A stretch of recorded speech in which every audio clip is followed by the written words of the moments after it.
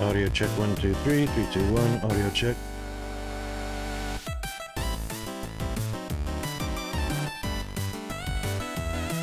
Shown that it's finished by the green box. So each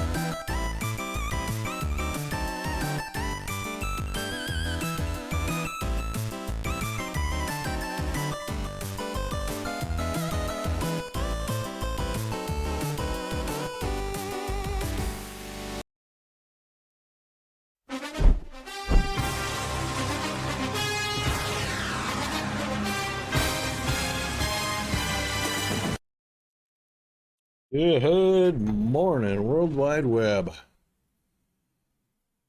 Oh my gosh, it is a Tuesday morning here in the Rocket Wolf Studios from behind the not so golden microphone. Yes, we are in far north Queensland, Australia, the island continent, coming to you live. And it is still a very late Monday night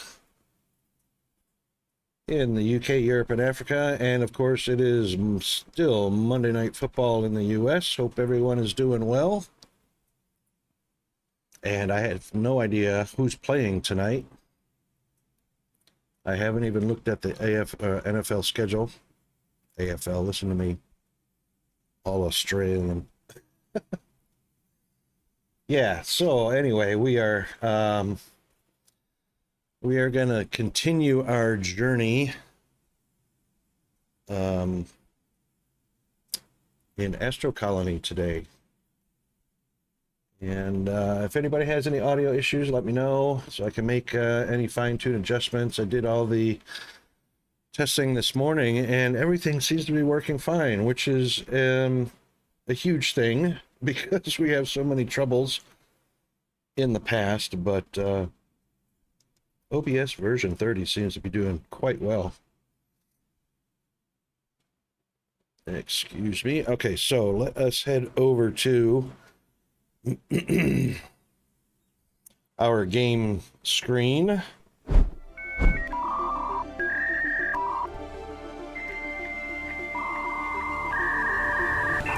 And there we go. Okay. Also, gonna do one more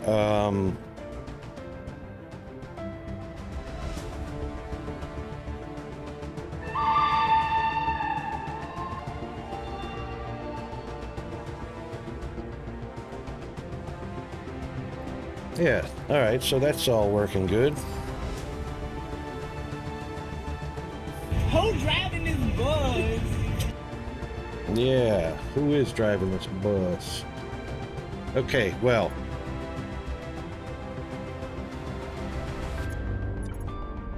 let's get back into it.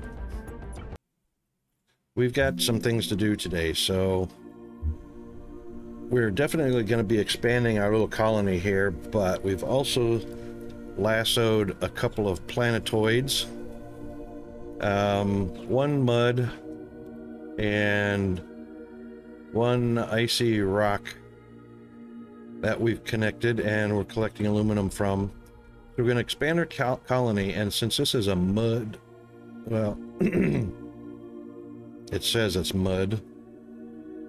Looks like standard dirt because there's no water.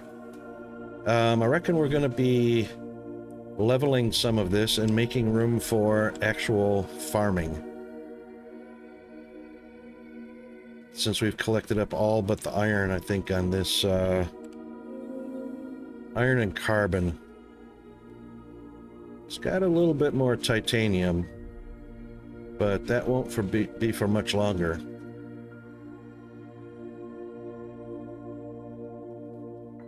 And it does have kind of a rocky terrain, so we won't be using a huge area. Probably this area right here that's kind of flattish, and we'll flatten it out.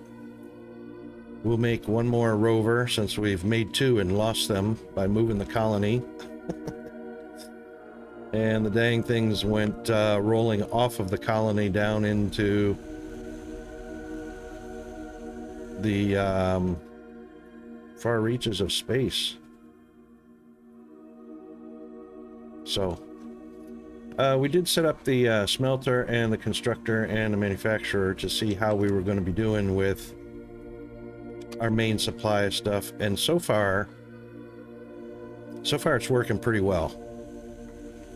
And of course we've got our spider bots bringing some, well, they were bringing, they are aluminum and motherboards.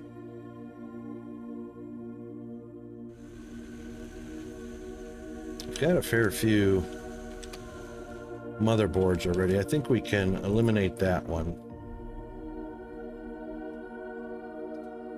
And that's making our space science, and we've got 92 space science. It's a pretty good amount. And of course that will increase as the aluminum is added to it. So we've got our water filled up. We've got plenty of oxygen tanks. And those will be used in another recipe as well. It looks like we need to add rods and dirt because we've got like 0 chemistry science in here.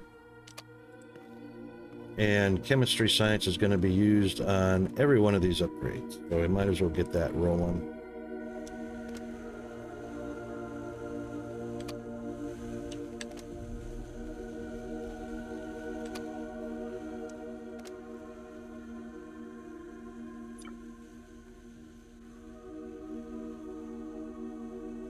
Right, so iron plates right now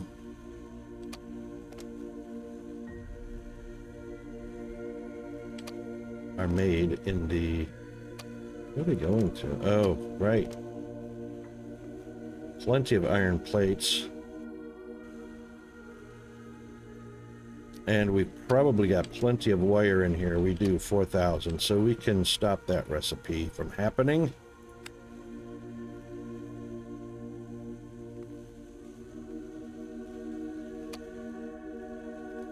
And we will just allow those iron plates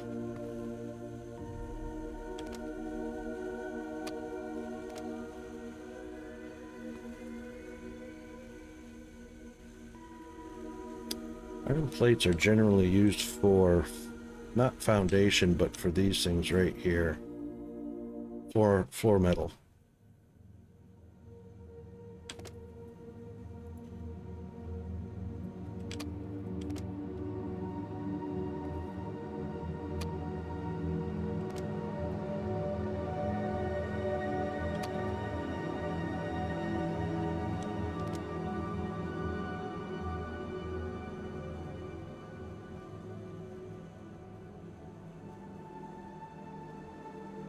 And the copper plates are being turned into copper wire for electronic parts, which are then sent over to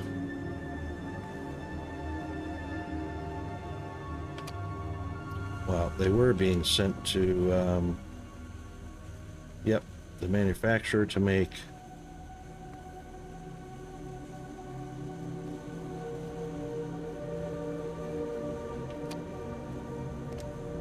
more motherboards.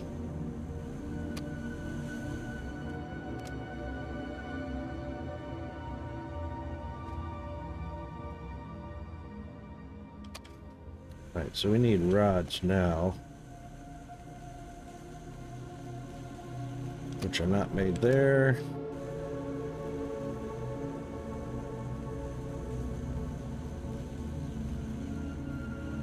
Rods are not made in a manufacturer. Right, they're made in a smelter.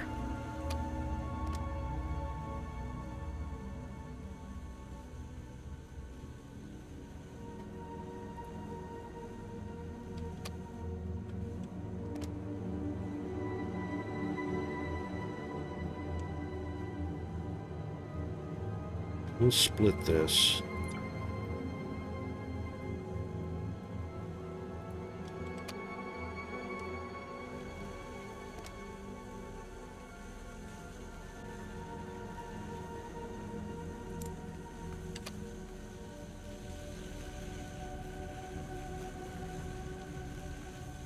Oh, wrong place.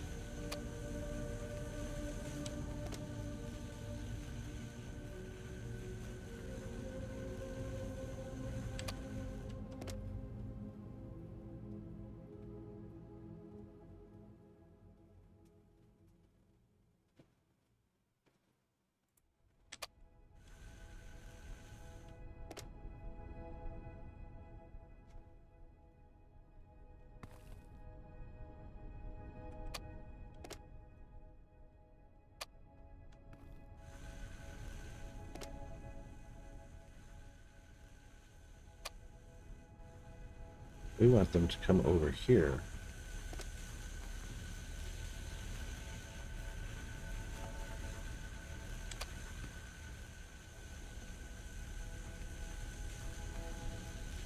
So what we'll need is a pusher.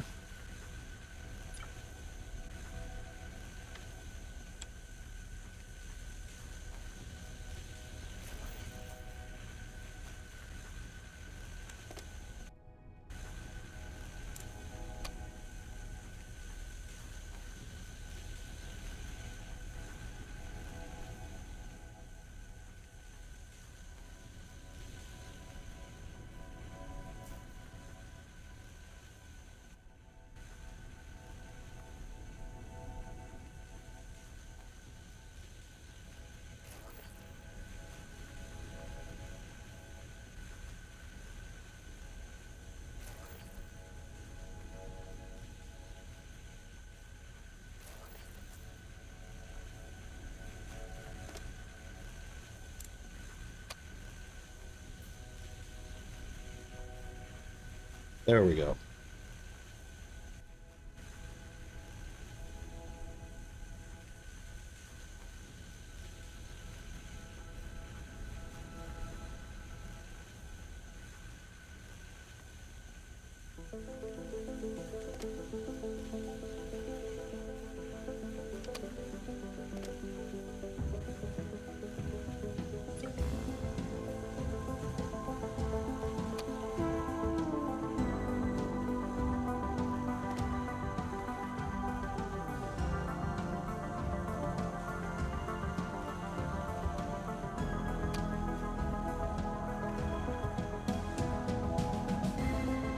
Now, that's not exactly a...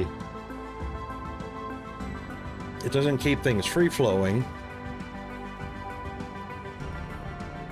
It does keep things moving.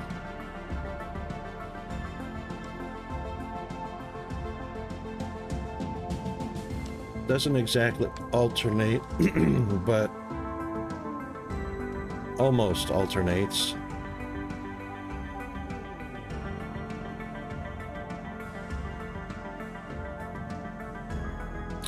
But that's okay too, because we're not looking for a massive amount of output either.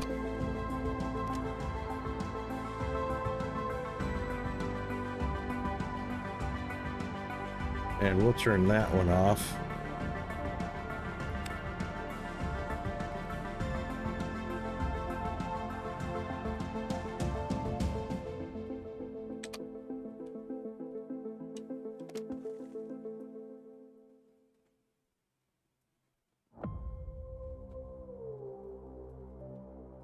Now, whether those rods actually get pushed through or not, that's a whole different story. Since the constructor's not demanding any rods on the recipes, they may not move.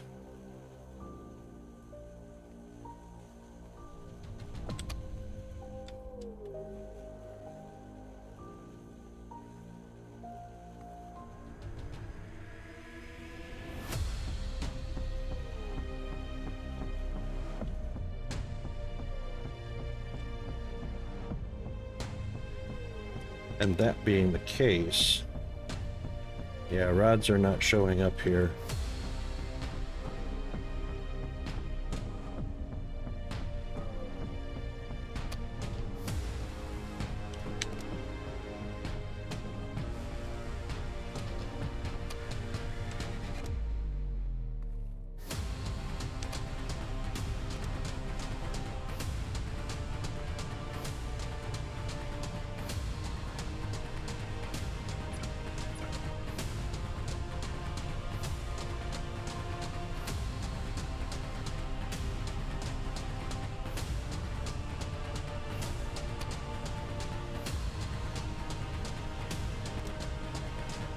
The fact that these can do complex operations, they can do them at the same time as well. And have multiple inputs, but only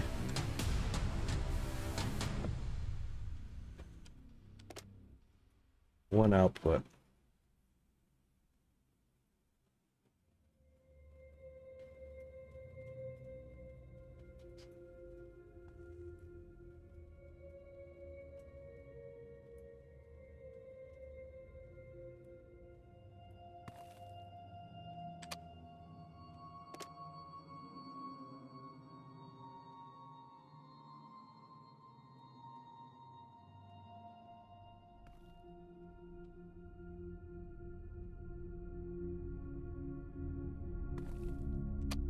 Yeah, no rods are getting pushed.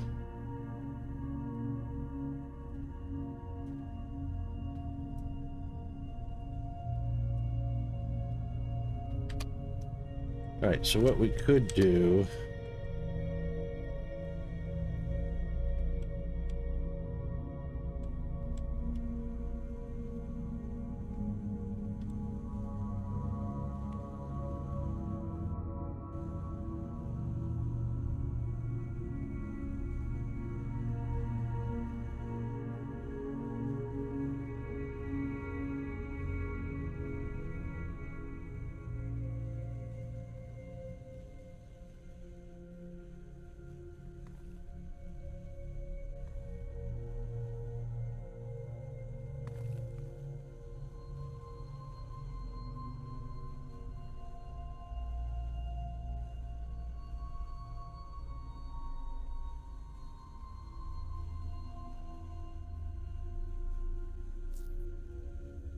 wonder if a filter can utilize multiple.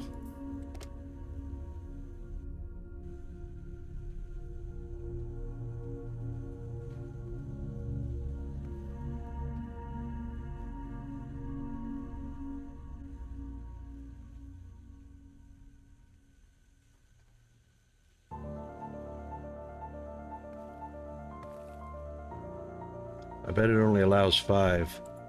So 1, 2, 3, 4, 5.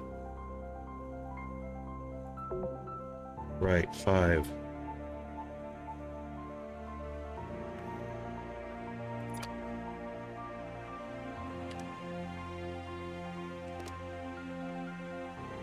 And we've got 1, 2, 3, 4, 5.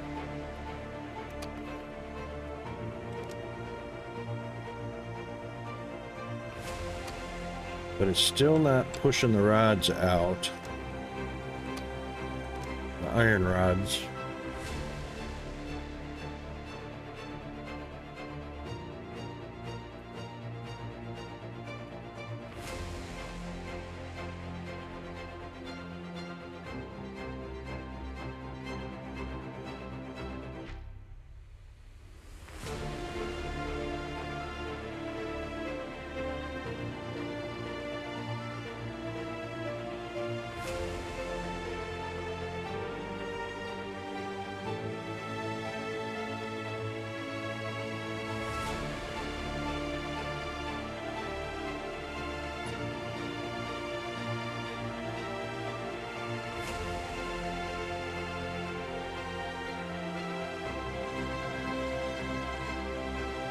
I guess the best bet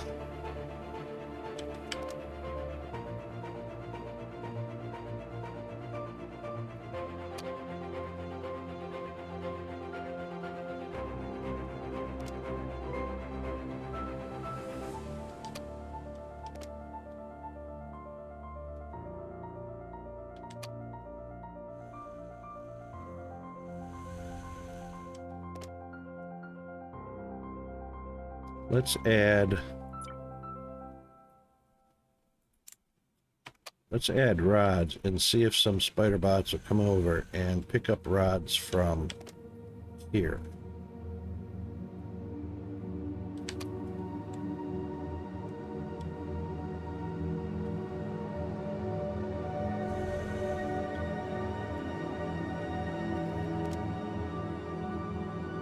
They will need dirt as well.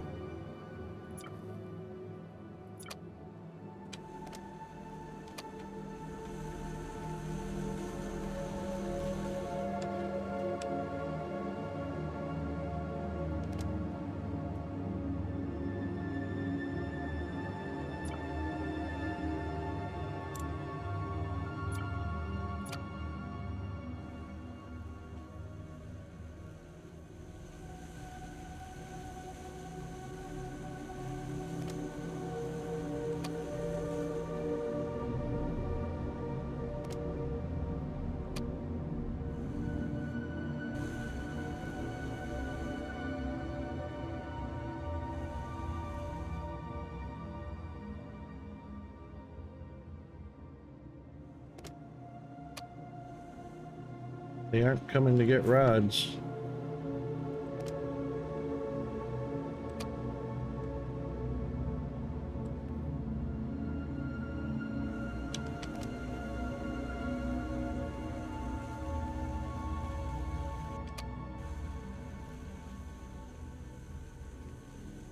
Yeah, they are. Oh. Hold on.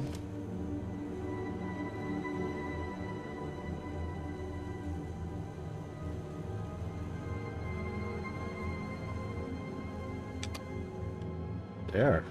We're getting rods from somewhere. Oh.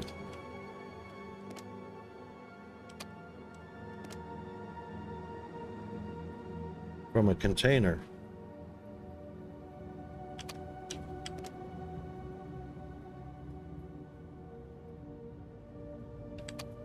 Because we're making rods up here.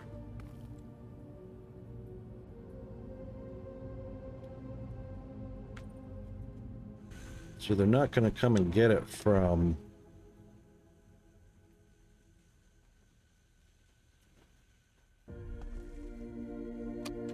They won't get it from a smelter, but they will bring it to a smelter.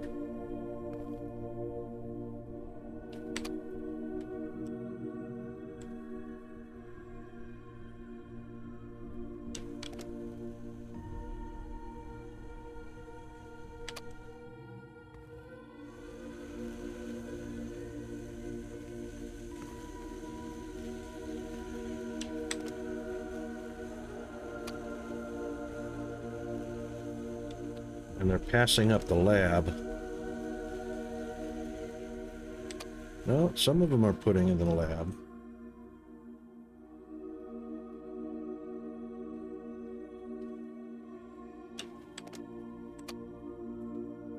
Yep.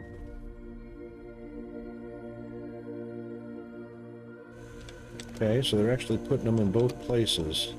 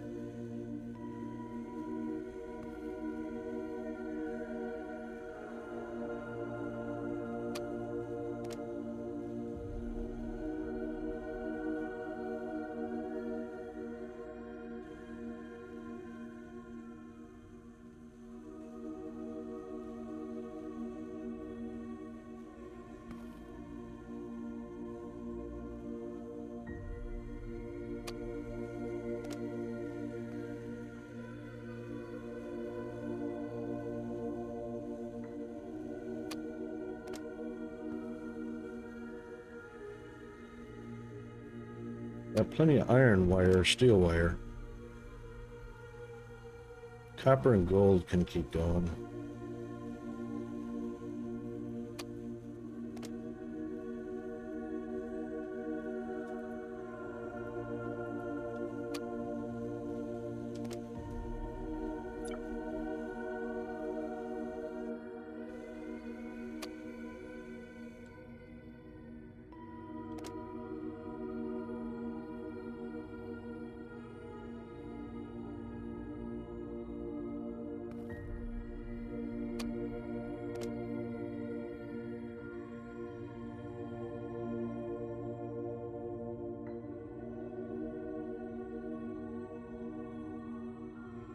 Not sure what we're making with the uranium rods. Nothing in here.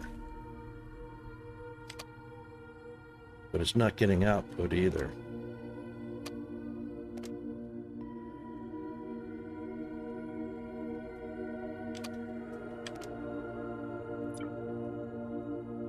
Nothing is made from uranium rods in the manufacturer either.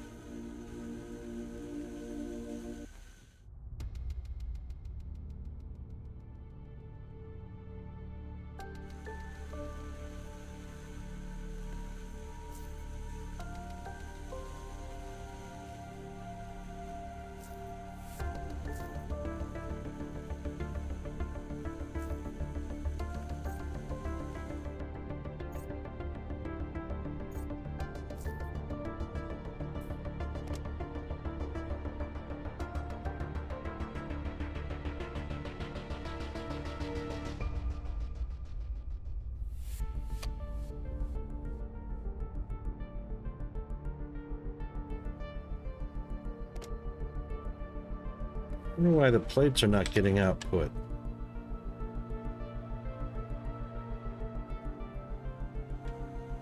There's no filter on here.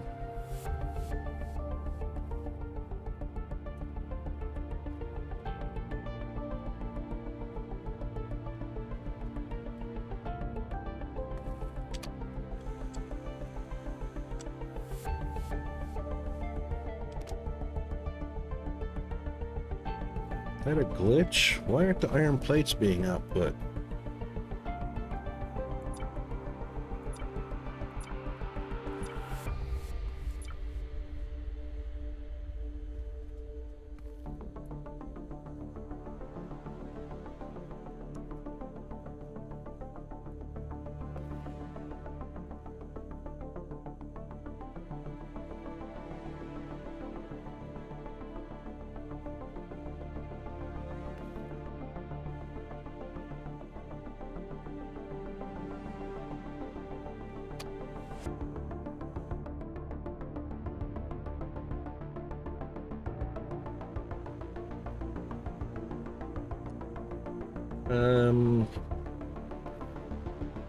There's no filter, so copper wire, gold wire is coming out just fine.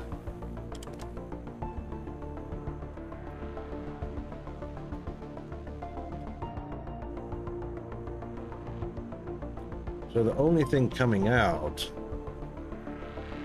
is products. This is a recipe item.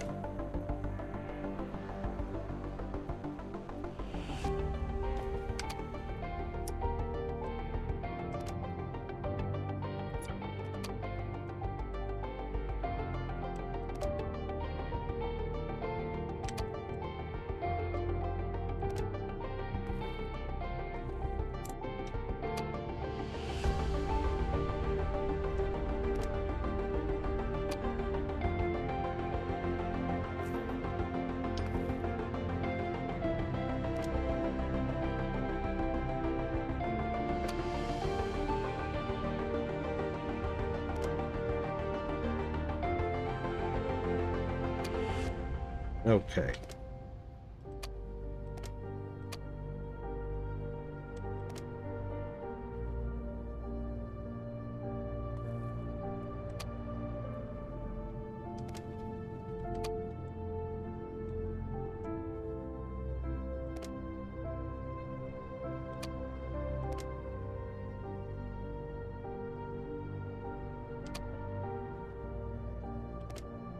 Let's change up this order a little bit.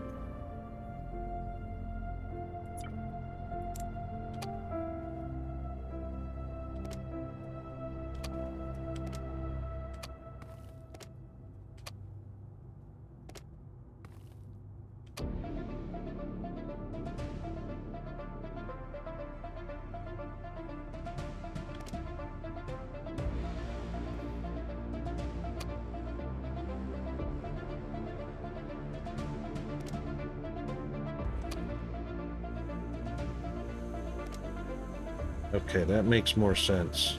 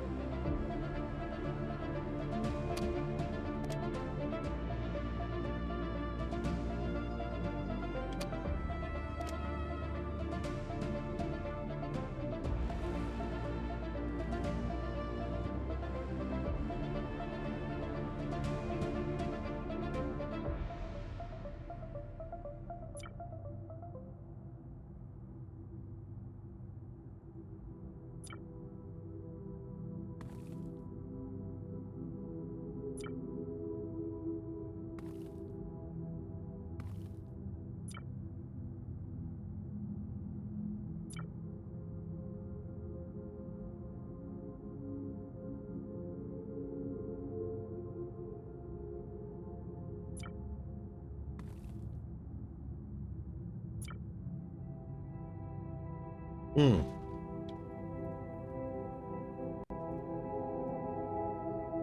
Well, that's all that's used for. So as we can see, ingots are used for one item. Copper plates. Copper plates are used for two items. Copper wire and transport bots.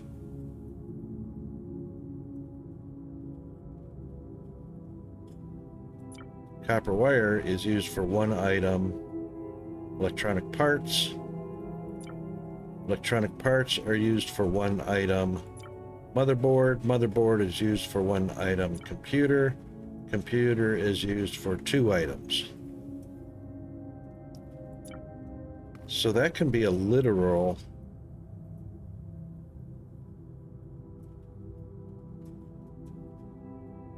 single item production line.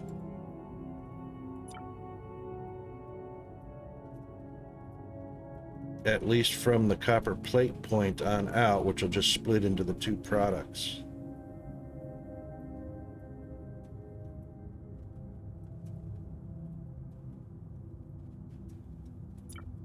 Because we certainly don't use those. So that's the thing, only one product really, because these spider bots are horribly slow transport. They carry a stack of one item.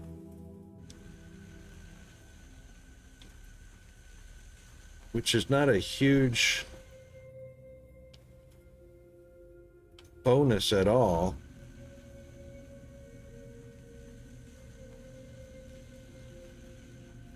Plus, they don't have a throughput associated with them. They stop, they bump into each other.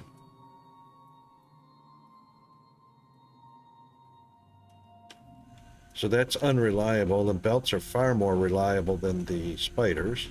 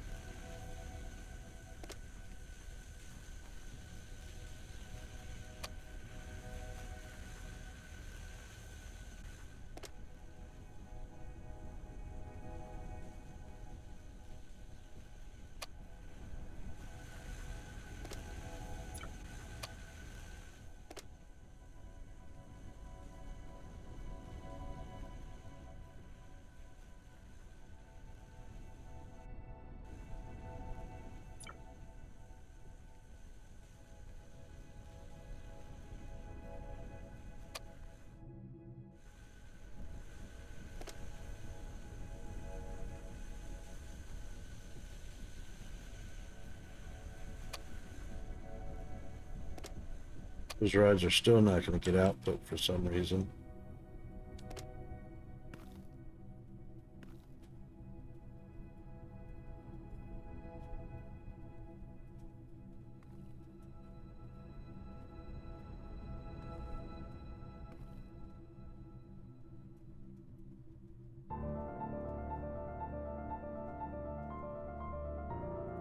What if I did that?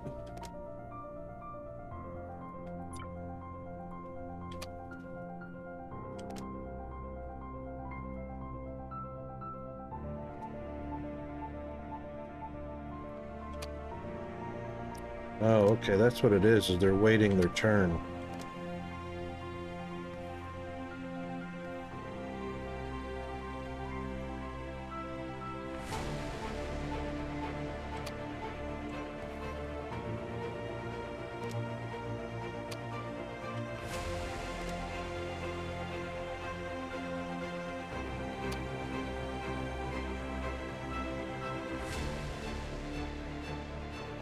Yeah, okay. They were just merely waiting their turn.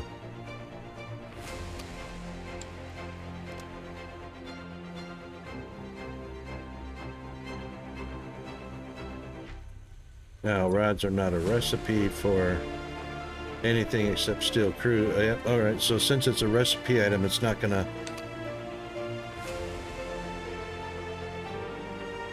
It's not gonna output, it's just gonna stockpile them.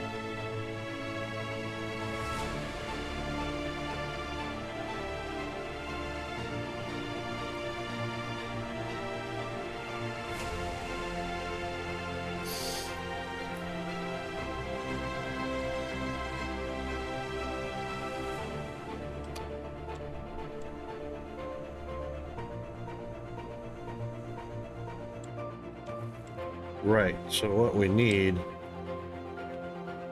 for now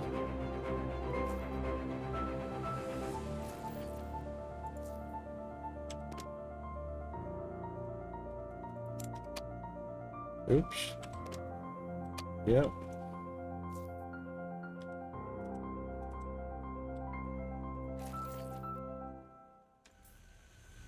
So what we need for now is to bypass them because they're not a recipe item.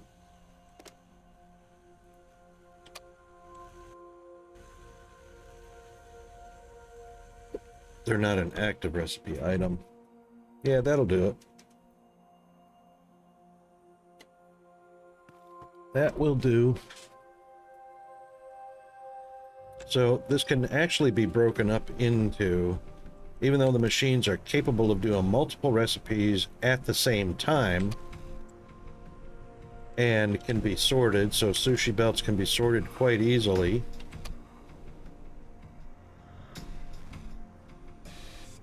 Belts are kind of slow to begin with, but they're all going into a main storage.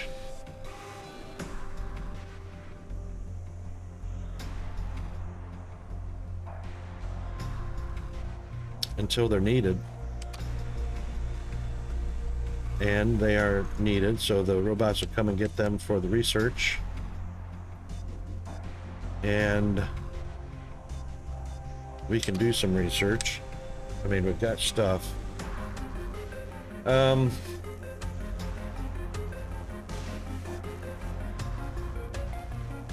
know if I want to do ranching yet.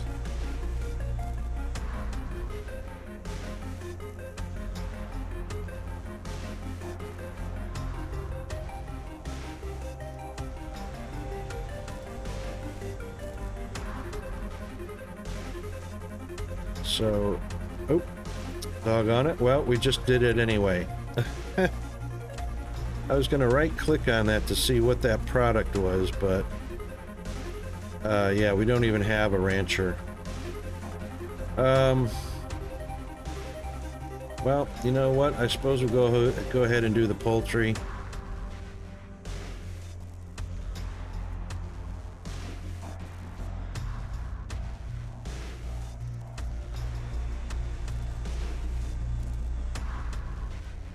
Tomato bush.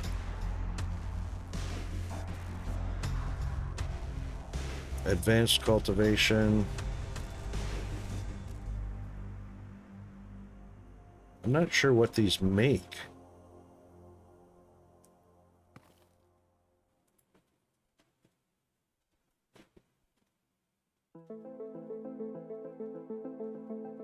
I mean,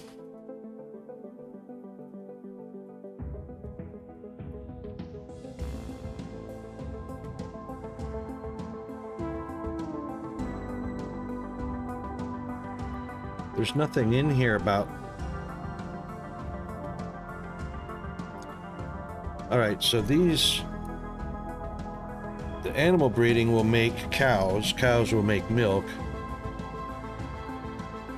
which will allow us to make hot milk. Tomato plants will allow us to make tomato soup. Sunflower will give us sunflower seeds, but nothing else that I can see. Chickens will give us eggs, which will give us omelets. I mean, these can feed our scientists and engineers. But that's it. Sheeps give us wool,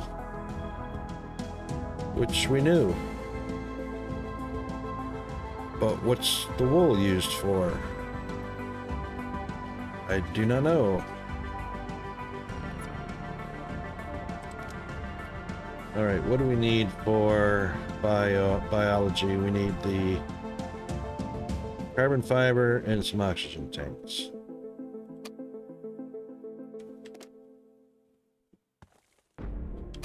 Wow, we've only got 262 of that?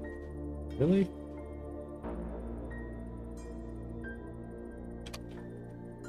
All right, let's put some more in.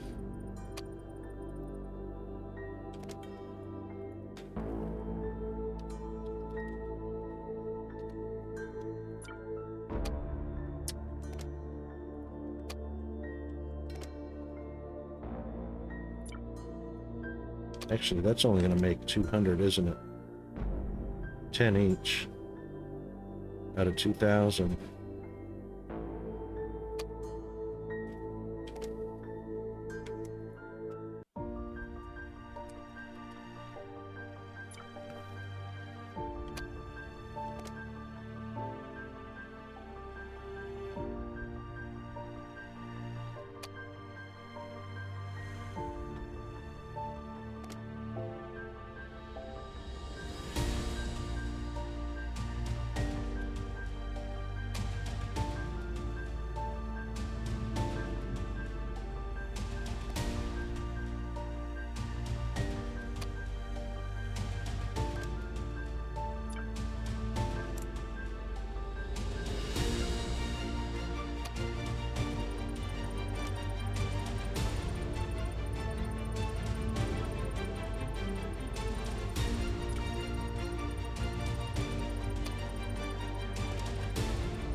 I didn't have to do that. I don't even know why I'm carrying that in my inventory. It doesn't use it from my inventory.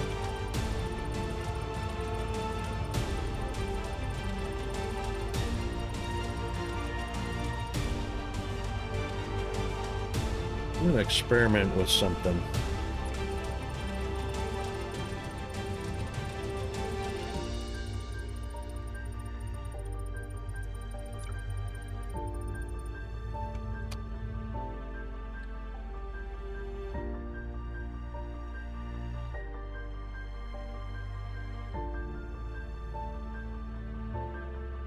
I'm just curious if I place down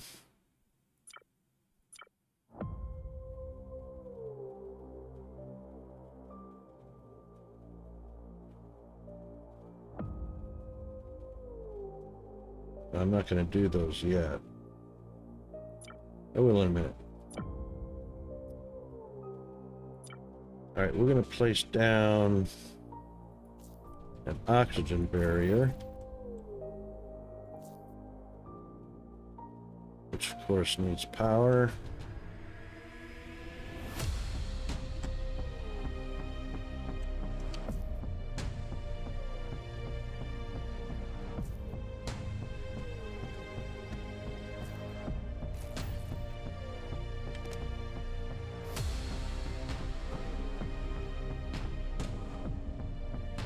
Ah, okay. Right, so that's not going to help me.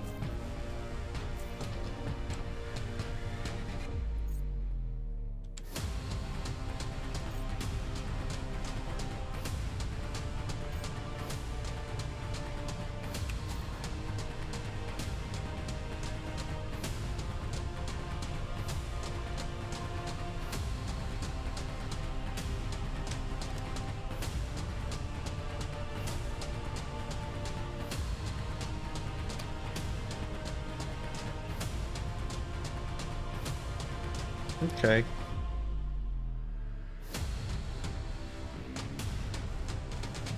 Alright, so we need a rover. Let's find a little spot over here. This is actually a pretty good spot right here.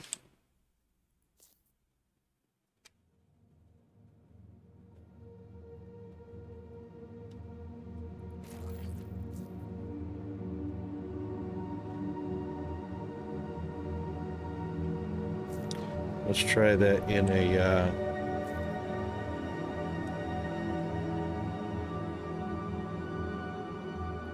yeah, like that.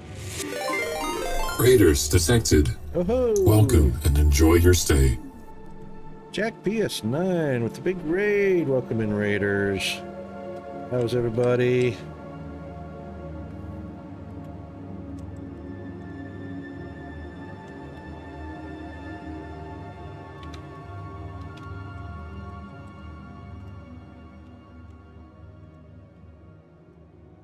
And let's see, Mob Factory, hey? How was Mob Factory going, Jack? Oh, there's an old Factorio clip. Like food. I think it's batteries. Is it batteries that need sulfuric acid? Oh, nice timing, Jack.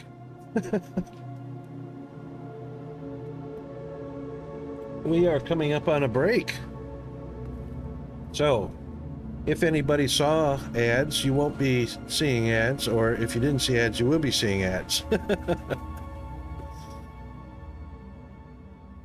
Dying in it is really annoying as you lose all of your base resources if you die, which means you can't but... Oh! That doesn't sound any fun. Right. Alright, we'll be right back since we're in the middle of an ad break.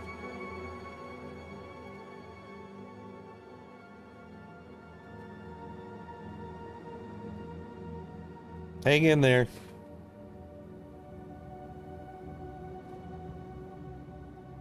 Well, that didn't work. That went in reverse. There we go.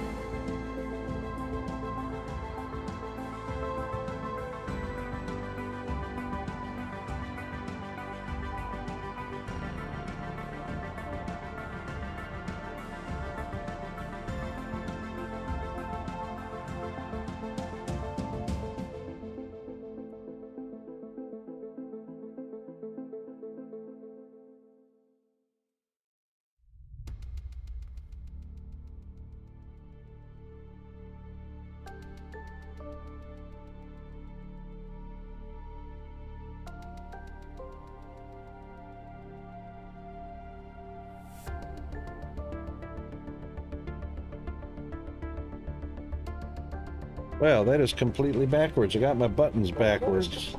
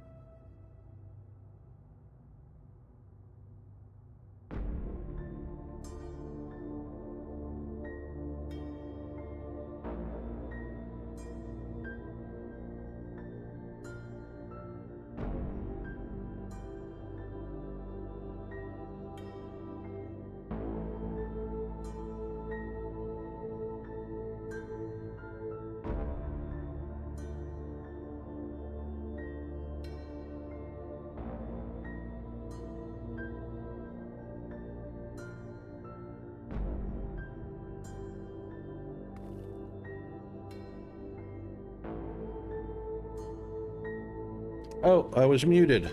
Holy moly. That kind of sucks. Sorry about that. See? Told you, it happens all the time. Because I'm a derp. Sorry about that. And thanks everybody for sticking around for the ad break. I must have remuted myself for some reason.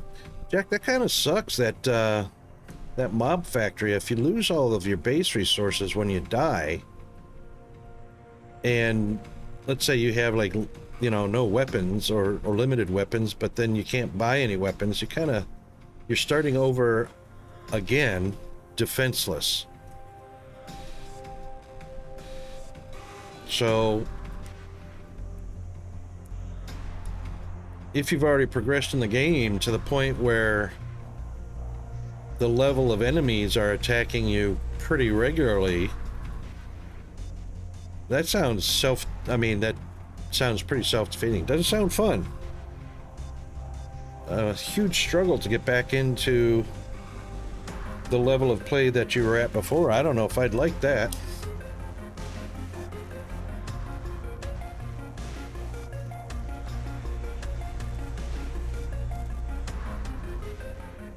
Unless, of course, there's some other way to recover.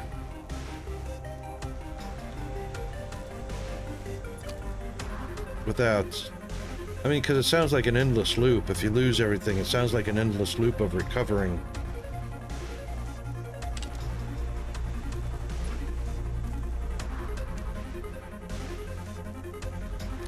Oh, did I not bring... I did not bring circuit board with me.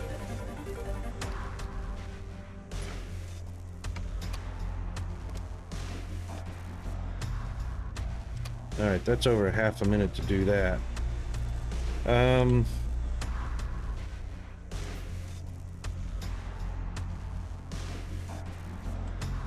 Yeah, we want to start flattening out some land. Are we going to be able to... No, probably not. Let's see if we can jump over from up here. Yeah, barely. No, we're going to get stuck on it. Oh, great. Whoop. Whoa. Where am I?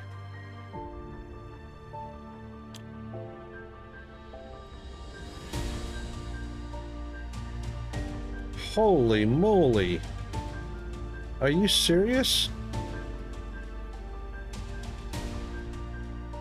I hope I got enough oxygen to get back there.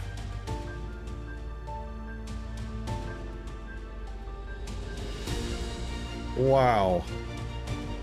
That was just leaving the rover.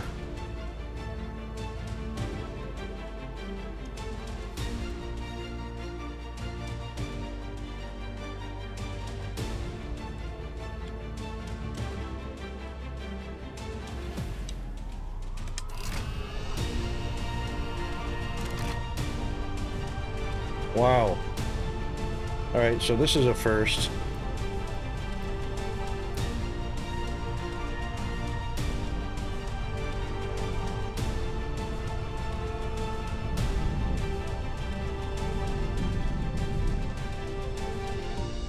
I wonder how fast oxygen gets used up.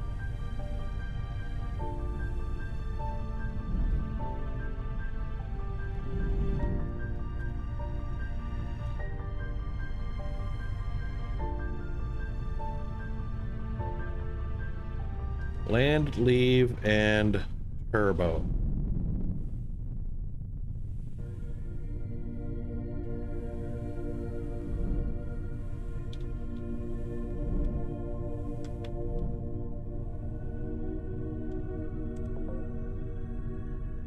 No surface to land.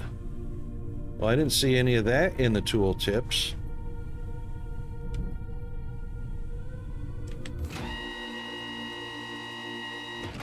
Oh my God. Well, I landed that far away. What is up with that?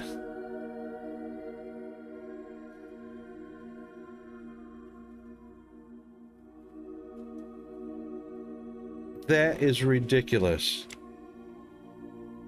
All right, we're going to use up our oxygen to get back home.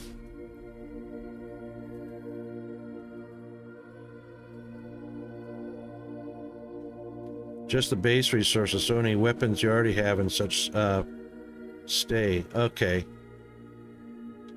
Well, that sounds a whole lot better. Ooh, That was right in the face.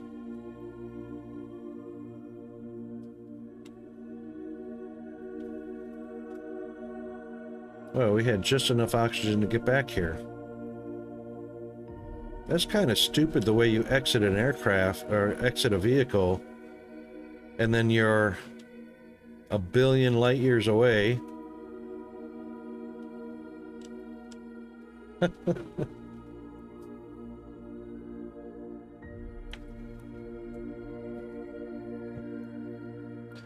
Well, Jack, that sounds like it's a whole lot of rebuilding in order to acquire more resources to buy weapons. Which sounds like that's one of the main focuses, is to have enough resources to buy weapons to defend yourself to stay alive.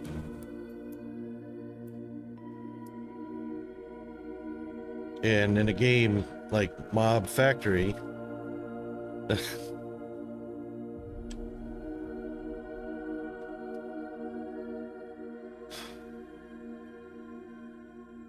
I guess the engines stay running all the time. Well, didn't need fuel, so let's try this one more time.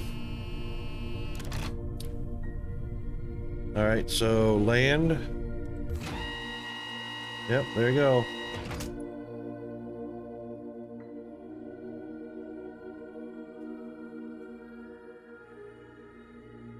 There you go. That's how far away you go when you land. I don't think I like that glitch.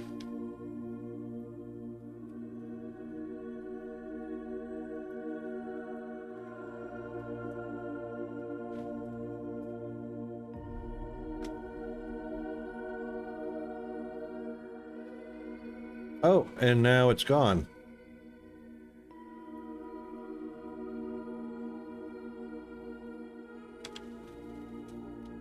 Well, that was a waste of resources.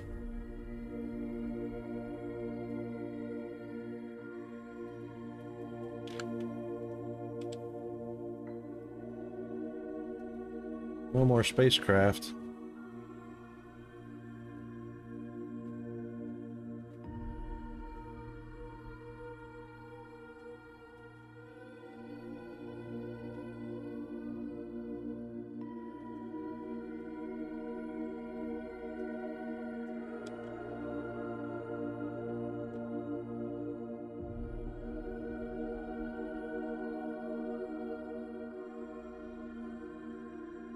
Wow.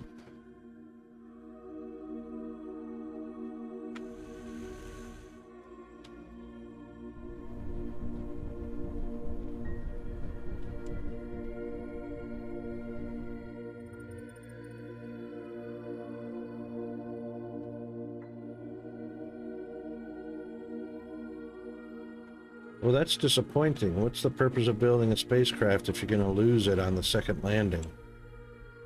Let's see if we can make something happen here.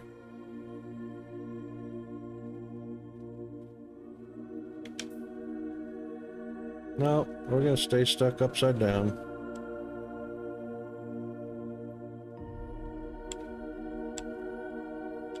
Oh, those wheels have a problem.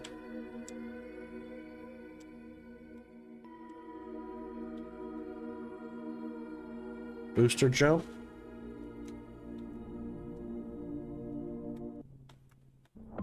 That didn't help.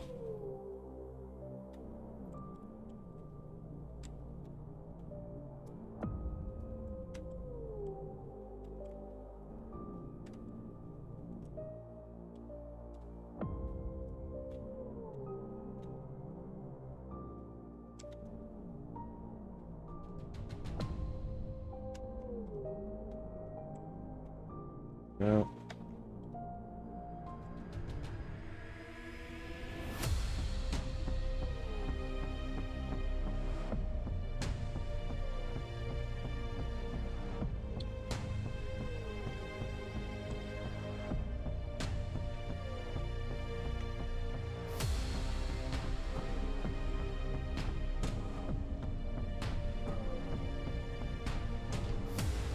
Well, all right, we're going to leave the vehicle again.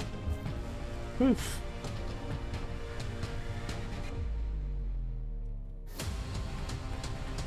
Thing is I'm not even close to anything.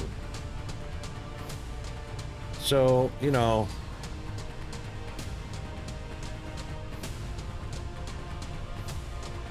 and with no coordinate system, there's no way of knowing where I'm at.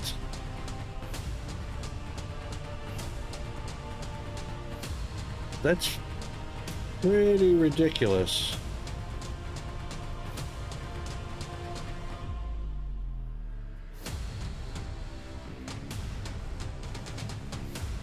Wonder if I can pick up the rover again.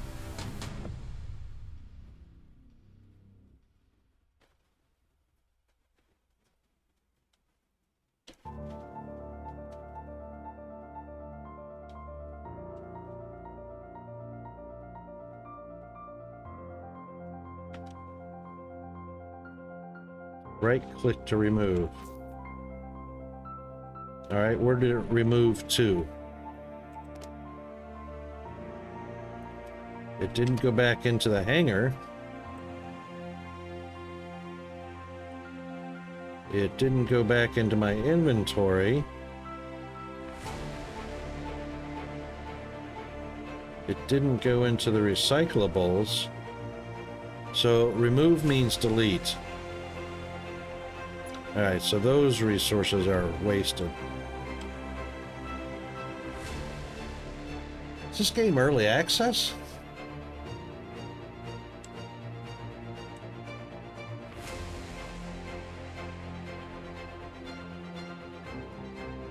I'm just taking a look at the store page right now. Yep, it's early access.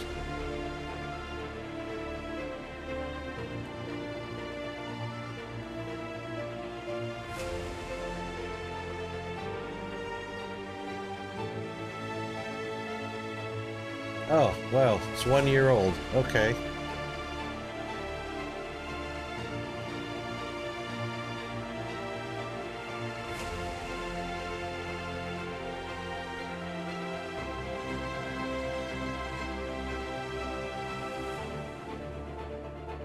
Kind of would like to see those bugs fixed.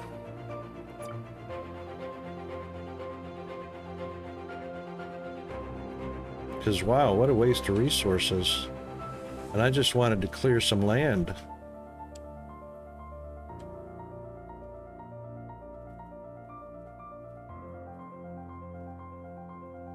And you would have figured probably would have been able to drive over the belt pretty easily. Only one block up.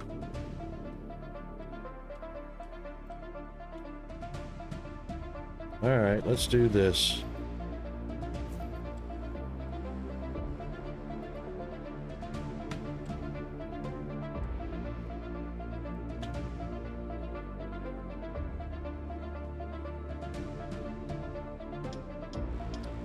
We are going to clear this land right here to flatten it out.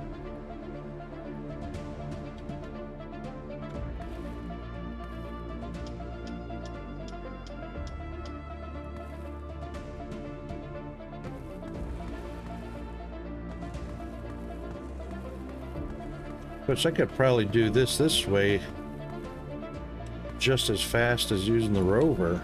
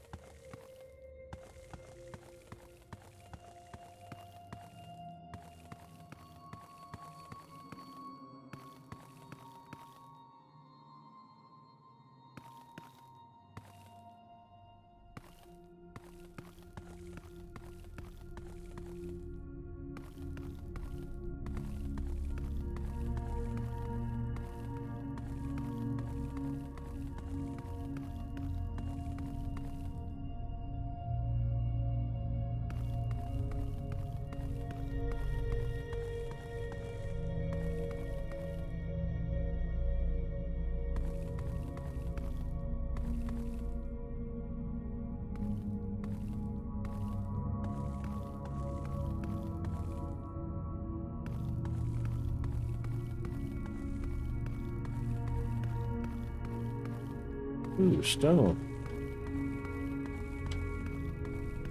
We like stone.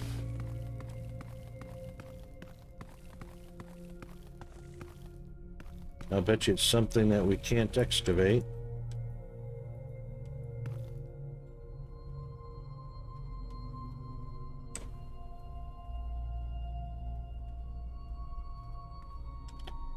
Well, that's not a huge patch, but let's go ahead and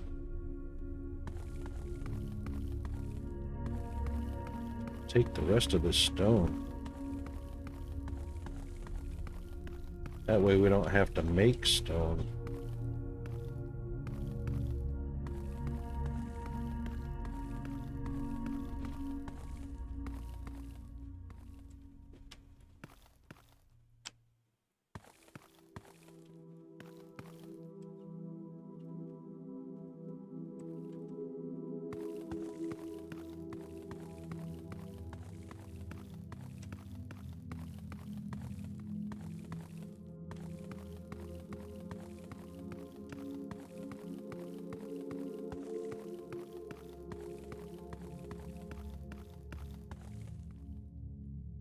Well, it wasn't a lot.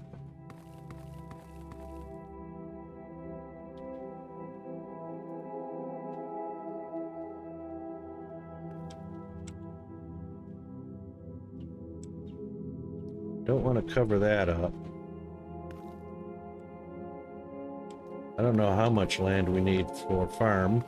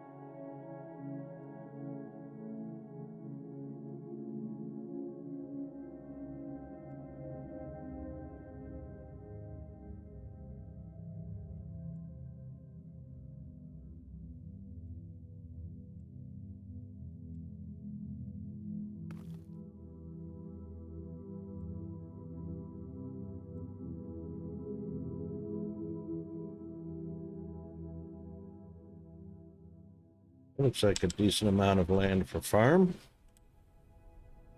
All right, construct a farm.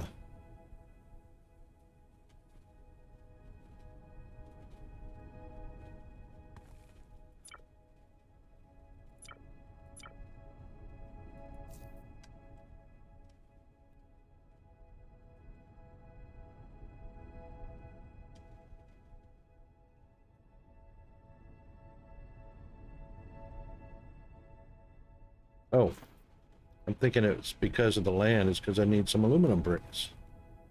Aluminum ingots.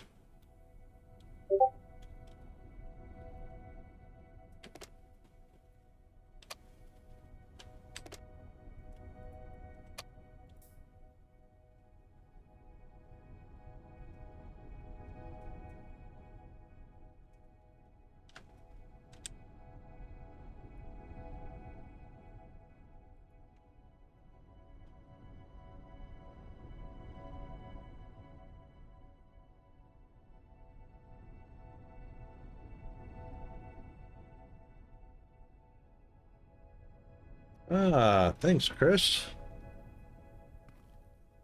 DEF CON. All right, so Chris just posted a nice game. Inspired by the 83 cult film War Games with Matthew Broderick. Yeah, I remember that.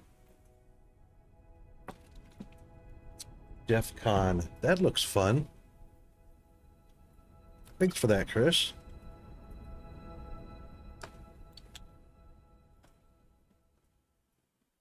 And now we've got enough to plant or place a farm.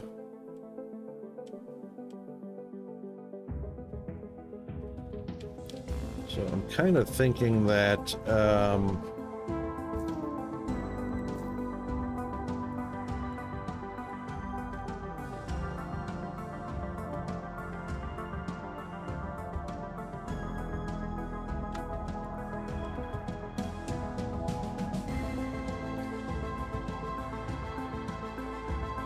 probably need a flat enough space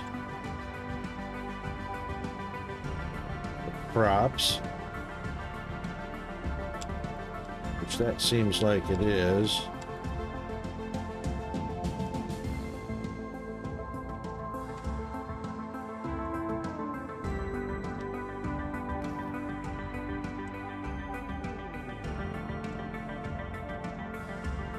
All right, we'll try that. We'll collect up this quartz. Those are light quartz.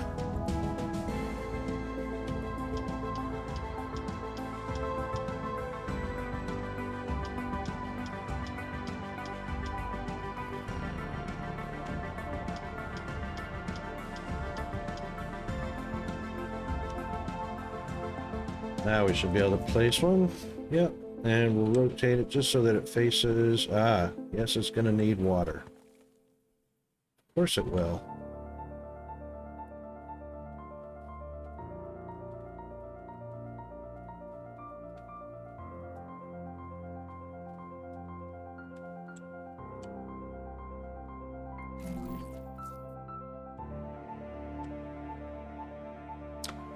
Okie doke.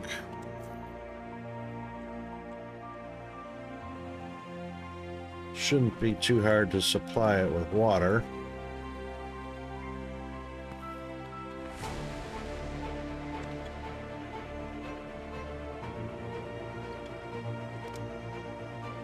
And a farmer.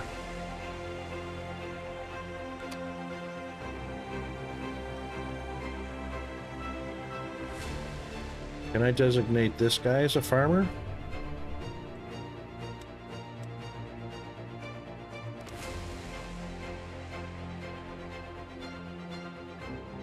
I guess not.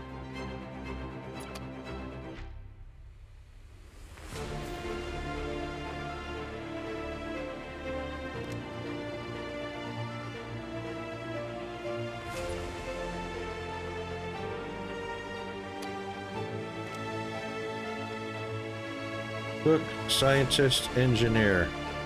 How about a farmer?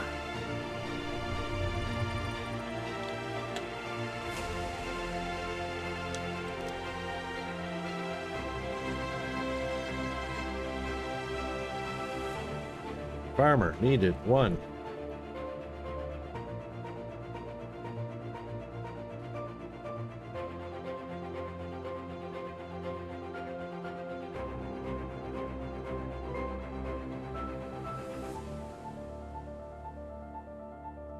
Oh, farmers are the robots. Like the spider robots. Yes? Oh, here we are. Thanks, Jack. All right, so 6 gears and 6 rods.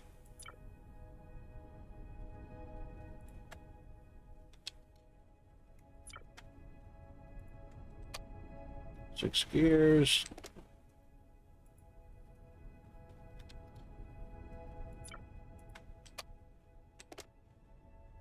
Oh, only 4 rods.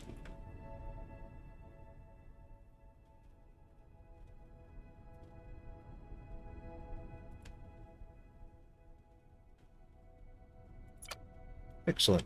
All right, so we got that.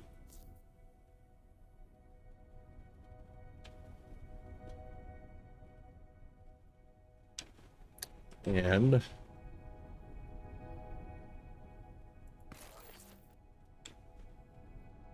put that one there. And of course we'll need ice cubes.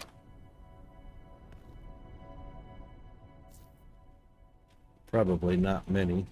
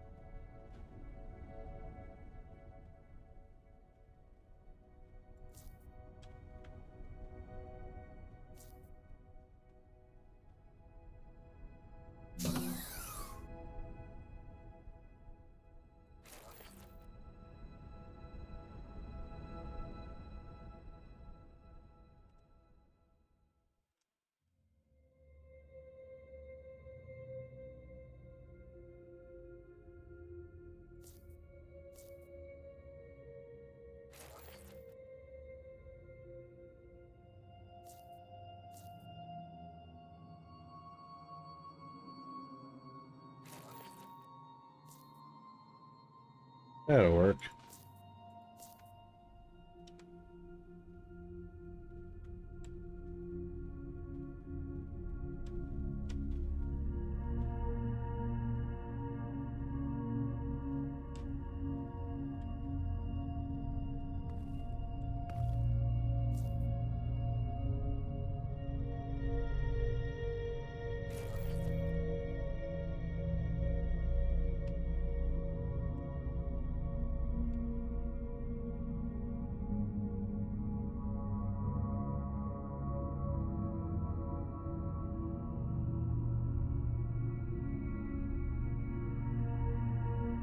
What am I missing? Plates, copper.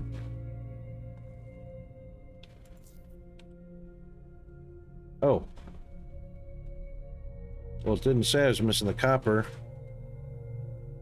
Sheesh.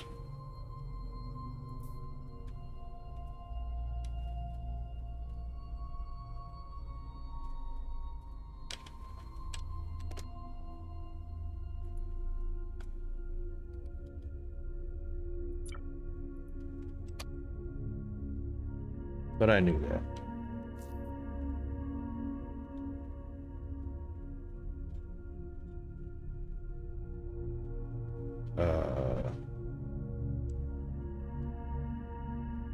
What? I can't place it up here. It's got to be on the ground? What? Seriously?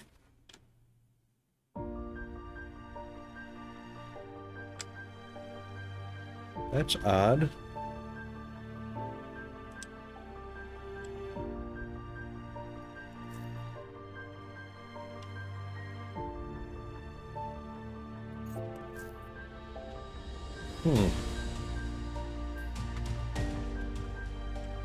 Oh, I know why, because you can't place those plates because the blueprint included those plates.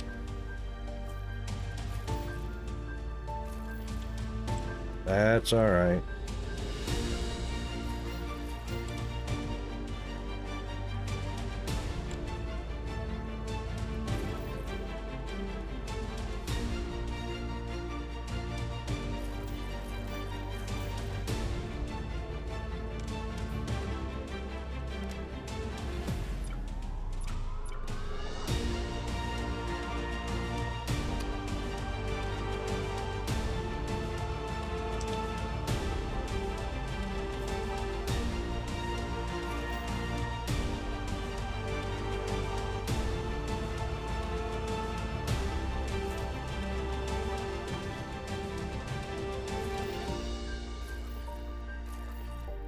Oh, missed it by that much.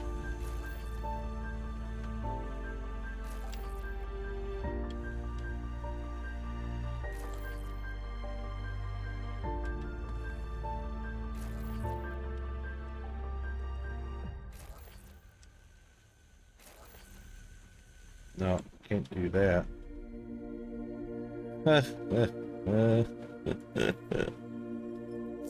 Funny.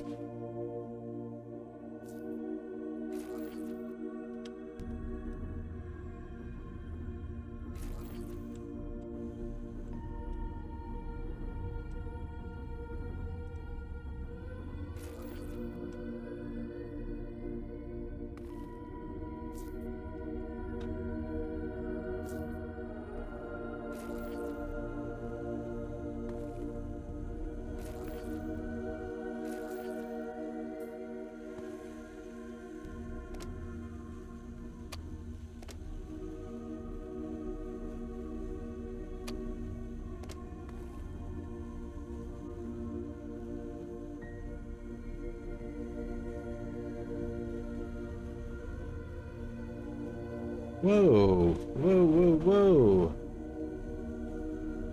Why is my GPU up at 94C?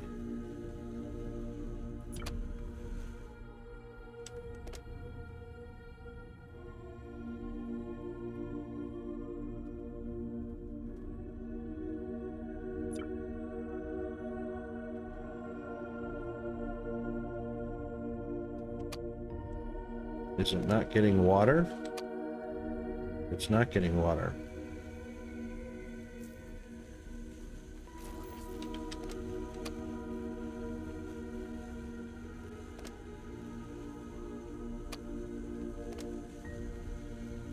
It should be getting water.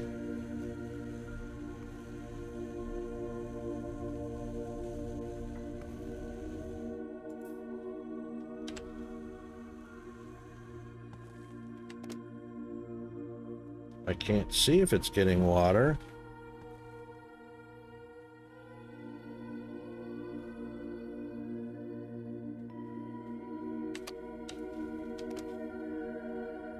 Well, it's providing 5 at a time. That's not fast enough.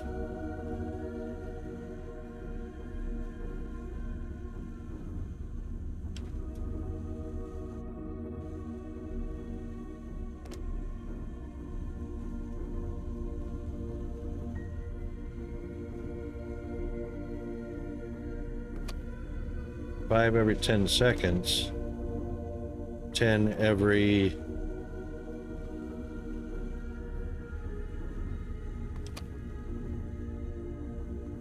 never.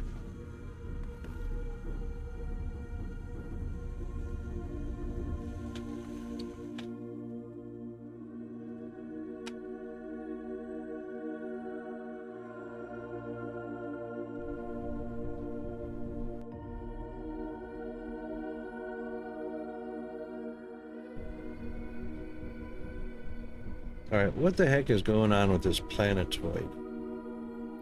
So, GPU is 83 degrees C when I'm on the colony. I get over here on the planetoid. This is 90 C.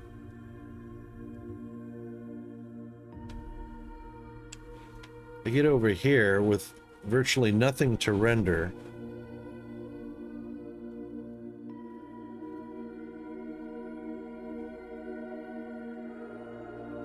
That's 93C. That's 94C.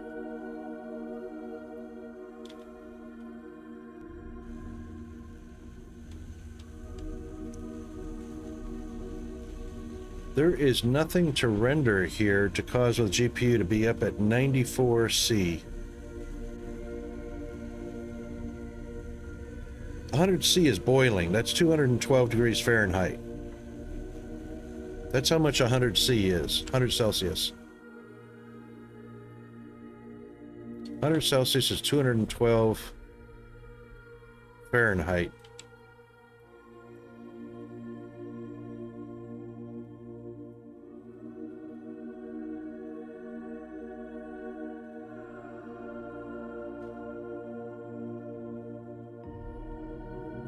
I can't understand what in this game that is any different than Satisfactory or Dyson Sphere program that runs at 60 would cause the GPU to be 90 plus.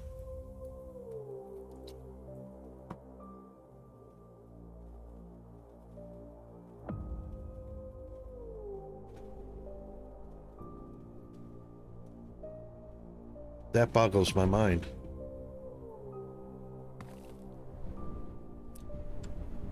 All right, let's throw a quick save down.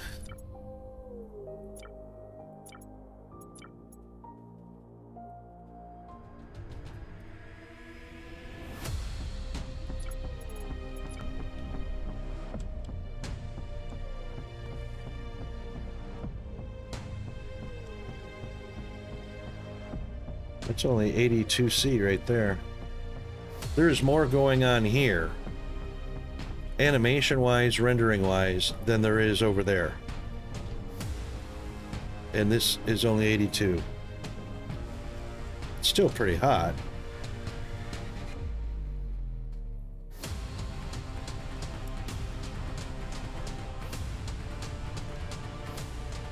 Can't figure out what it could be, though.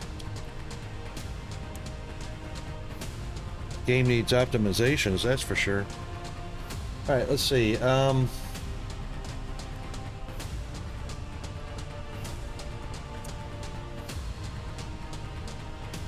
Well, after the break, I'm going to leave it up to viewer choice.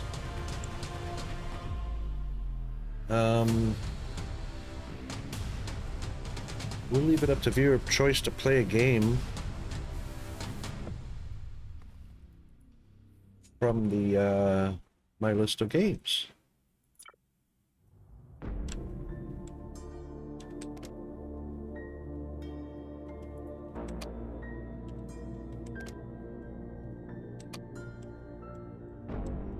All right, that's going well.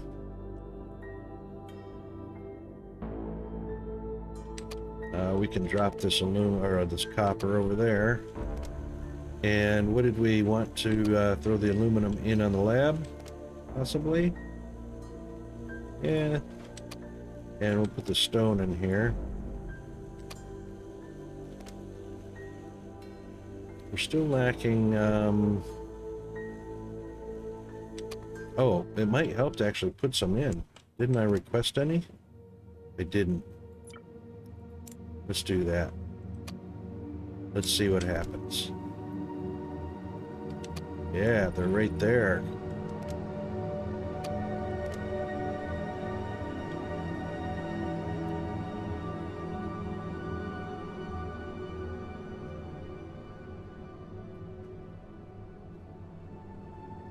Let's see, it's eight for each one. We've got 400, so we don't need 32.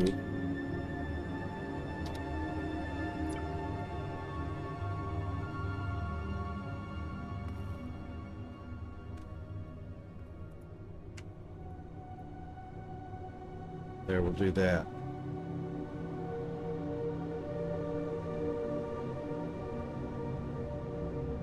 And we'll let them pile up 800 here.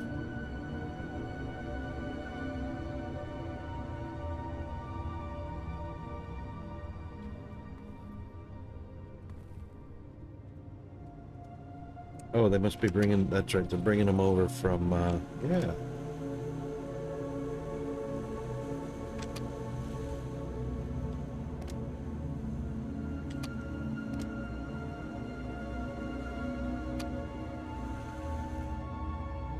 That's what it is. That's why the odd number.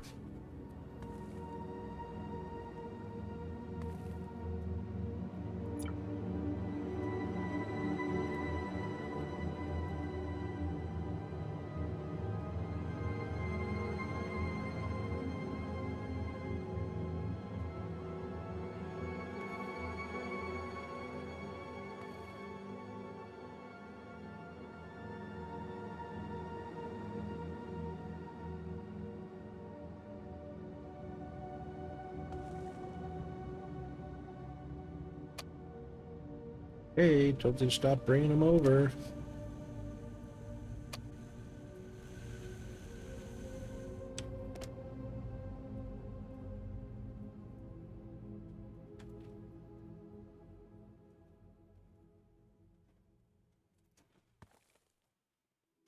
All right, a nice even number divisible by 4.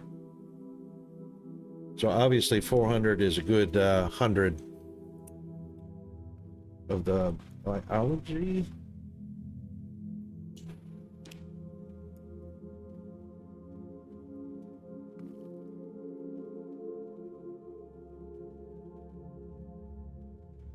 So we could chop that down to 360, which would be 356. There we go. Now it's divisible by 4.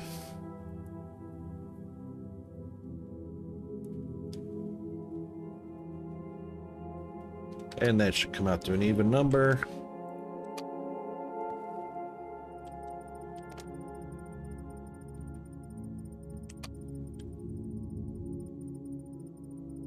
All right.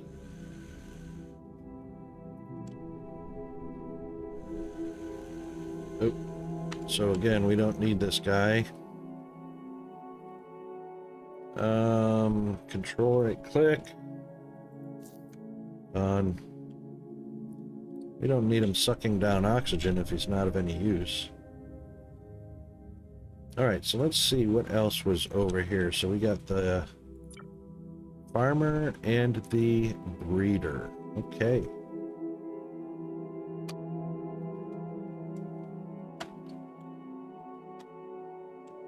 I think we need farmland. Ooh.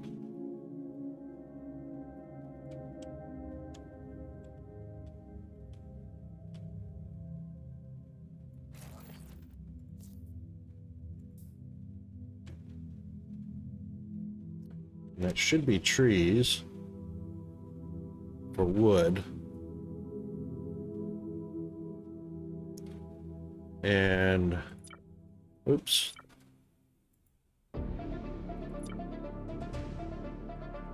Grain produces something I can't highlight.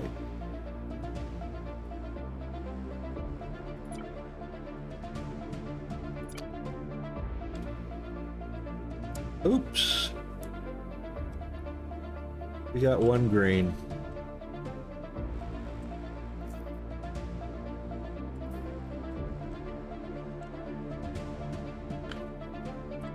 Is this stone?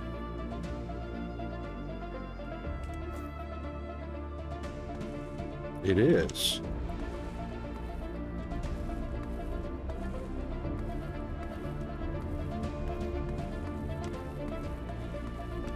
Right back up to 93. See, we're not rendering anything. 94C, and we're not rendering anything but terrain. Oh man, that's gonna bug me. Well, this game needs some improvement, that's for dang sure.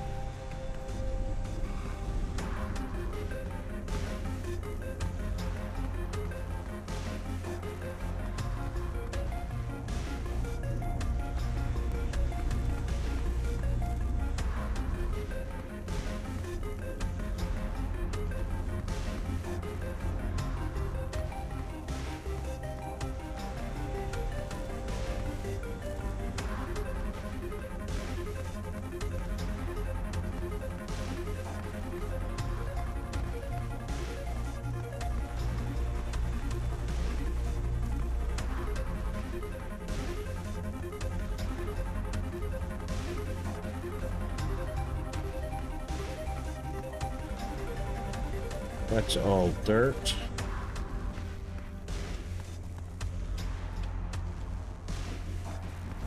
That's dirt, even though it looks like stone. That's all dirt.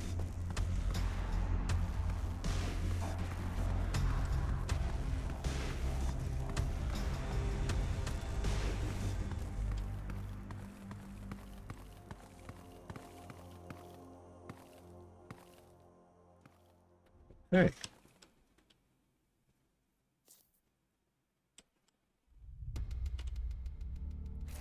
No?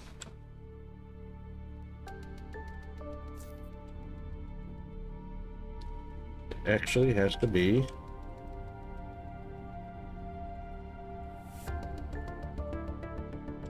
dirt.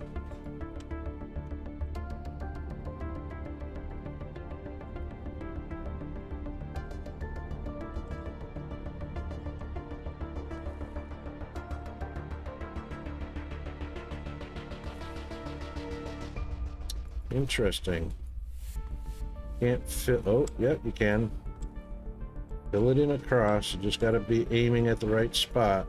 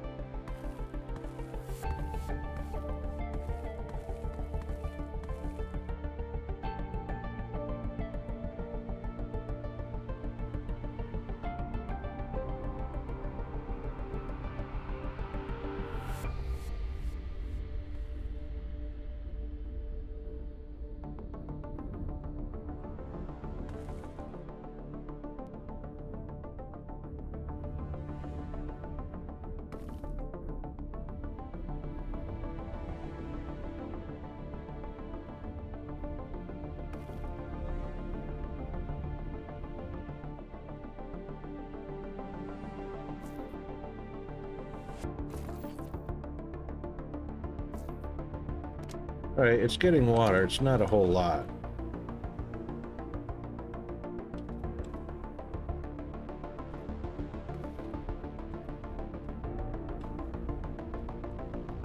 Strange pattern of trees, but it looks like an intersection of 4.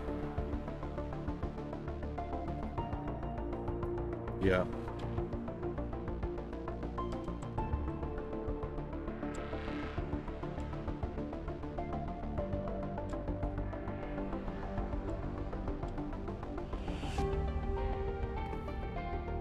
Strange.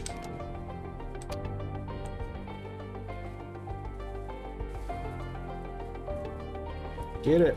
Get it!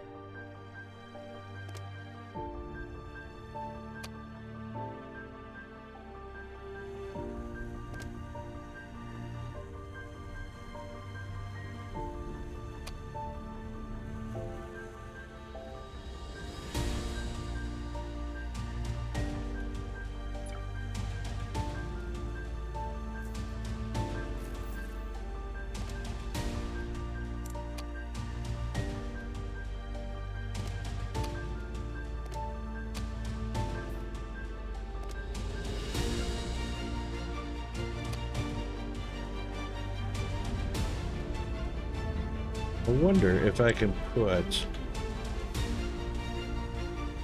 Probably not. Nah, I wouldn't think. Don't think a block. Oh, maybe it can.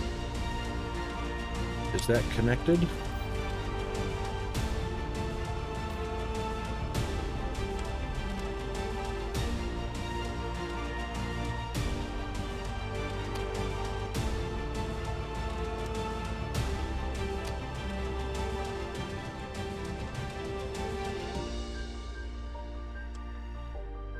Oh, are you kidding me? What'd I just do? Rotate it accidentally? I did. That does work. Okay.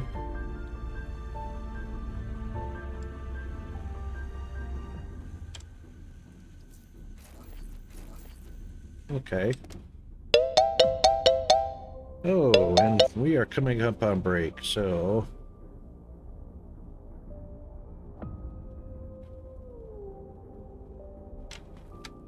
82% efficiency, so we need one more.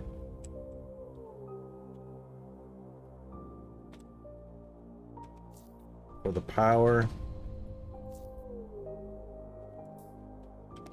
Now it's at 100%. But it needs water. Alright, so after the break, we'll choose a new game.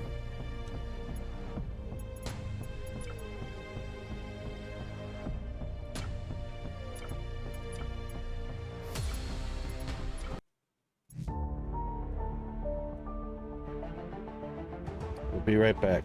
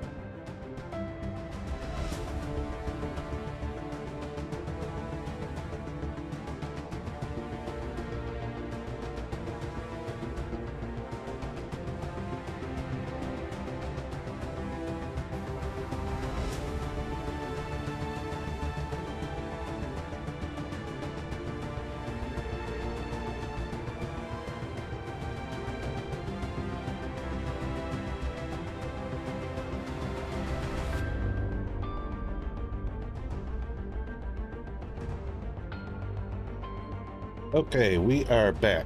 Sorry about the extended break, but we did have some good news today.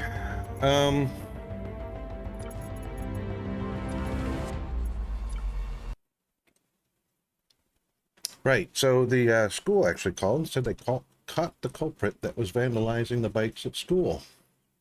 How about that? I don't have to buy.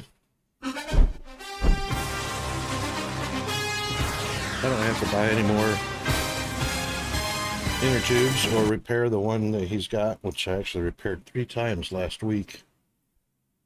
Right, let's take a look at what do we got? What do we got? Let's get you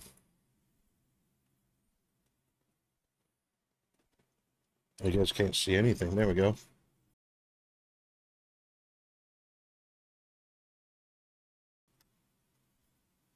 All right, so this is the games that we have.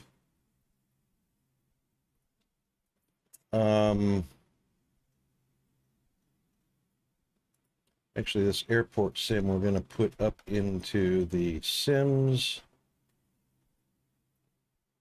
What's going on with the crust? That is still in, right, we were waiting for first quarter of next year.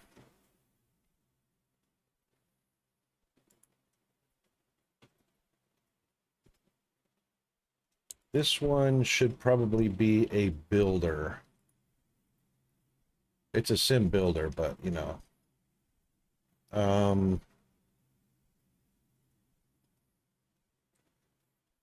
Yeah, so Firehammer.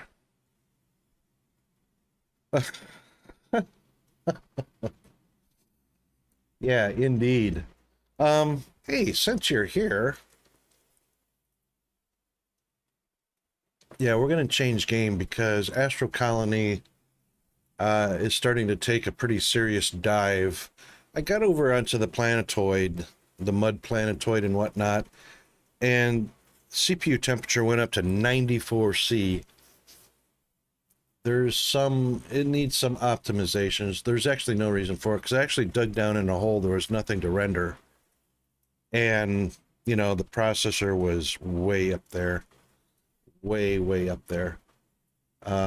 So there's, you know, it's only a year old, so there's time for improvement. But they definitely need to do an optimization. Did you want to see how I did my headphones?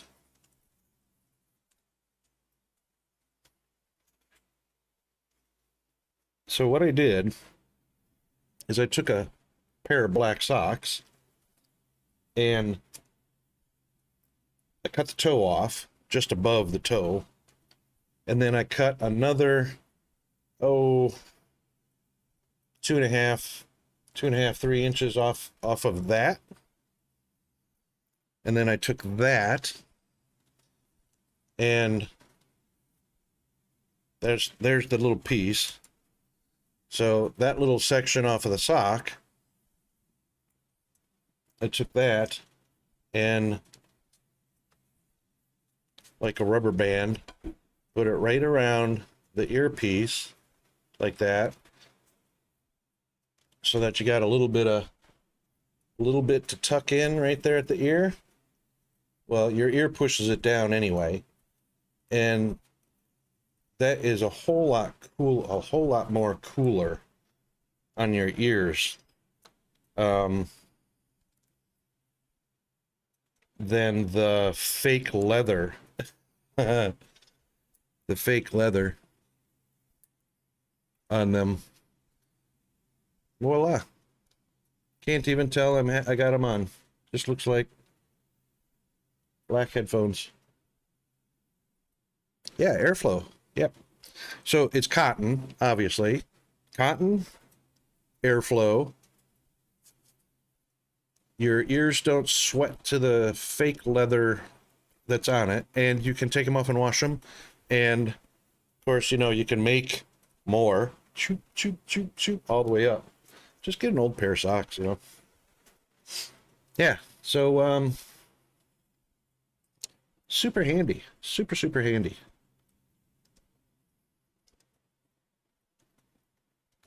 Okay, yeah, so we got games to play here. What should we do? And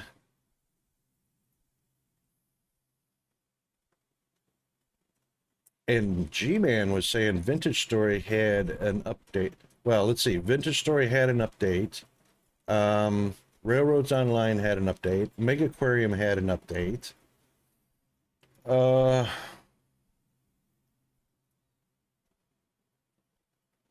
There were a lot of updates, excuse me. I don't want to play American Railroads or the American Truck Simulator or Farming Simulator yet until I get my replacement wheel. Palia, I haven't seen any updates to Palia in quite a while. And this is just a launcher anyway.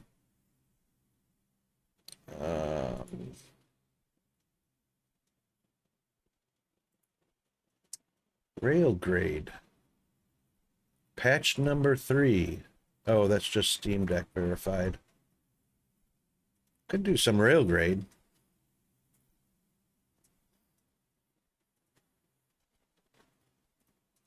Yeah, but do you monitor your GPU temperature? Windows reports the wrong temperature. I'm talking junction temperature. Windows reports the temperature after the heat sink. My AMD utility reports the temperature before this heat sink, which is down at the junction temperature. The junction between the GPU's brain and the heat sink, which that's the important part. That's the part where damage occurs. So, yeah, the heat sink can draw off some heat, but that doesn't mean the heat doesn't exist first down at the junction. So, yeah. I don't like the way Windows kind of lies to you, because then you end up replacing parts anyway before they need to, because it was reporting the wrong temperature to us. Just like the CPU, the junction temperature of the CPU doesn't get reported. Windows reports temperature at the heatsink, which that's all well, and all that does is tell us the heatsink works. Well, we know the heatsink works. It's a chunk of aluminum.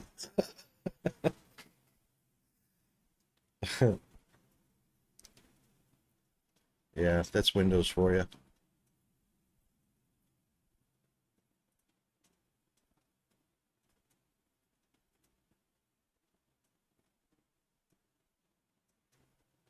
And of course, it depends on the settings too. I don't want to reduce. I've already reduced most of the settings down to medium. And yeah. You know, with my fan's got a 5,000 RPM, you know, and they're sitting at 4,750 RPM trying to cool off the junction of 94, you know, degrees.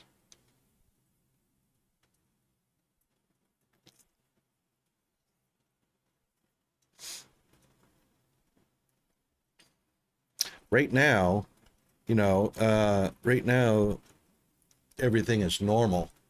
It, you know, AMD's float around 60 degrees, but this junction temperature is far more important than what Windows, here, I'll show you what Windows reports.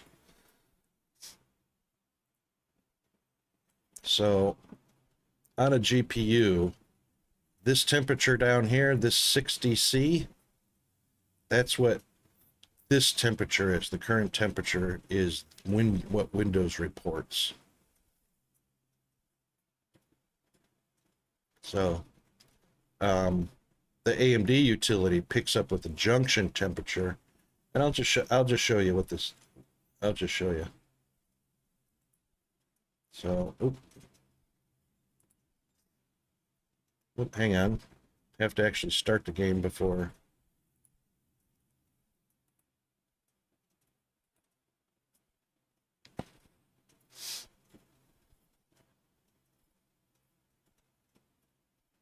See, the junction temperature is already jumping up, and that's not so bad.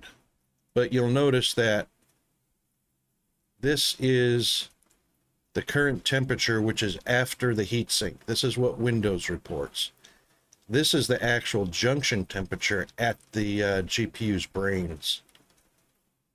So if I go into single player, press continue to run the game that I was saving,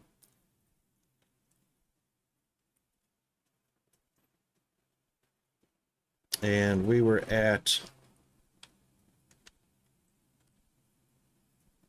there's nothing to render.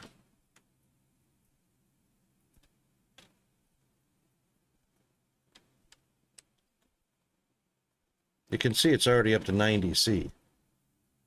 Now, Windows will report that as 74C, but that's 15 degrees less than what the actual junction temperature is, which is what's important. And that's what kills your GPU, is the junction temperature. So, and there you go. You can see my fan's already up to almost 5,000 RPM. It's 4,800 RPM just to try and cool that down. So, what does that look like? It looks like this. Oh, hang on, wrong one. It looks like this. There you go.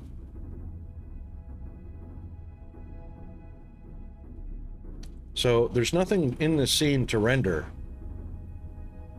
but there's something in the game code that's going on. So whatever's in the game code, oops. Yep.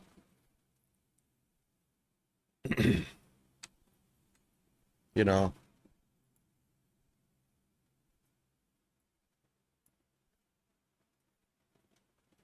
that was me looking up into space so that there's nothing to render. But you know, that's getting 92, 93, 94C. There's nothing to render. And yet, look at the GPU at 97%. You know? CPU temperature's doing just fine. But that's game code. What's the program? It's, hang on. It's AMD Adrenalin.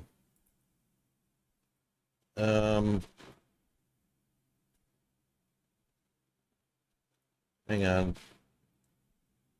There's an about here somewhere.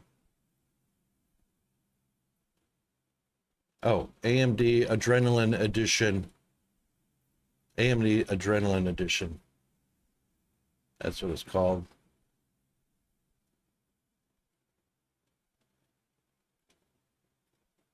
You probably have it, though. I mean, you've got an AMD system, don't you, Fire?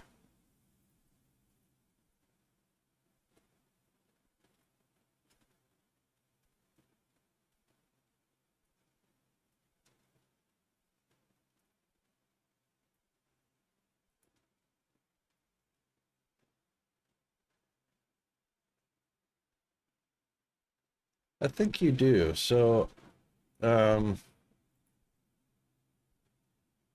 on an AMD Ryzen RX 5700 CPU or GPU. The CPU is an AMD Ryzen 5 3600. AMD RX 5700 for the GPU. Oh, okay, Rod, yep. That's probably MSI motherboard, just like mine.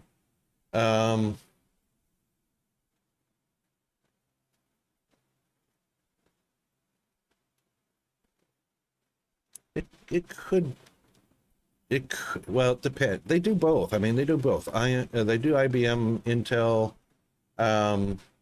NVIDIA. They do AMD systems. They do AMD CPU with NVIDIA GPU. Yeah, just depends. Look at that flashed up to 95, 96 there. So yeah, I'm just gonna close down the game because it shouldn't do that. So that just means the game needs a little bit more optimization. And you know, of course, the reported temperature far off from the actual junction temperature. You know, that's a thing. We all have to be aware of that, though, with our systems, if we want them to last. You know, and I pay attention to that. That's why I built this system in 2019. It's now 2023. Back in 2019, I built it as a mid-range system. So, you know, as you can see, it's, you know, a 5700 with a Ryzen 5 3600. And, you know, it still chugs away very well. You know, I've got 32 gigs of RAM in there. I've got 8 gigs of virtual RAM available. So, yeah. You've got a 5600X 6-core? Yeah, there you go. So, even though we didn't see a whole lot of... the game is not CPU intensive, obviously. So the CPU won't have as big of an impact as the GPU does because the GPU does the lion's share of the work for games like this. For games like Dyson Sphere, there is a lot of CPU workload, which is why we have the UPS, which is CPU related, and FPS, which is GPU related. So in games like Dyson Sphere, it's great to have a much better upgraded like yours, 5600. Mine's only a 3600 6-core. So you're up in the 5th generation CPUs from Ryzen 5. I could probably do a lot better on my GPU because 5700 is kind of bleh. I mean, it was mid-range when I built it. I did that on purpose, so I knew I wasn't going to be able to do a lot, but it's still a beefy GPU, and it shouldn't be... I mean, it doesn't do bad on Dyson Sphere. You know, it doesn't do bad on Satisfactory. You know, it doesn't do bad on a whole bunch of other games I have. As a matter of fact, I don't have any really that stress it out more than DSP does on a in the same situation that it does for most people, you know. So I can't complain. I mean, I didn't spend a lot of money, you know, to do that. So I'm quite happy with its performance, but it will definitely tell me whether a game's been optimized well or not. That's for sure. It doesn't hesitate to tell me. But anyway, so yeah, what do we like to play? Here's the list. Here's the list. Except for no driving games like Trucker or Farming. We got Spore, got Railgrade. When was Real Great updated last? So that was the Steam Deck upgrade. It probably didn't do much bug fixing. November 1st was the last update. That's not too long ago. What do you guys think? Give me a clue.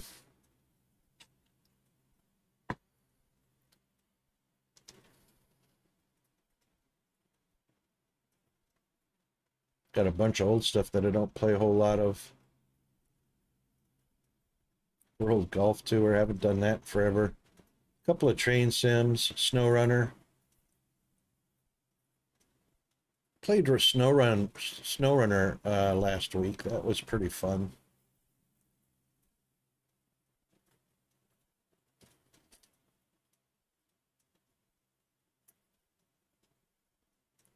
That one plays pretty good with a wheel too.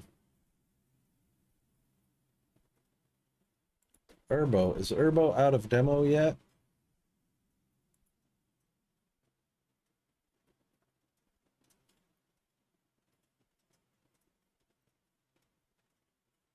It is out of demo.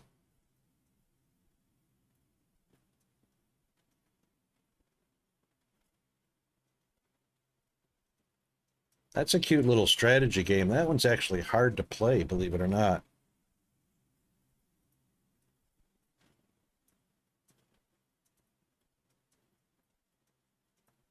Oh, oh.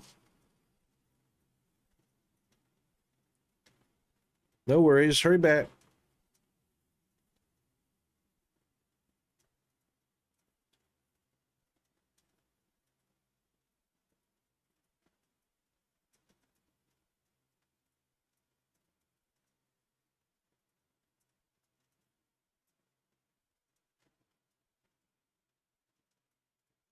Yeah, that was a little bit of a challenge.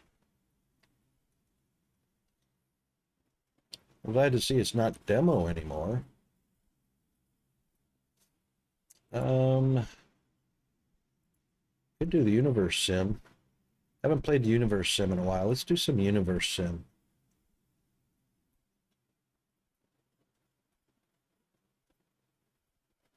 July 19th. When was the last update? June, November.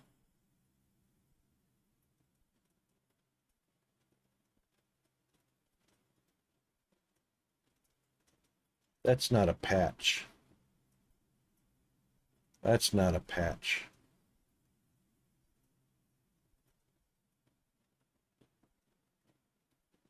I think there was a patch, though.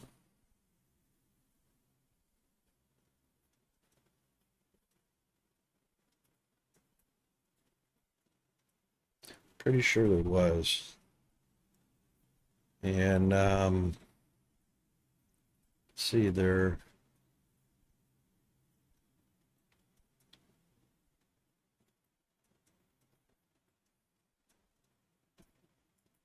Store page might tell us something.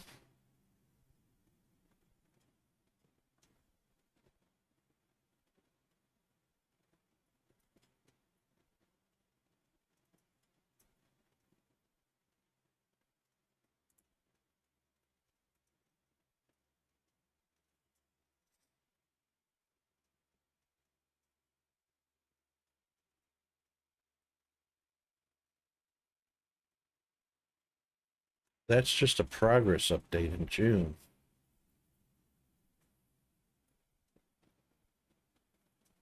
Can't see when it was last patched. There it is. Small update patch note. April.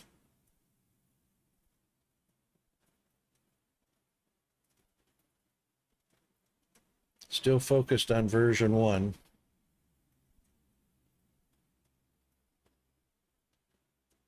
Let's see what version we're actually on. We are on...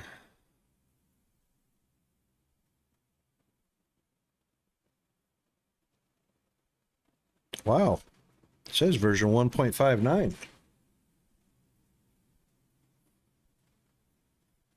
All right. Let's head back. Let's head back to our game scene. Oh, turn that off. All right, let's see if we can pull. Pretty sure I had a scene.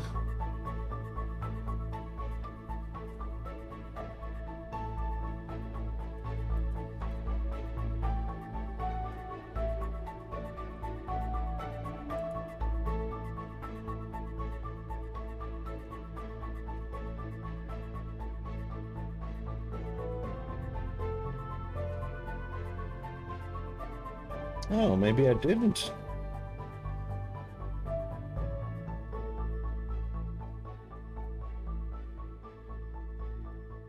Maybe I never.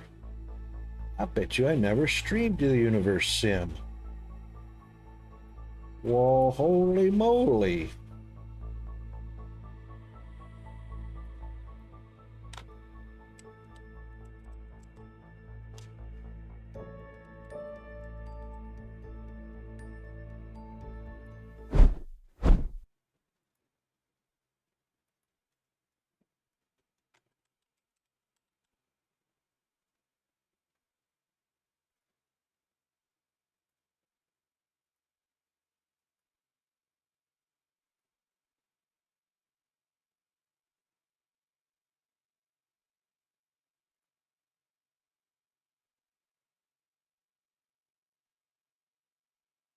Oh, you okay. Um, righto. So you did the adrenaline software, yeah? So if the install was successful, it should be down in your tray. So it won't be on your taskbar, but down in the system tray, or you should be able to right click on your desktop and see the AMD Adrenaline thingy to open it. Here, it'll look like this. Display 3. Hang on, it helps if we're in helps if we're in the right place. There we go. It should look like this right here.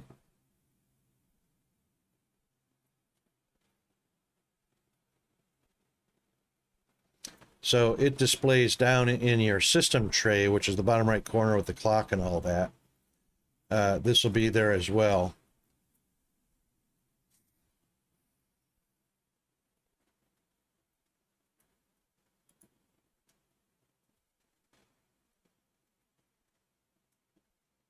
Oh, yeah, make sure you get the right one that's made specifically, indeed, for your specific GPU. So you've got the I don't even know what GPU you have. You've got this 5600 CPU.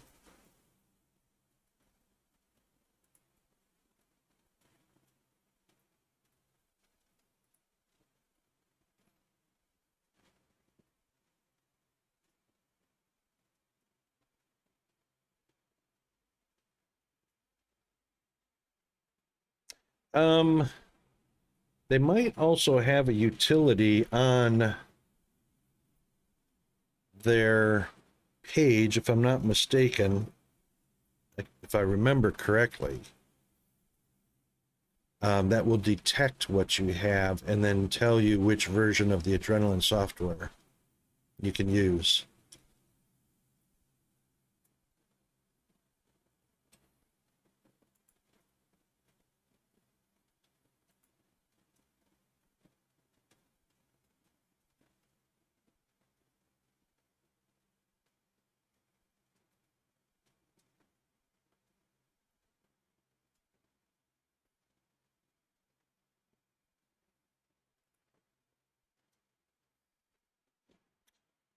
Fox the Second, how are you doing, mate?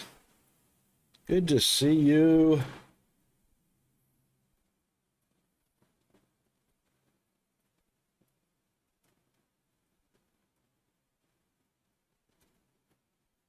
How are things in Fox World?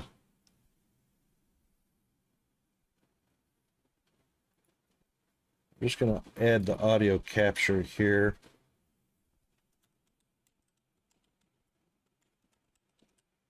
It should capture.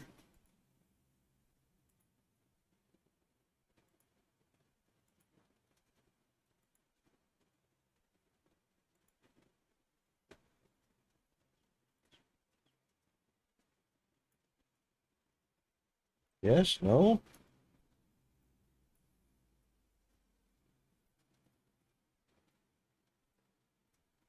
Yeah, doing pretty good. Getting hot as a mother, though. This week is going to end up on Friday being real toasty. Yeah, we're at, well, we're 86 at the airport, but it's pretty close to 90 over here.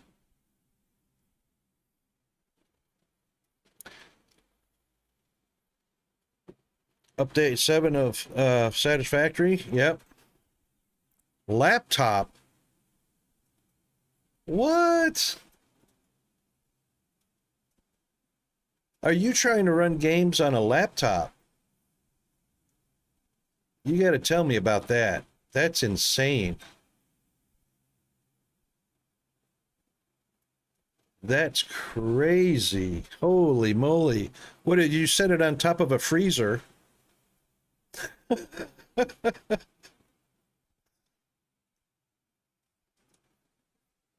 I cannot imagine trying. Number one, they don't have the airflow. They don't have enough fans. The heat that they would generate is crazy. You got to tell me how that all works out. I cannot imagine that.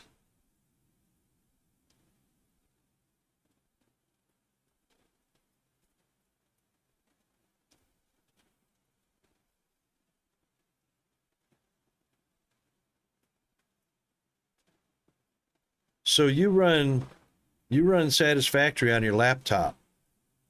You must have like what, a $4,000 laptop.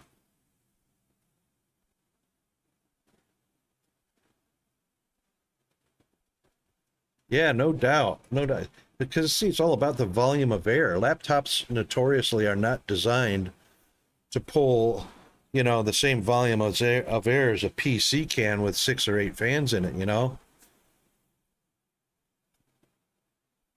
Wow. I can't imagine that. That must be cooking. You can't set it on your lap, can you?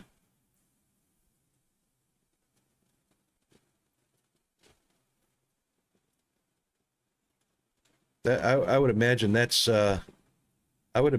close to a meltdown. That's got to be toasty.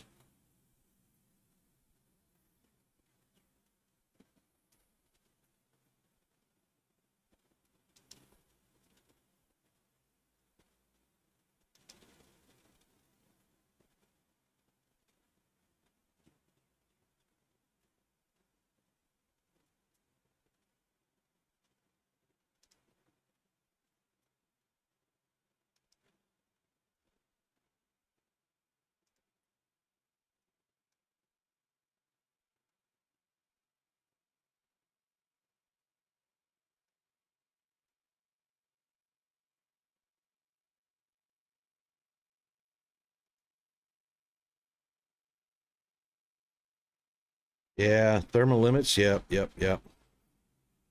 Boy, it's good to have that too. Yep,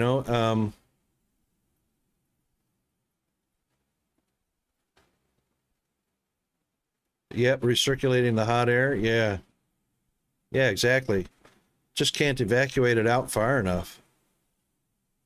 Yep. Well, there you go. There's an added plus, hey?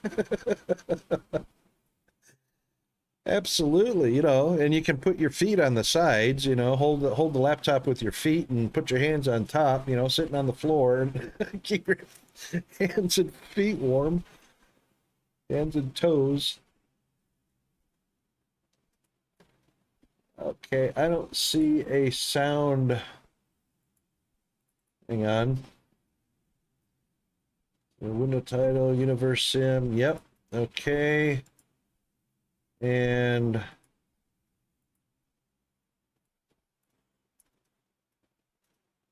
I'm just doing the game audio capture for. It's not showing up. All right, let's add the other one.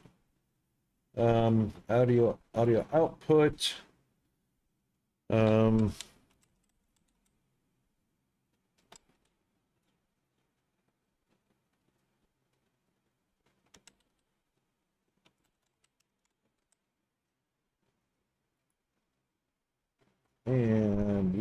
yeah, that don't matter. Use that one right there. Does it capture? Maybe it's because I'm not on the screen.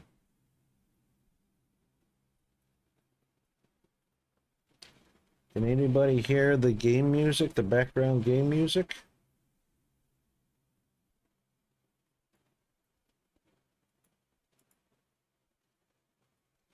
Doesn't look like it's coming through for some reason. All right, let's turn off display 3 and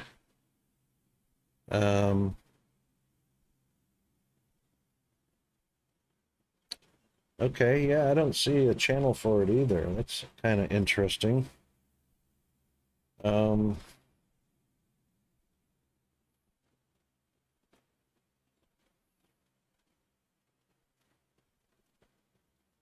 right, that's the scene. Let's head over to the new main. We'll add the scene.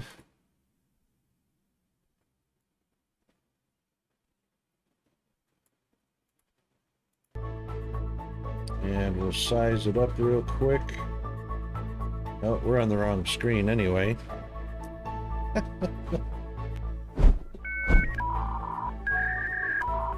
There we go.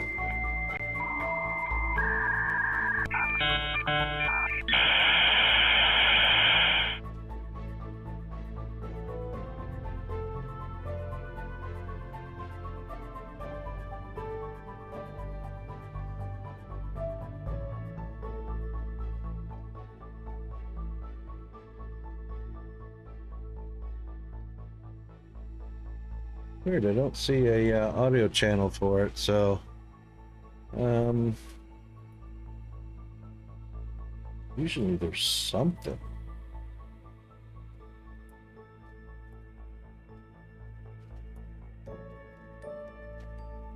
It's kind of weird. Kind of weird.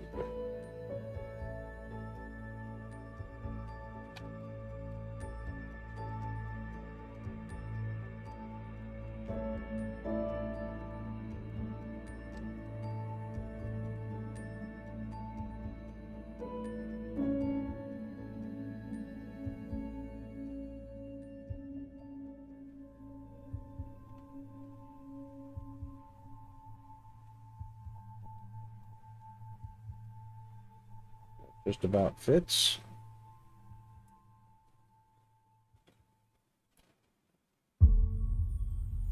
Oh.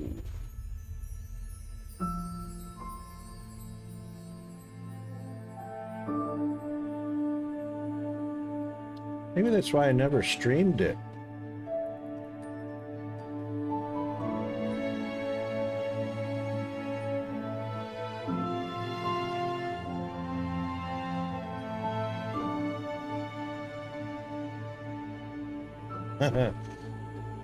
It says it says the audio channel has been stuck over on the Astro Colony channel. Been stuck over on the Astro.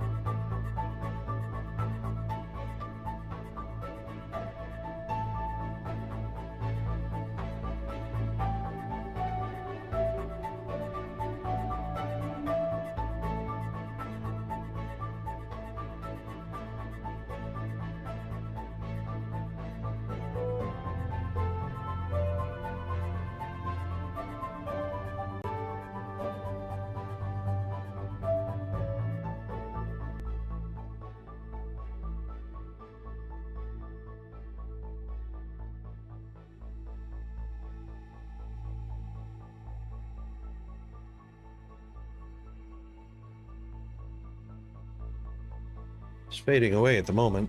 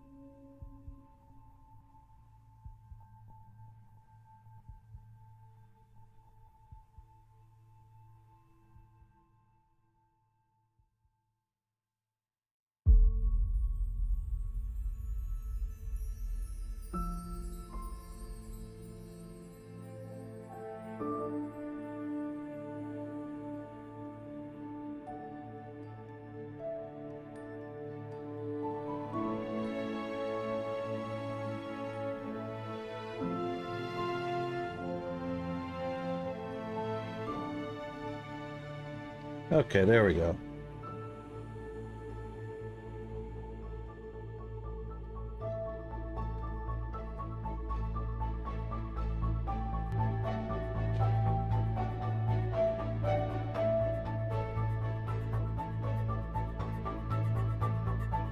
Oh.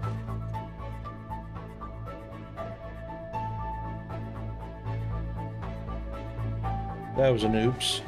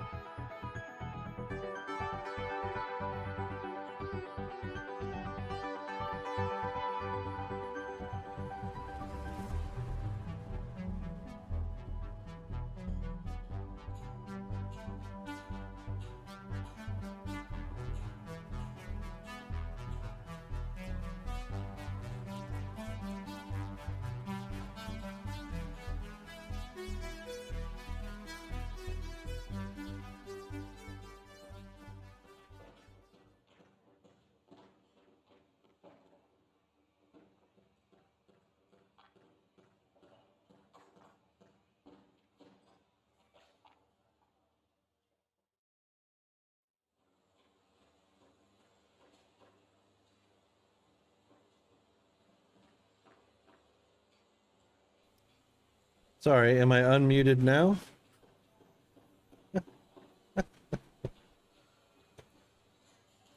Yeah, of course I'm unmuted now.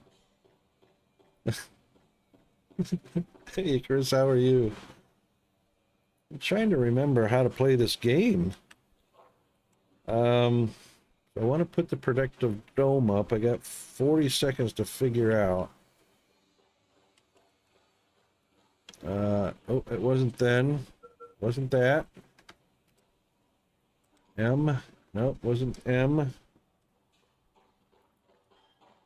Isn't left click. It's not right click. Well, it could be. No, it's not right click. Shift click. No. Control click. No.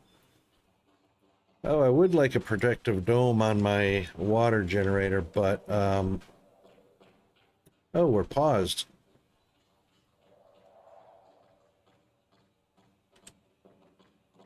There we go. I can't remember how to place the protective dome or any of these. Oh, we got a break coming up.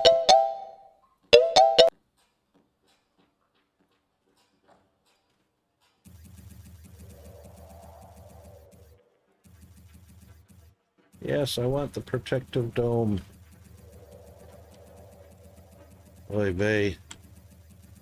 Well, if I can't do the protective dome, then how am I going to do water to put out fires? Like trickle effect.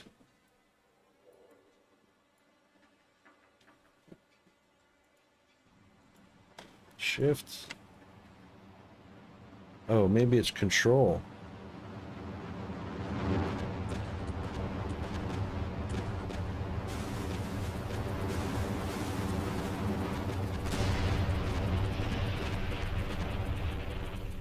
Okay, we don't need the protective dome. Oh, there it is. Control click. All right, we figured it out. Oh, of course, it's snow. All right, we're on a break anyway, so we'll be back shortly.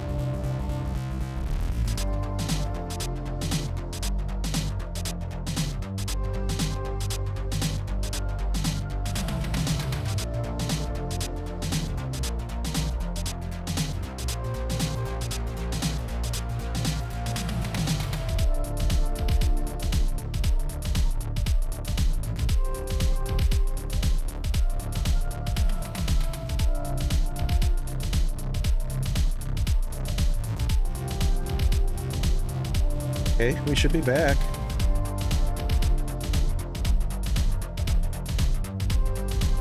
Oh, no worries, Fox. No worries, mate.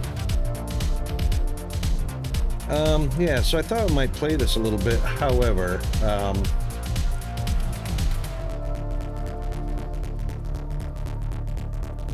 I forgot almost all of the key commands. Holy moly.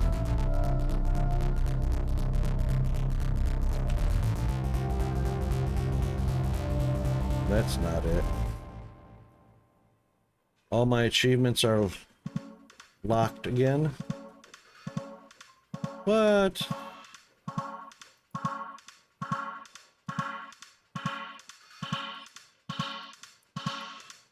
We're gonna have to start a new one. All of the achievements are locked. Oh my gosh.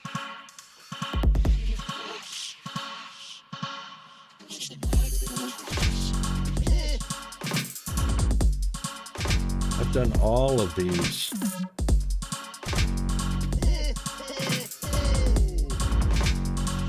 Wow.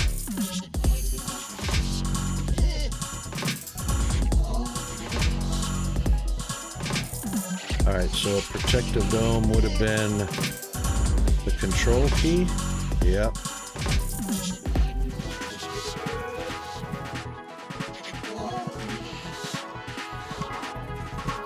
Yep, that's what it is. Yeah, it's called Universe Sim, but I don't think we're gonna play it because, oh my gosh, I'm gonna have to play it offline again just to get familiar with all of the controls again. It looks like since the update, all of my achievements are relocked, so it's gonna have to be like a new game start anyway. So yeah, let's go back to something we're familiar with. What do you guys want to play? Oh my gosh. We got Astroneer, Captain of Industry, Creativerse, Dice Program, Factorio, Foundry Demo. Oh yeah, we're waiting for an update from Foundry. Hold on a second. What is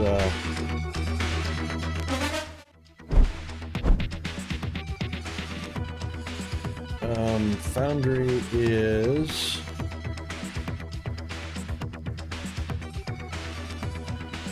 coming soon. Not yet. Not yet. We've got Infraspace, Megaquarium, No Man's Sky, Railroads Online. They just had an update, but that game is so broken. Satisfactory, Hanukkah. Still waiting in for an update from them.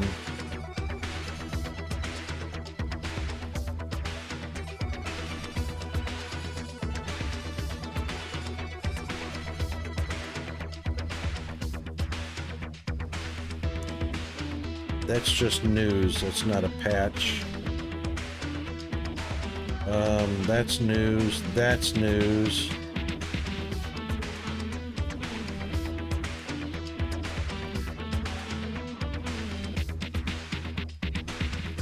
I last played on the 26th, and this was on the 25th.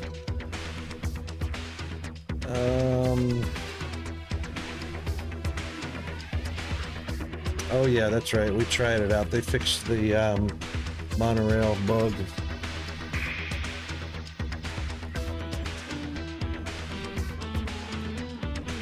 So we got also Timberborn, Vintage Story. Haven't done Vintage Story in a long time. And we're waiting for my replacement wheel to get here. So American Truck Sim is out, Farm Sim is out. Paleo we haven't done in a while. Railgrade. We could do some Railgrade. Snow Runner, Spore.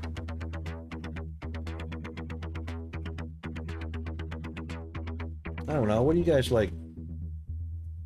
Anything interesting in here? PC Simulator, PC Building Simulator. Haven't played that in a long time. January update. I played in March. Okay, so nothing new since then. That's a shame.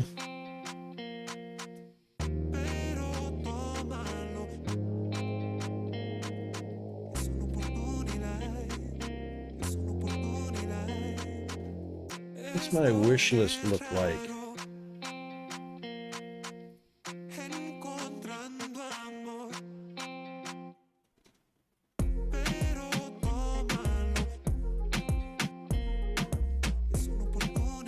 Where is wish list?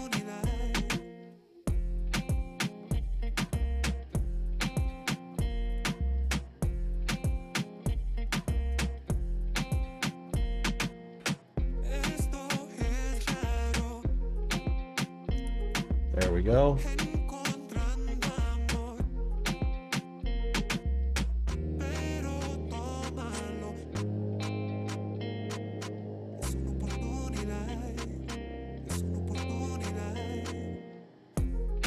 Farm folks was on my wish list, really?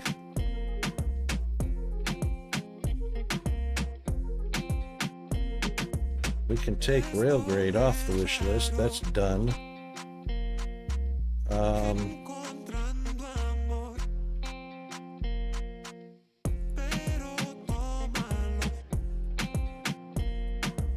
Airport Sim. Open one of my large Astro Colony saves and it maxed out at 78 on the temp. It's without streaming, however, but the spike from main menu to fully rendered Megabase was about the... Which temp was that? Was that your system temp or was that the junction temp?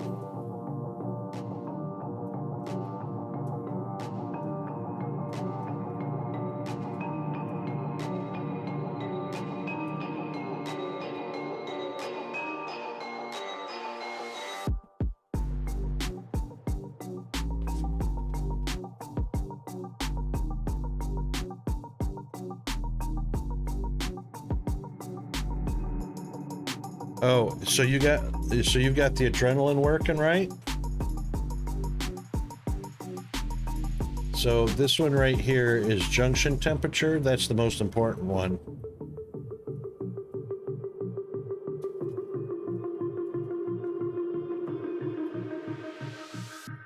Well, you never did tell me what... I could find it for you. You just never told me what your GPU is. Tell me what your CPU is. No, you told me what your CPU was, which is a 5600X, but that's... Adrenaline is made for your GPU, not your CPU.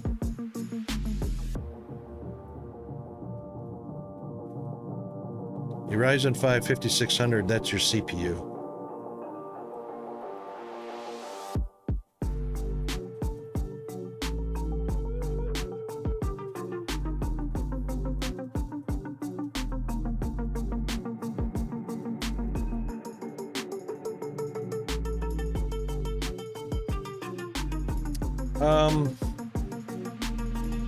You should be able to go to Windows should report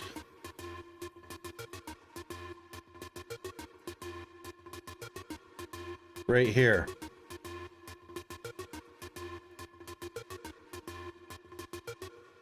So if you hit Control, Shift, and Escape, or however you want to bring up your task manager, there's like 100 different ways to bring it up. And then go down to your GPU. It should tell you exactly what your GPU is.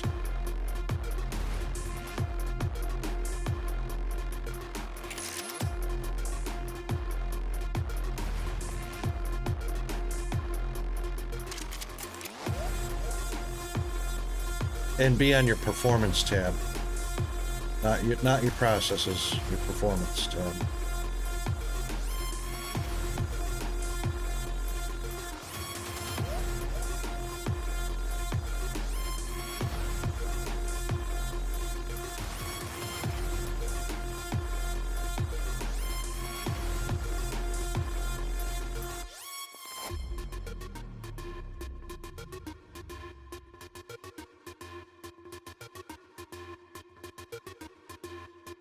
Ah, that's why you can't use adrenaline.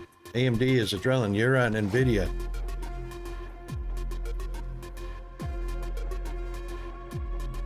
NVIDIA has their own built-in utilities, though. Does it tell you what model of your NVIDIA GPU is? Oh, the RTX 3060? Okay.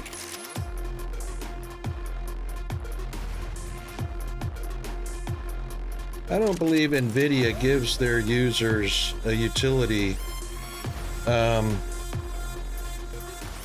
monitor stuff like that.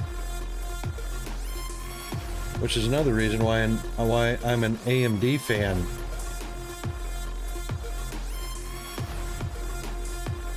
So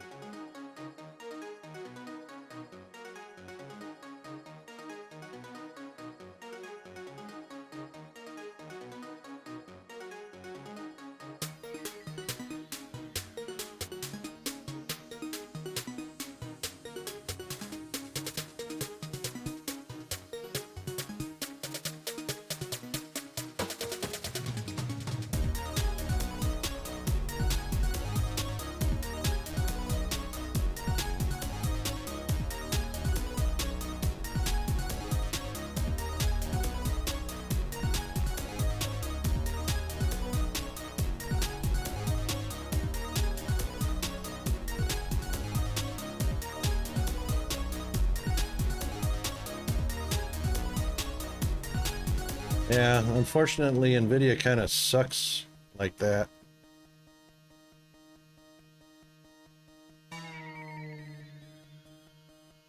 That's just a desktop manager.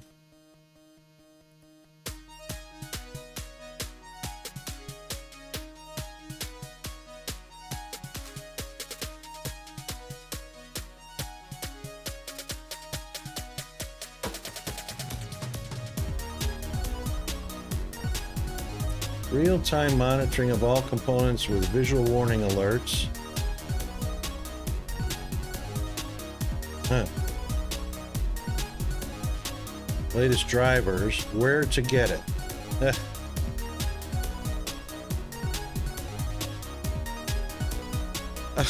Go make the donuts. No worries, mate. No worries.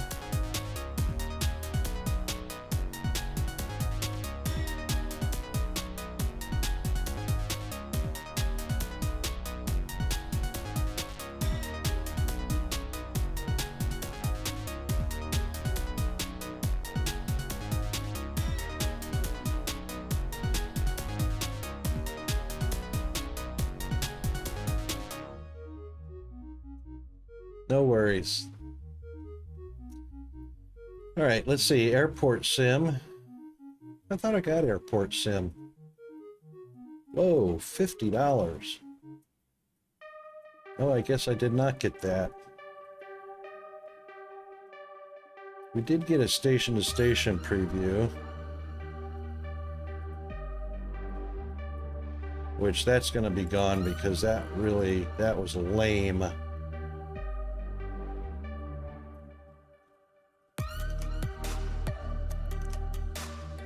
Infection-free zone. That looks kind of fun. Okay, so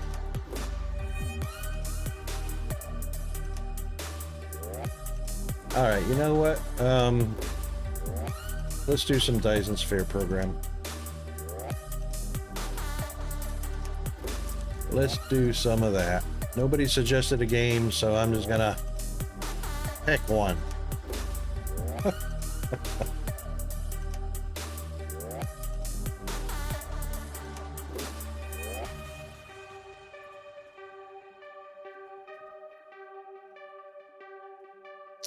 And let's I'm just gonna update real quick. Dyson Sphere.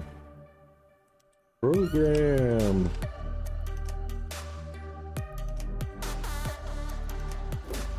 How about pigs in space?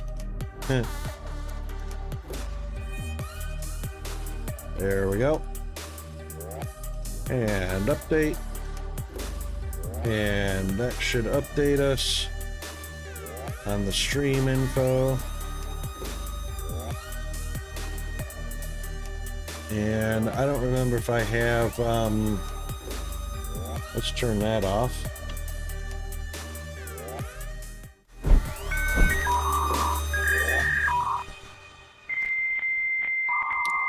Hold on.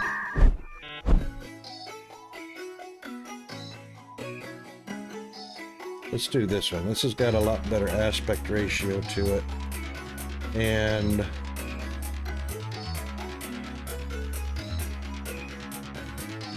I'm pretty sure I have a quick key for that. There we go.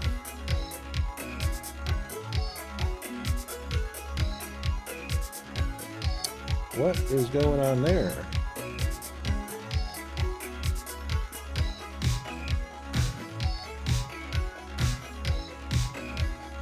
Oh, yeah. Well, yeah. If it's okay to unlock as much as you can, but yeah, you can get overwhelmed if you try and use everything before you should. I can kind of guide you through that a little bit. Let me see what's going on with my magical window resize or placement. Let's see what's going on there.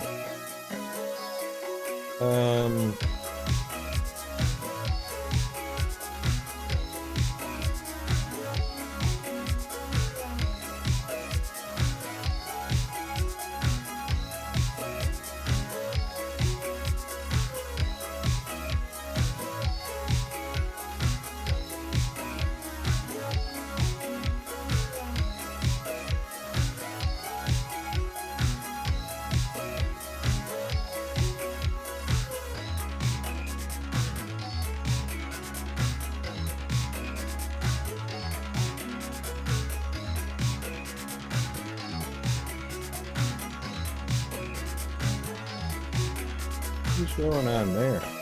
That's interesting.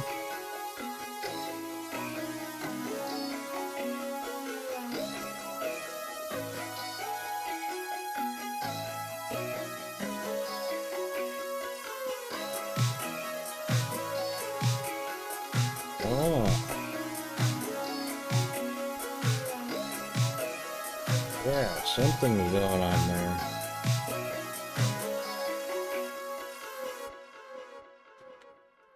Let's just do this. For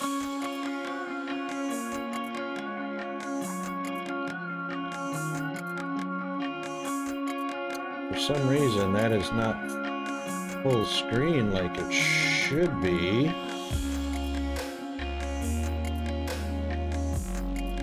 There's no filter on it.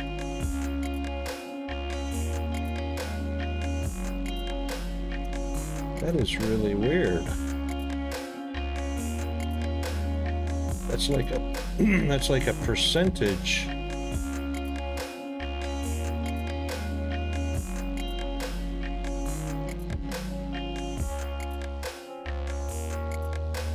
Scaling is disabled, so that's not it.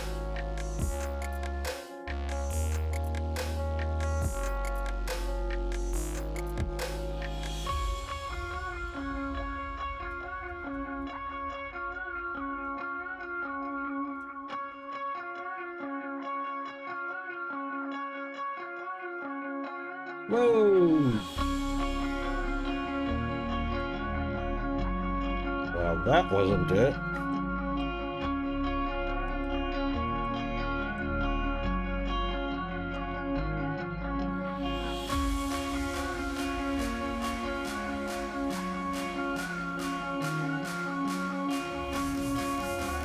Huh?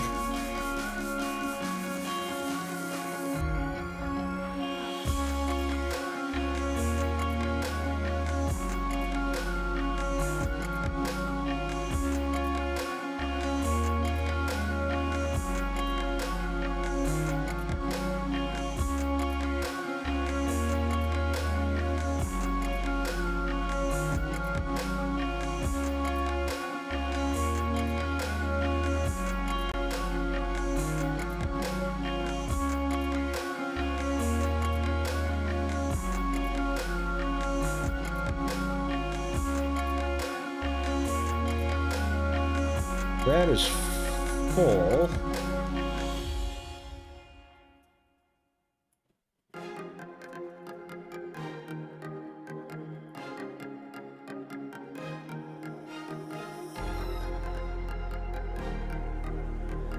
But that's really odd that that window is...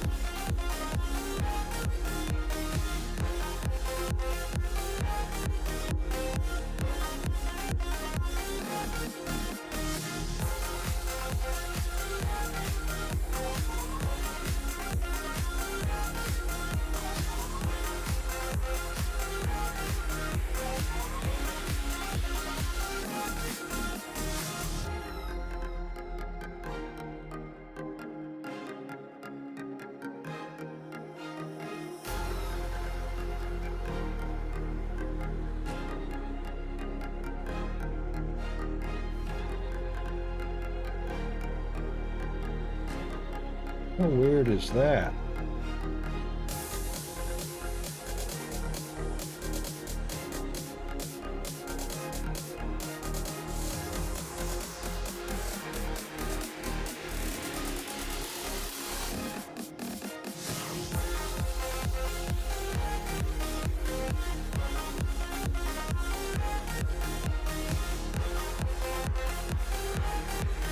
I guess that's it right there.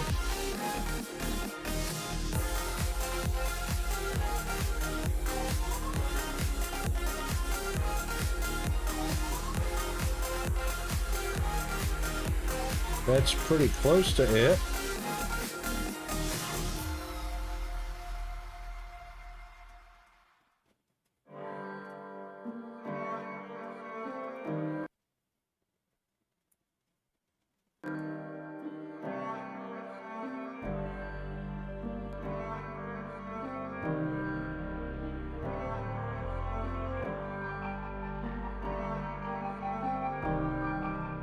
Well, that's pretty close to it.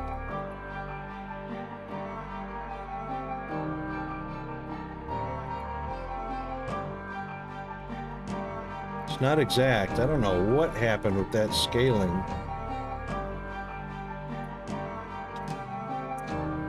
Okay, so let's get into it. All right. Wow.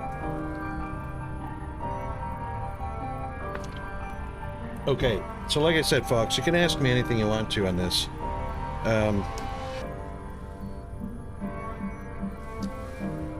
So this is a brand new run for me anyway.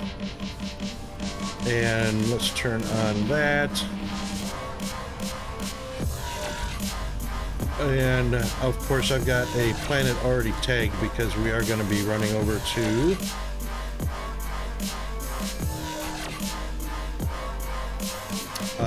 Acela, because Acela has,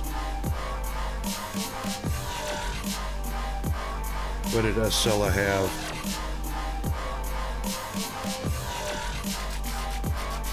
Well, it wasn't silicon or titanium. Construction wind, so it wasn't crude oil.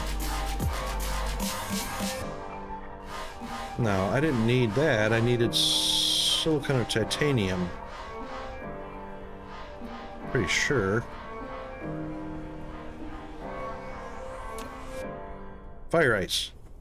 Acela has fire ice. That's what I was going to do. That's why it's marked. All right, so right, you can get kind of overwhelmed. So where are you at in your tech tree? Basically,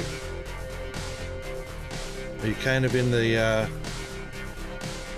first third, the middle third, all the blue and red science unlocks? Yep, you can't get much automated in the first red and blue. That's fine. Yep, wind and solar, that's the go-to at the beginning, yep. Okay, right. Alright, well that's easy enough. That's basically where I am. And that's what everybody does. So once you start out with red and blue, which is what we have here, then it's just a matter of, and don't worry about automation, because number one, this is your home planet. Number two, it's gonna be spaghetti, because that's how the planet is laid out. And don't think of your home planet as being a primary source of anything. Your home planet is more or less your training planet. Excuse me. It's, hang on.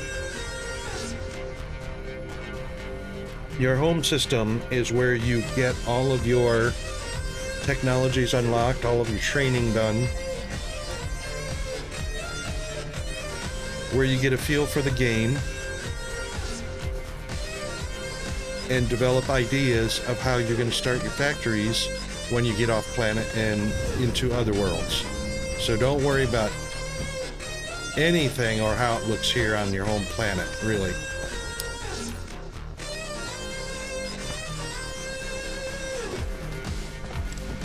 Let's see. Plenty of silicon. Why'd that stop? Oh, was I bringing copper? Jeez. I was bringing copper and circuit boards over to it. And that's what happens on the beginning planet anyway. There's a lot of hand feeding. There's a lot of, you know, short spaghetti structures. You know, your wire coils, your magnets, your steel from the iron, your graphite. Don't worry about all that. And also important, this is important for wherever you build, not just your home starter planet, but any planet you go to where you're going to set up power on that planet.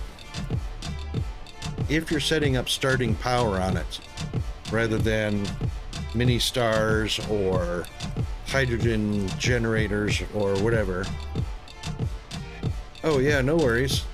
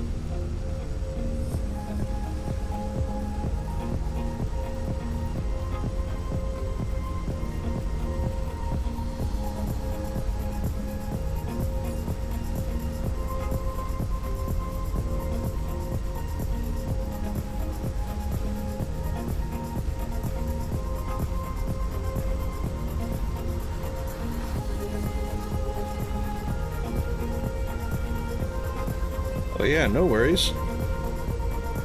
No worries at all. Okay, so everything is going to be a very small setup operation beginning anyway on your home system. One of the most important things is just to keep, number one, you want to keep things going. So power is the most important thing, just to keep the factories going. You can see that this is completely separated and segregated from the main grid. So the main grid is 100% satisfied. This grid is 100% satisfied. This grid is only 4.8 megawatts, and we're using almost 2 of it, which is fine. The main grid is about 65 megawatts, and we're utilizing about 23 megawatts. The reason for this is, for whatever reason, your power starts getting drained. Like you don't have enough generators, you don't have enough fuel, you run out of fuel, whatnot. That cripples everything, including your power generation. So if you separate it, which is why I'm using windmills, if you separate it, these can all stop, and all of your factories can stop if they want to, and it's not going to affect this grid. This small grid is just keeping the fuel, which is graphite in this case, is just keeping the coal being mined, smelted into graphite, and then graphite fed to the generators. So basically, if I overpower, or if I over demand my power and my power can't keep up, it only affects the main network, power network. It will not reduce the power here to 0, which stops it from mining, which stops it from smelting, which stops it from feeding coal to the power. It's completely separate and independent, and that way it can never be affected by anything you do with your factory. It's a good idea to set up planets that way too. Keep your power generation or fuel generation completely separate from the actual power, because you don't want your fuel generation to be affected by your lack of power. So that's a good thing to do. Don't worry about setting up pristine factories, pristine ratios, or anything like that. So basically you want to get your requirements met for red and blue, which is fine. I'm up to yellow at this point, so that's why I went ahead and started this. So we're going to be working on yellow on this new build. Okay, so yellow is obviously diamond and titanium, sorry. Now, we don't have an alternate source for diamond, which is the kimberlite ore. We don't have a source of that, so we are going to have to use graphite for that. Graphite, unfortunately, is fuel for Icarus, fuel for the factories, and a product for either red or blue. It's red. It's a product for red, and now we have to use graphite for making diamonds.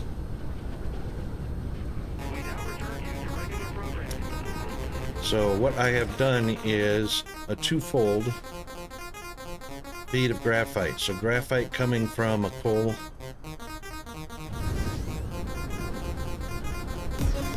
vein here, and we've created a couple of smelters. This again is separate from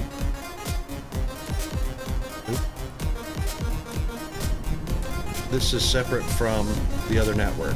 So I put up a couple generators here, run the smelters and the miners, good to go. So we'll always have graphite on tap. So aside from doing that, I've also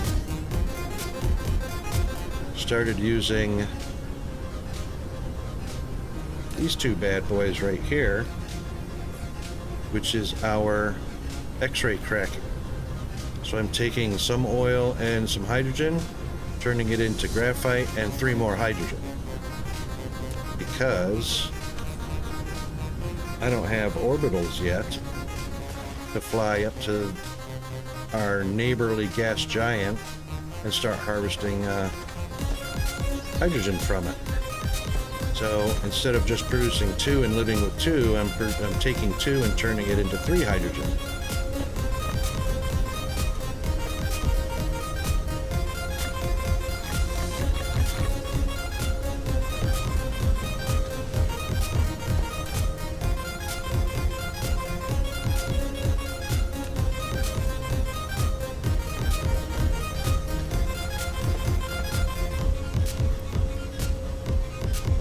And that's actually not enough, so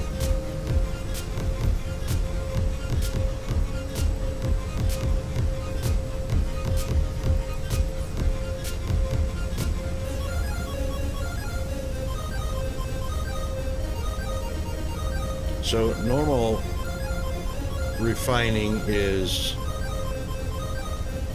2 crude oil gives you 2 sweet oil and 1 hydrogen. X-ray cracking takes 1 of that oil and turns it into 2 hydrogen.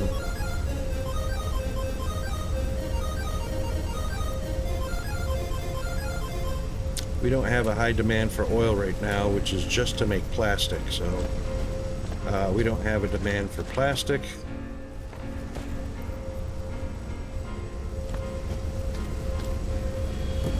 So we want to feed all of the oil that's being produced here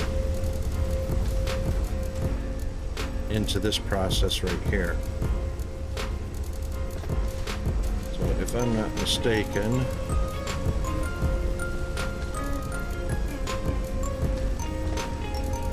right, hydrogen to the middle.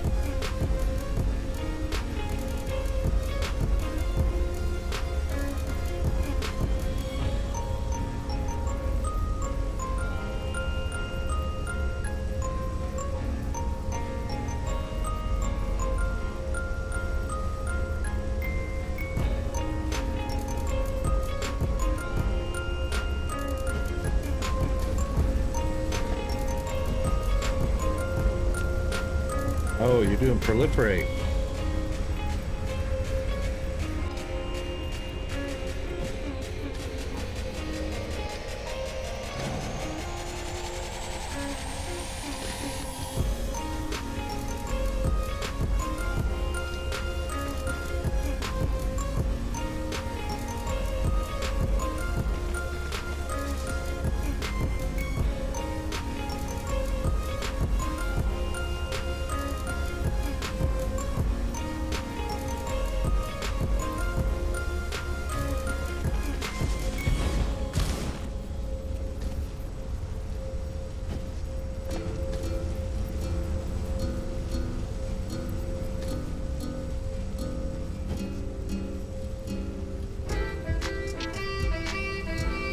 I was afraid of that.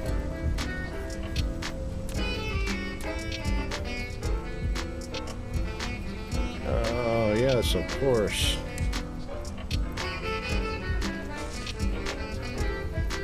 There we go.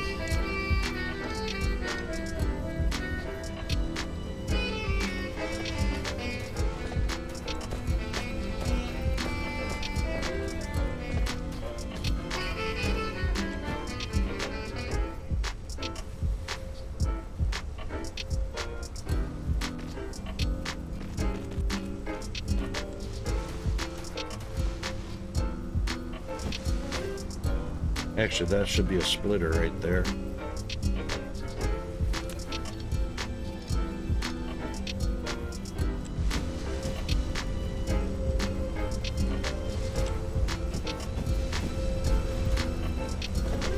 That's a collide? That is a collide. Wow.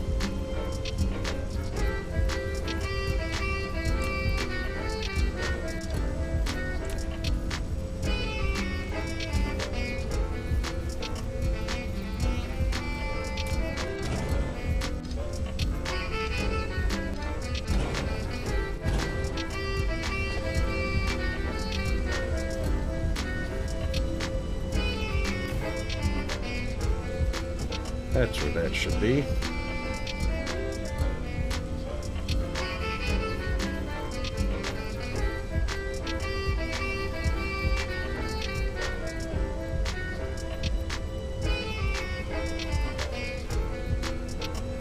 All right, that'll work like that.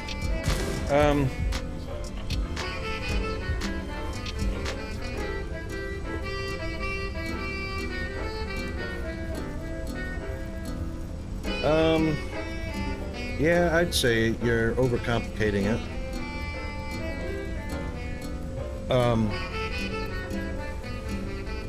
You've unlocked proliferation, obviously, and it's not a huge... It's not going to affect... Where's proliferation at? Is it unlocked early on? I can't remember. There it is, proliferation. Yeah. Yeah, it starts unlocking early on. The thing about proliferation...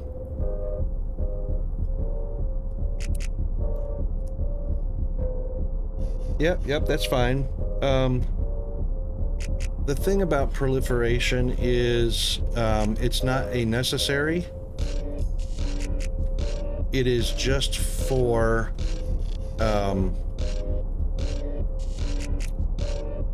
it depends on your game style.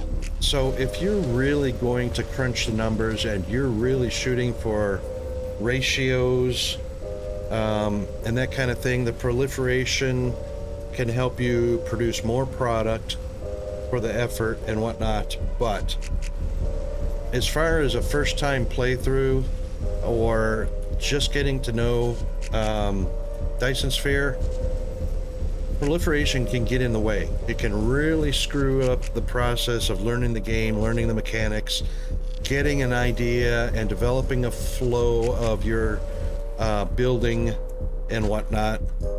It's not a requirement. It's not going to hurt anything not to use it. I'm not using it right now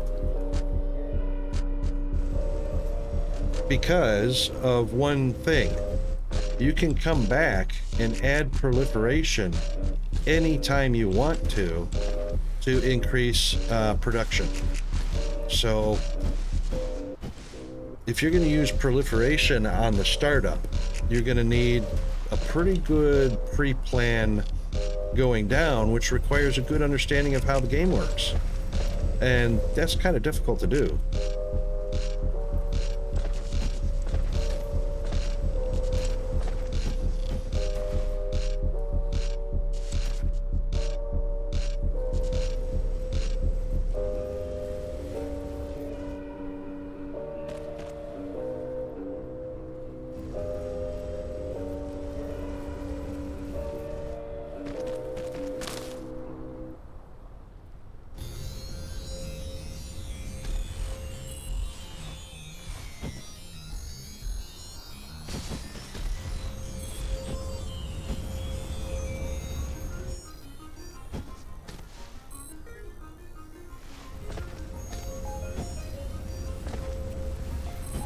Proliferation will, eliminate the number of machines you use, but as far as first starting out, use up every bit of space, put down as many machines as you can to get the job done.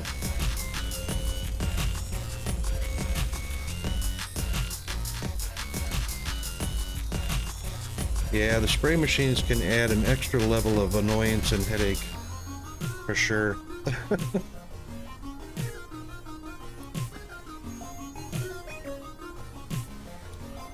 It definitely can.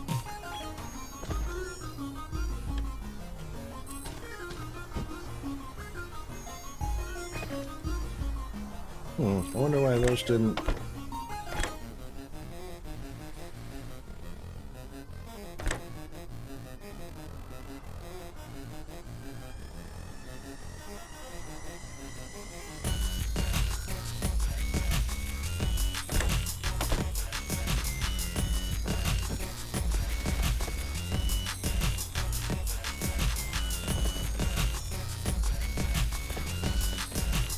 Those didn't copy over for some reason.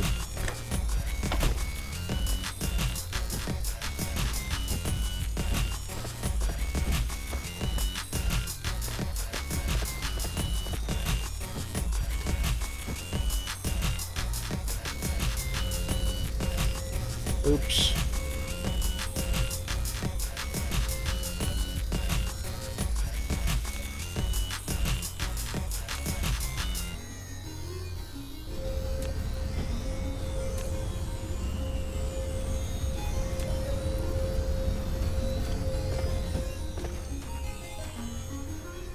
Yep, everything stopped.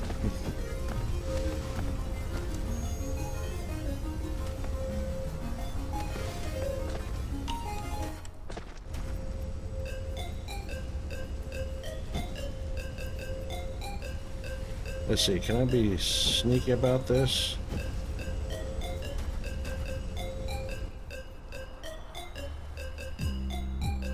We do want an overrun.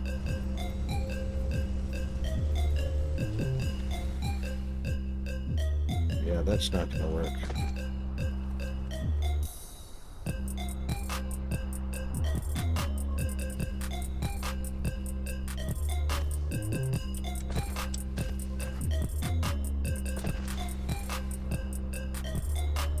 Yeah, that's not gonna sneak by no matter what I do there.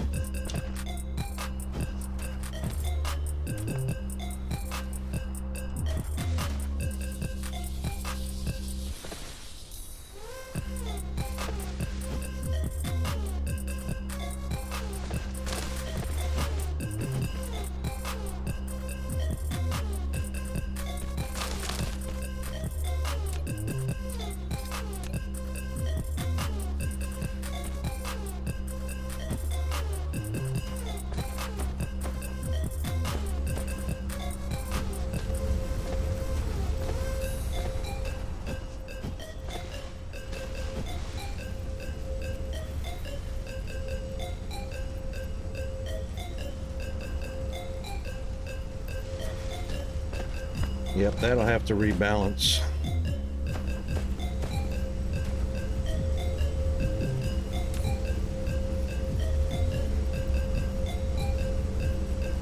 I'll help it out a little bit.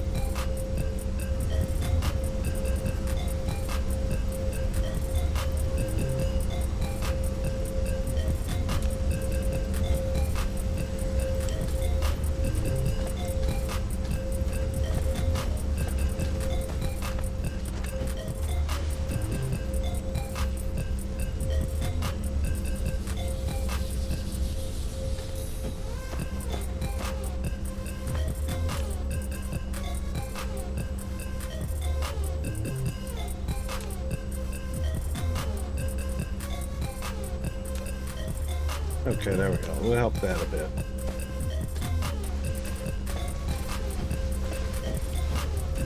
So, as you can see, I got spaghetti going on majorly here. But it's only to get the job done.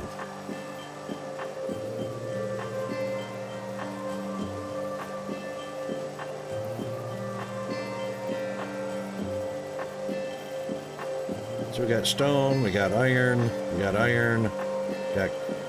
coal and graphite, copper,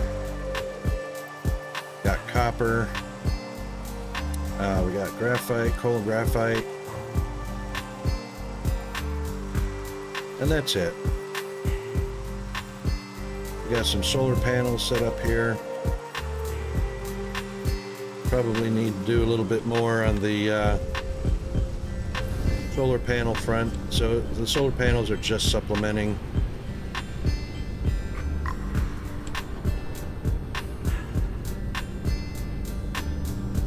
I haven't even got the full utilization of copper going out yet. The only thing we were using it for was the green chips for blue science. So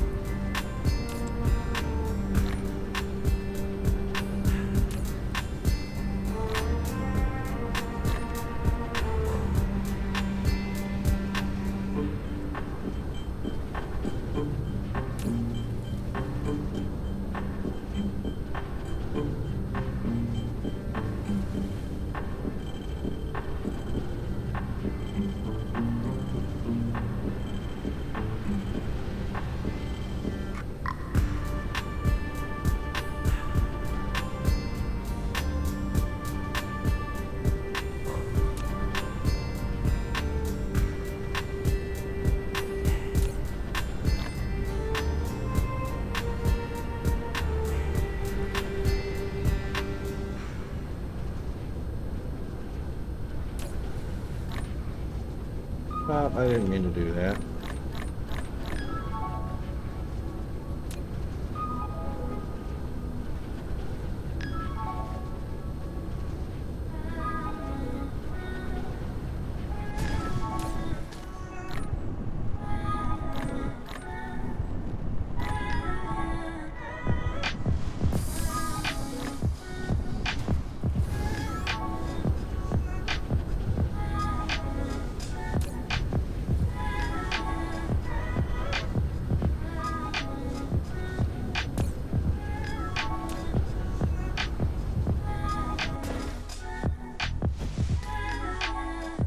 Right, looks like we need to do a little bit of, oh, well, I don't have any.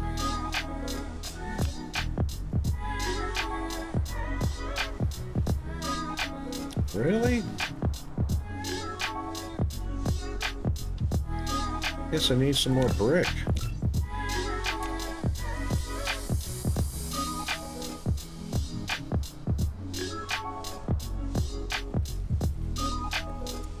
POS?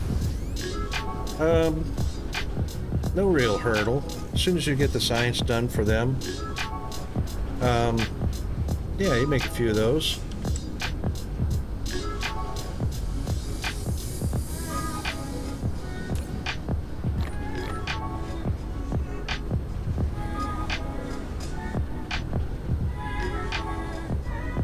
Uh-oh, I bet you I didn't make a bot. Yeah, I did. Wow, already?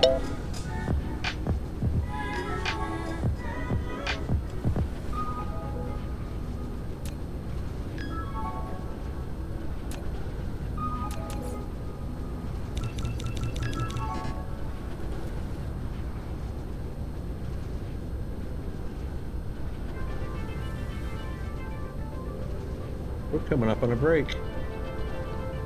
In only a few seconds, Jeeves will announce it. We'll go on our break, and there it is. All right, we'll be back.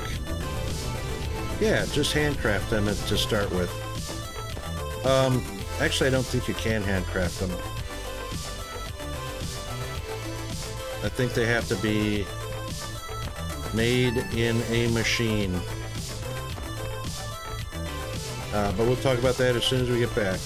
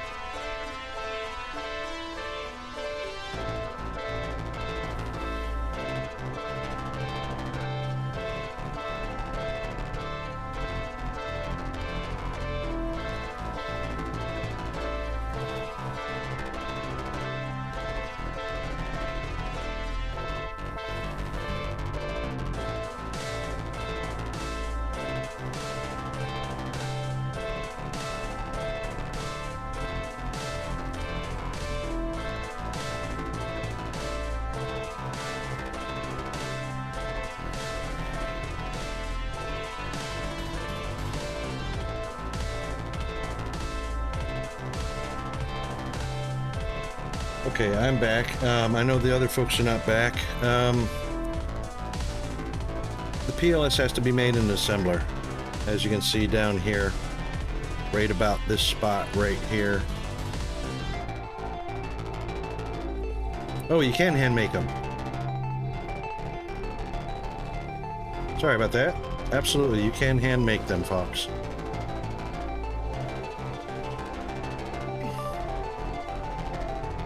So if you've got that other stuff unlocked, you know, your particle containers, your microchips, and your titanium ingots and steel, yeah, go ahead and handcraft a few of those.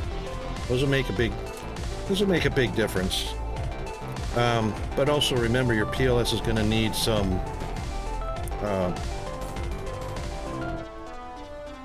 of these little bad boys. I haven't got them unlocked yet. You're going to need the engines and the drones that go with them. Otherwise, you're just going to be using them for, well, they won't be much use to you.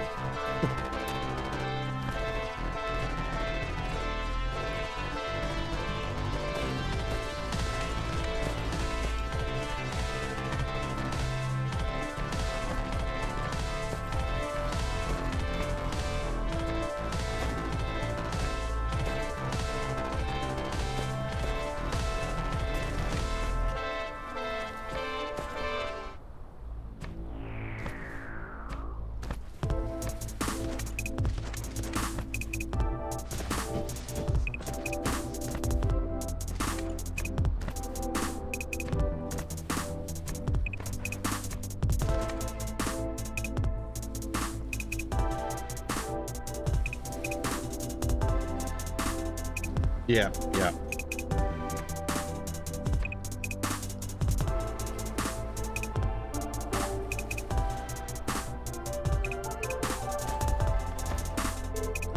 Yeah, PLS are pretty handy little tools once you get the engines and the drones for them going. That helps quite a bit.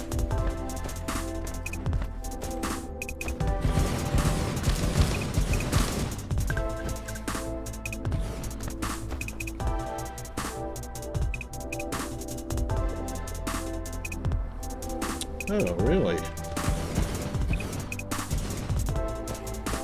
Must not have spaced that out properly.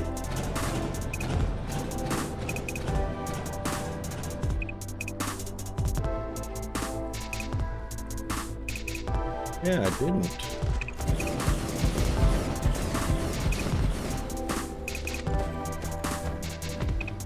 We can fit those a lot tighter than that.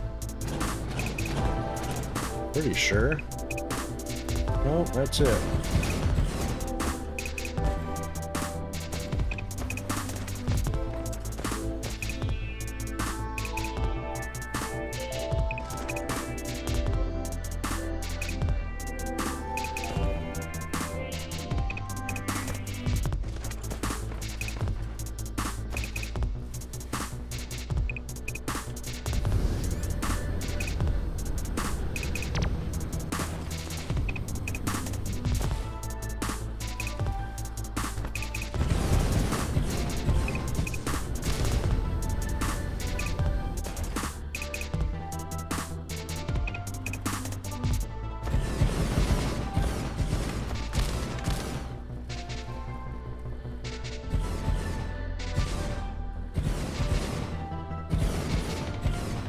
Yeah, that's a little better.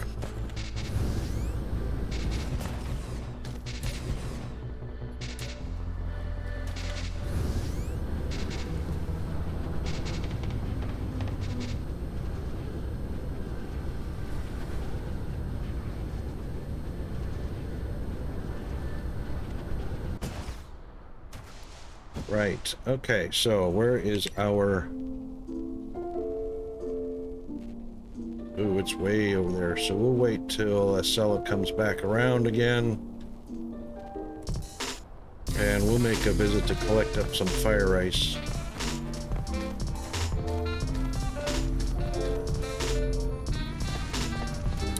So So what we'll do in preparation for that,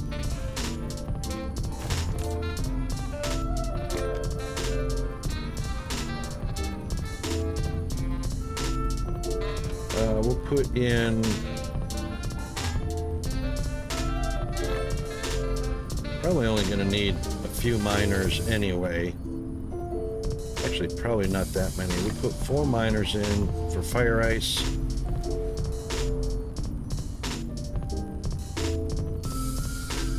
Ooh, sorry, I held back a sneeze because I didn't think I was going to get to the mute button in time.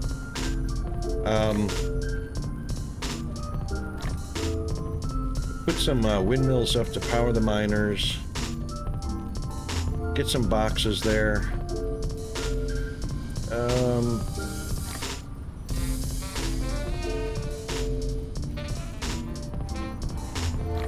Put some belts up and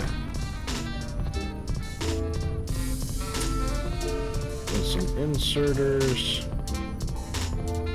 or splitters rather.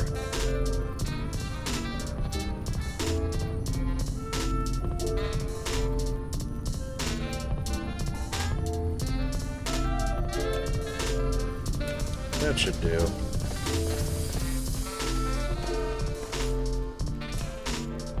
Let's make a few more of these. Grab some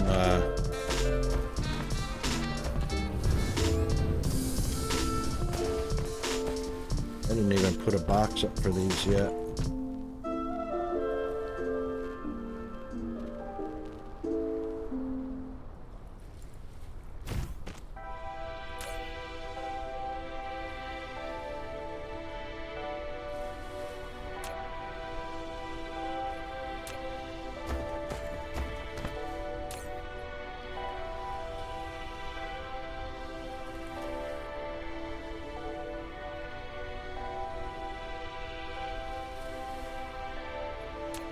That should be fine.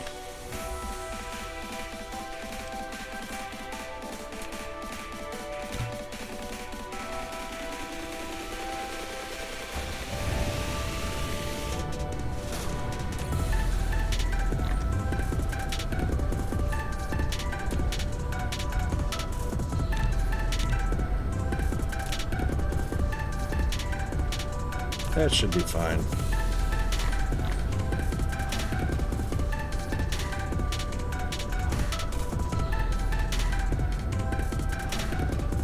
Alright, so working on our graphite.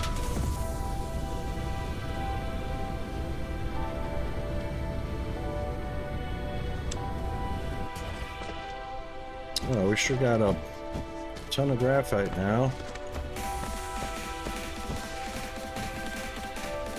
Well, we could use a little bit more.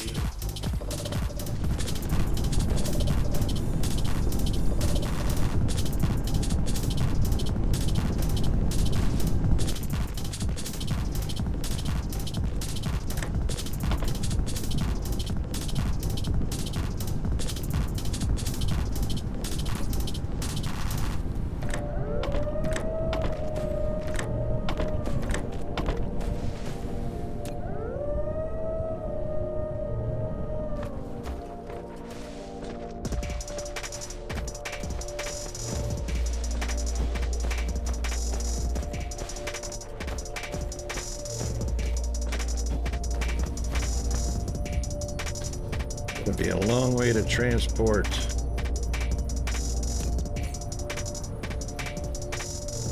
Graphite.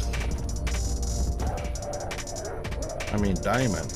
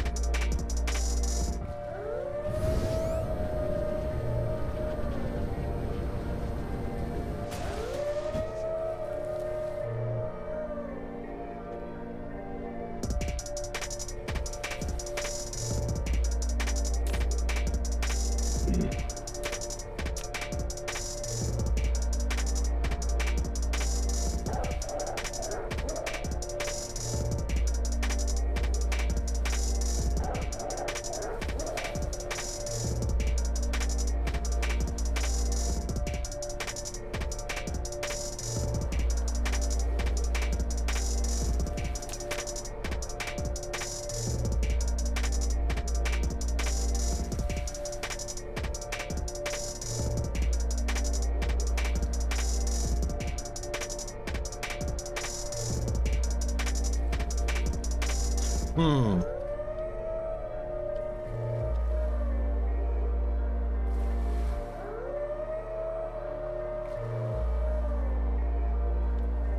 Wow.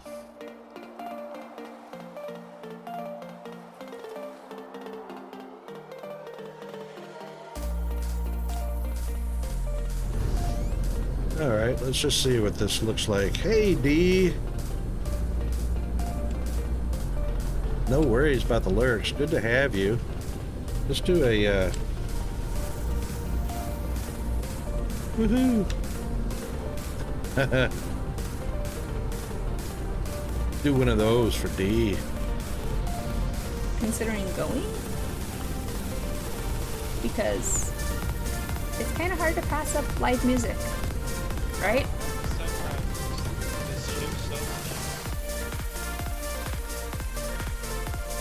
I don't know though. Like last time I saw Chris Isaac was like 10 years ago. Holy monkeys, that was a big boom. Missed it. God. I mean, you could quick watch my stream. Quick.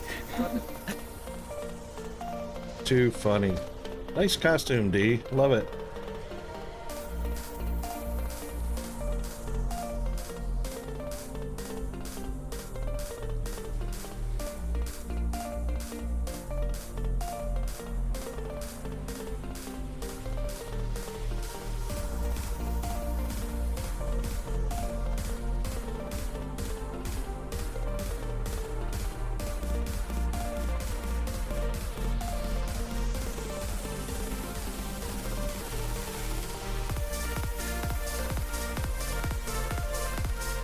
Okay, let's see if this will work now. Oop, hang on. No.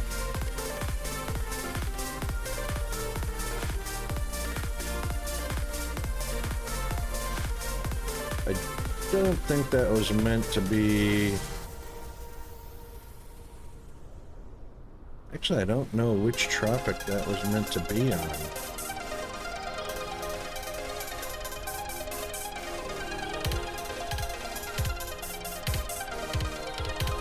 It says...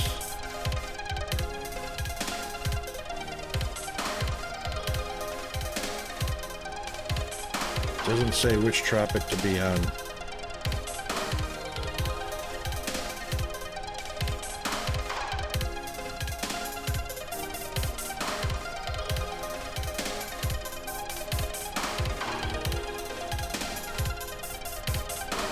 Alright, it looks a little odd, but we'll go ahead and, well, we can't use it on the southern pole yet.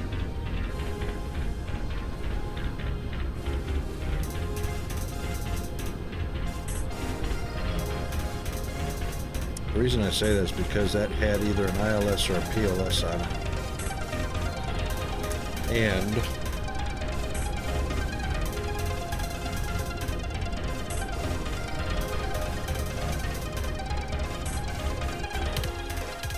That is a PLS.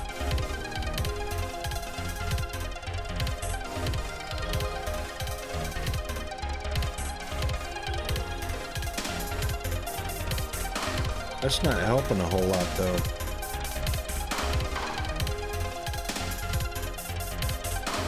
That is not helping a whole lot.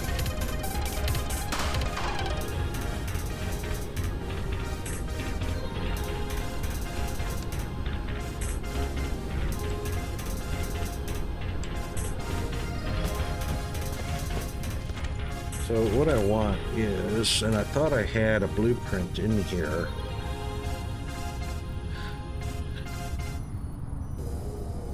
It wasn't Polar Science, it was Standard.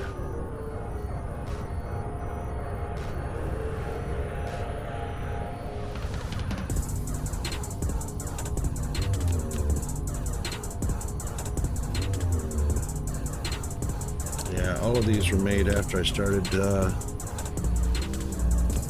getting blueprints. Oh, hang on. I'm getting PLS and ILS incorporated into them. Might have a science. No. Alright, so.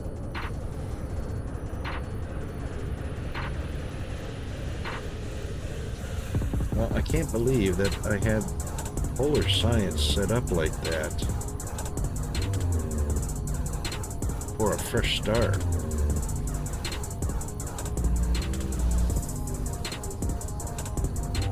Got an awful lot of blue proliferation as well for fresh starts. Those are not fresh start blueprints.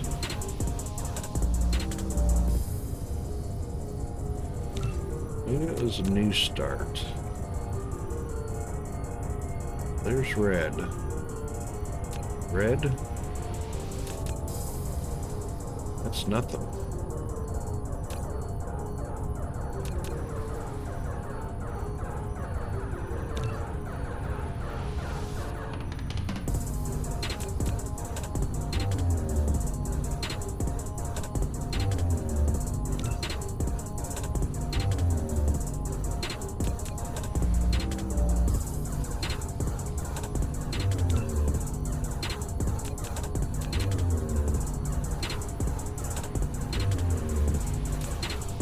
Wow.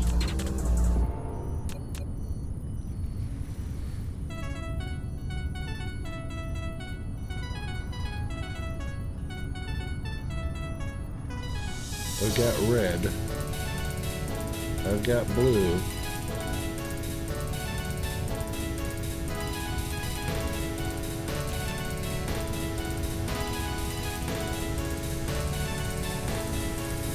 Well, all that is a tower of...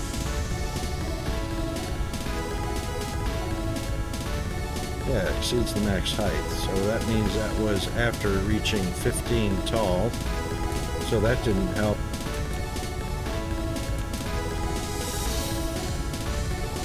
That's all of them.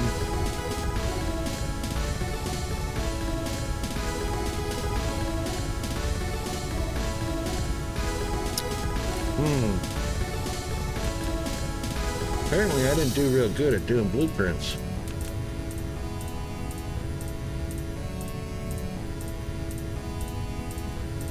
So these are just sections of a much larger build. And of course blue belts as well. Right.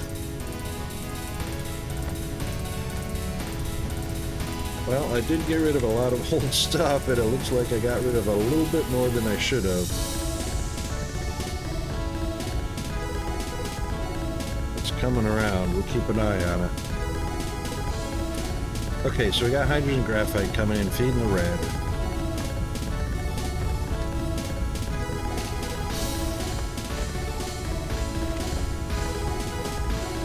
And we've got circuit boards and wire coils feeding the blue. That it? Yeah, blue didn't need a whole lot, that's for sure.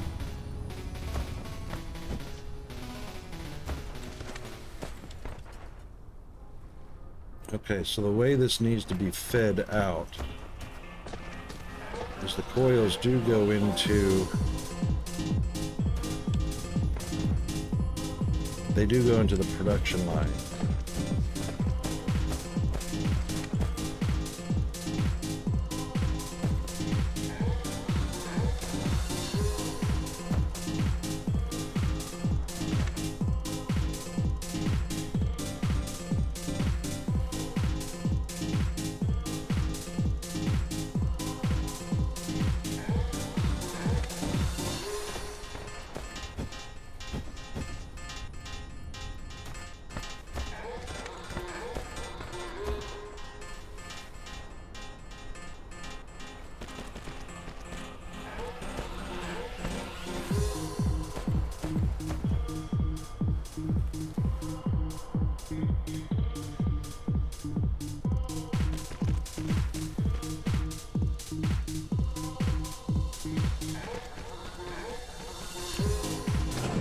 Oops.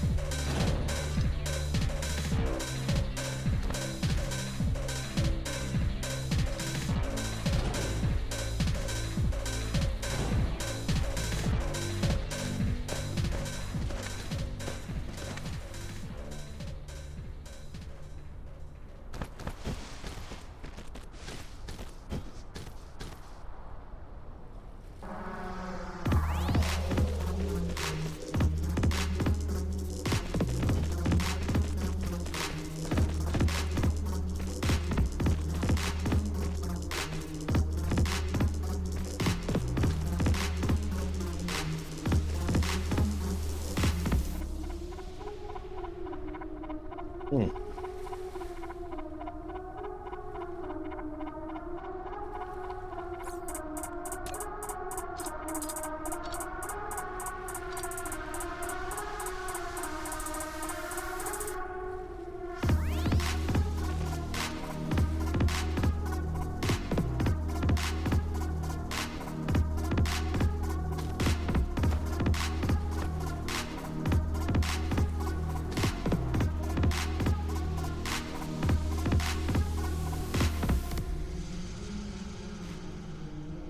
That's the exact same height.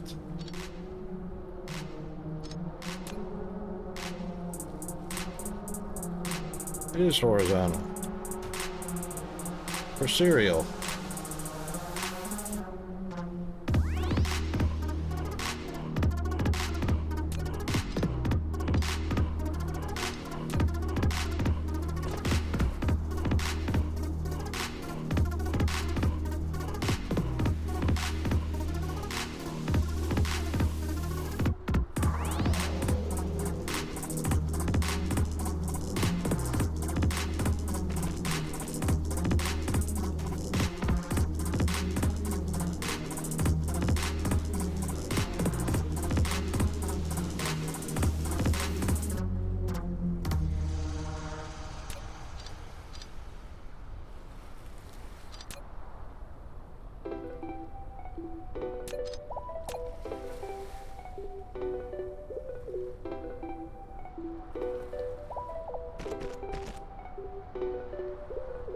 Ah, come on.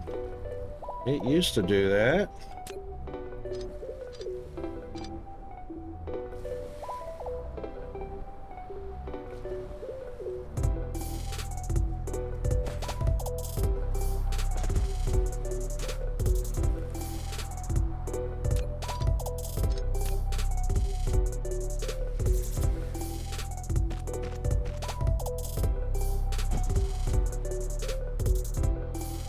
Wow. Not anymore.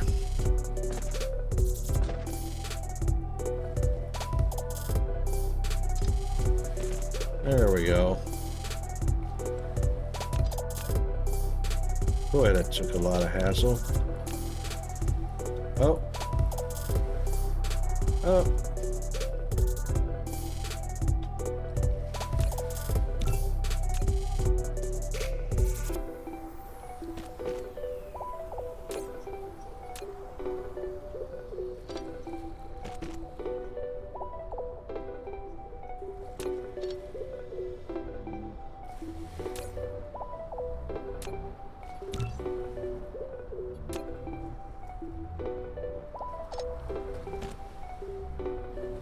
There we go.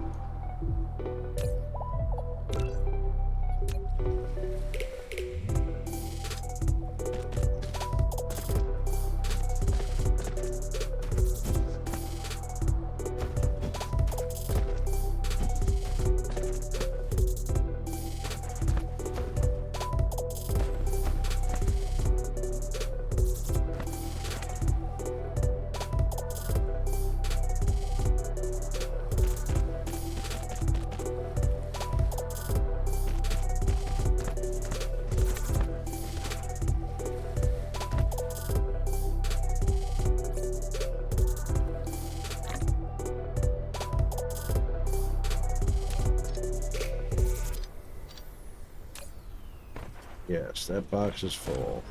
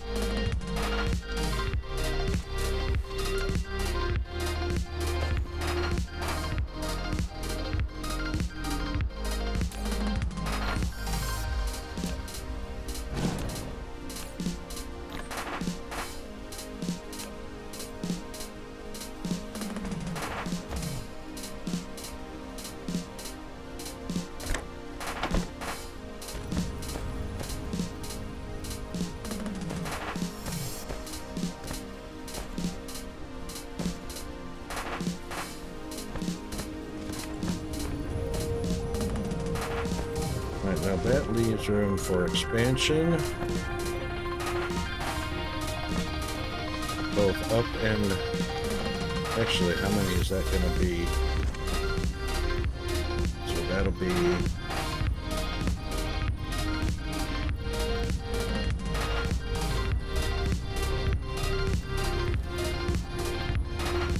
One there. One there. Yeah, 3 stacks will be fine, just for the initial. Just for the initial. Okay.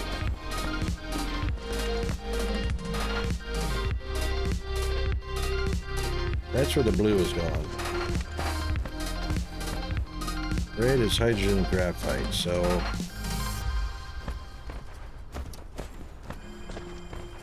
it can literally stay going in this direction. So...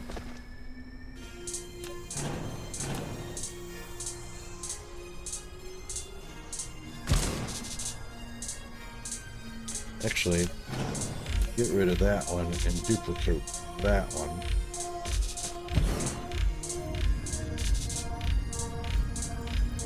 Yep.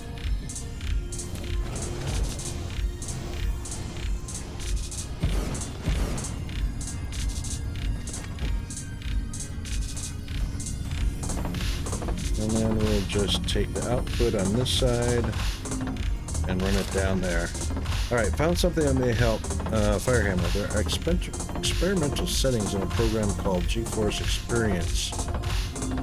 It has a few very basic controls over temperature, FPS, fan speed, voltage. I think it's centered around overclocking, but the program was compared to AMD's Adrenaline. There you go. That might be very cool.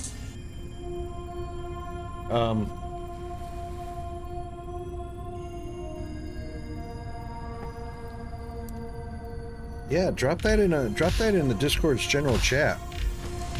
I'm sure he'll see that, or just ping him, tag him. That would be that might be useful to him.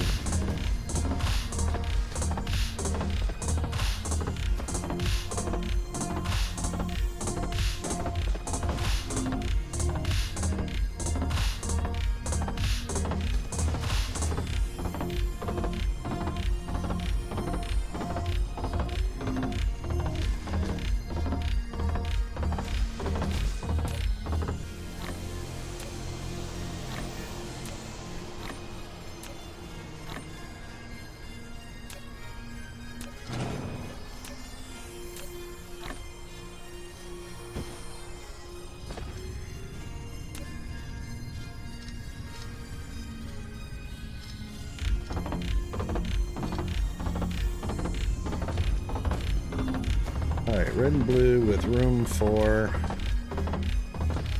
probably should just bring these straight across like that.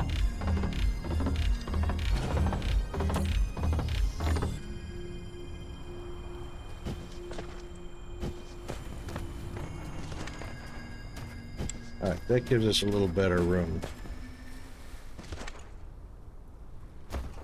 So now we can add yellow to the mix. And that means that we're going to need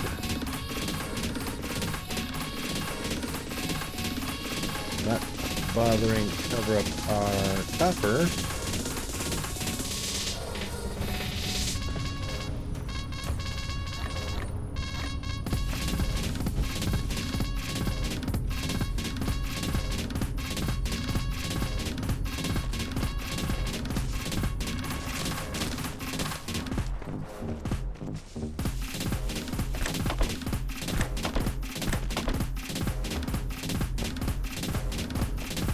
Bring it, the yellow in that direction. Oops.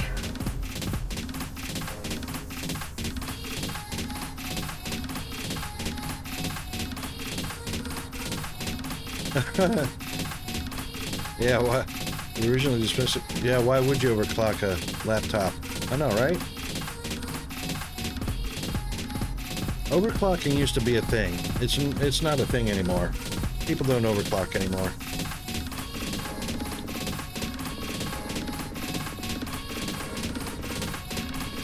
Because when it comes down to it, when you do the science on overclocking, first of all, NVIDIA and AMD, they engineer their GPUs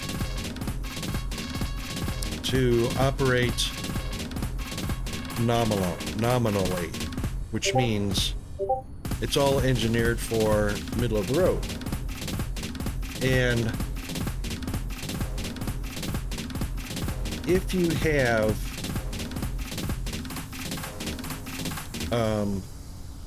high-end system to put it in, like a CPU that can handle the data across the buses, or fans and cooling units and power supplies to handle overclocking a GPU, there is room to tweak it or overclock the GPU to get more performance out of it. The downside is, the reason there's a middle of the road is because it's the most efficient.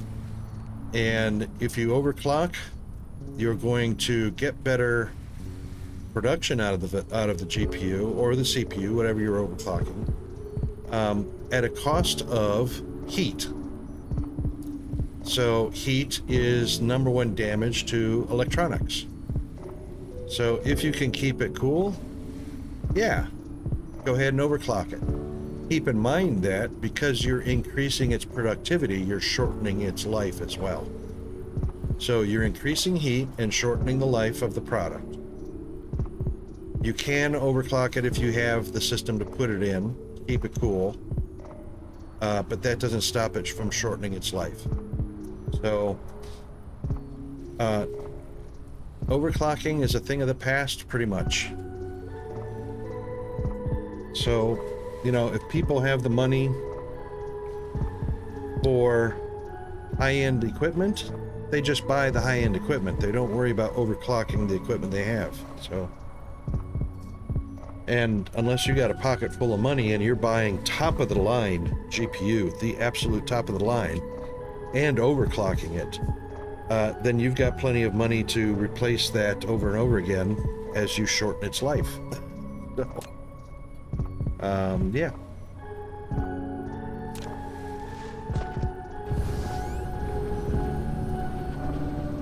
And that's not to say it can't be done. It's just not a common practice anymore.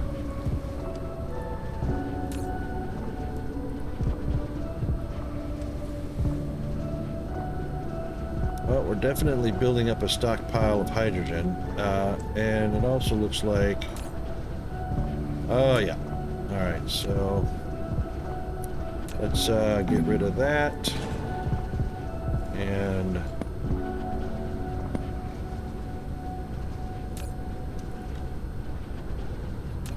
put that back up there.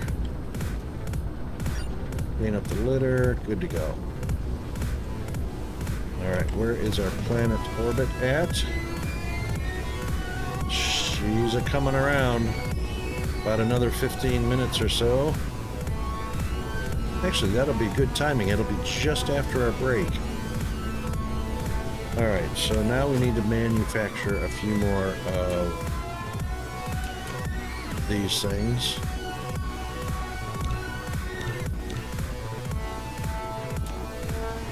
And, oops, hang on a second.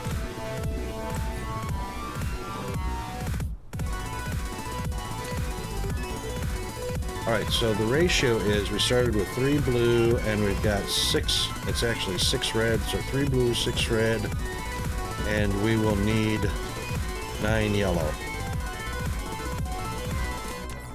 So that's 4, 5, 6, 7, 8, 9.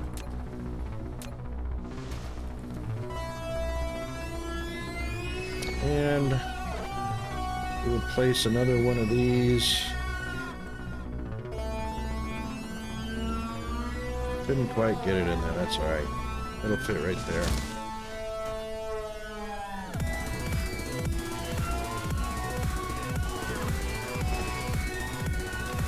And of course we will have the output on this side.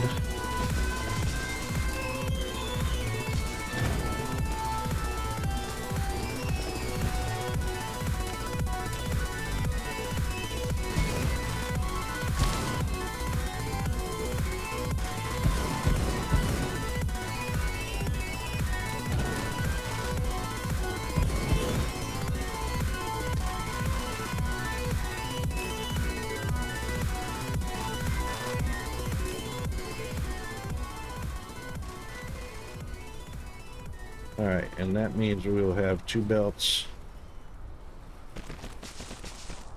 feeding in here. And of course, one will be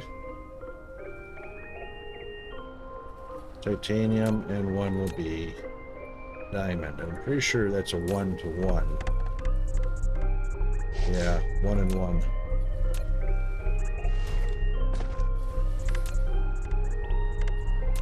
So we'll use green from the outside. Oops. And yellow on the inside.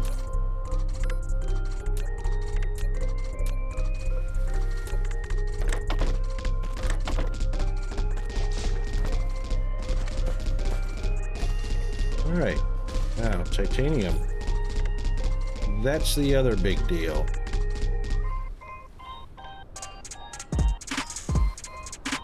So titanium crystal is going to come from titanium ingots and organics. Organics is going to come from plastic, water, and oil because we don't have a planet to collect that from in our system.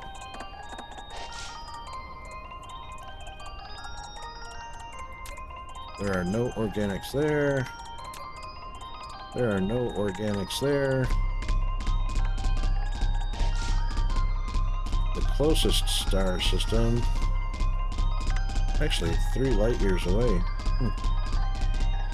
We can't see because we don't have that exploration yet. Wow, B-class star. Only 5 light years away. Nice. There's an O-type. An O-type only 6 light years away. That's good stuff right there. Okay, so it looks like we're going to be making organics.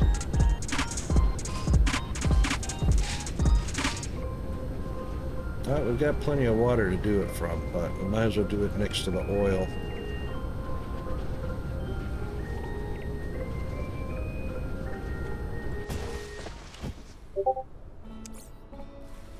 So we'll be doing a little bit of this. Plastic, oil, and water.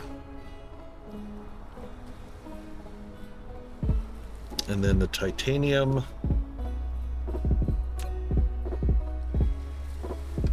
That's a whole other issue. That titanium, we're either going to collect from our own planet by busting rocks, or, well, we are going to go visit Fire and Ice, so we might as well collect up titanium while we're there, huh?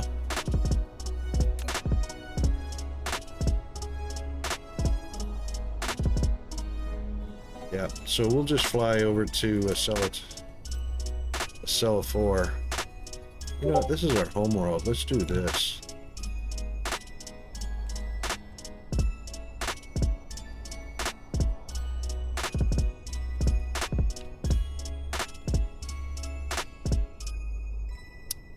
Let's just do...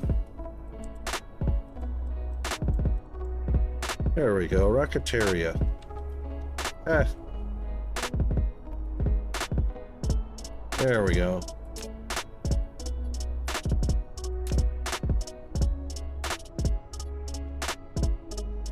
Alright, so as Rocketeria 4 comes on around,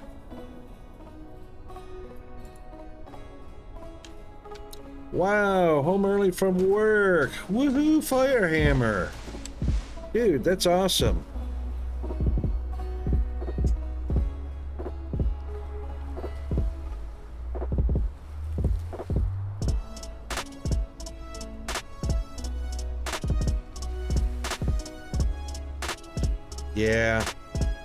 Yeah, it's just that's a 30-degree rise.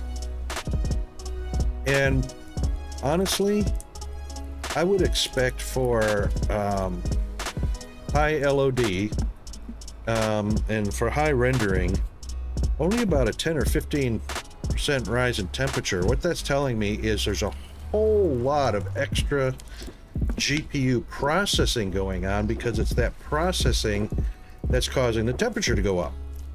So there's a whole lot of optimization that can be done to reduce the data processing to achieve the same effect, just like they did with DSP. That can make a huge difference. Can make a really big difference. Yeah, that's right.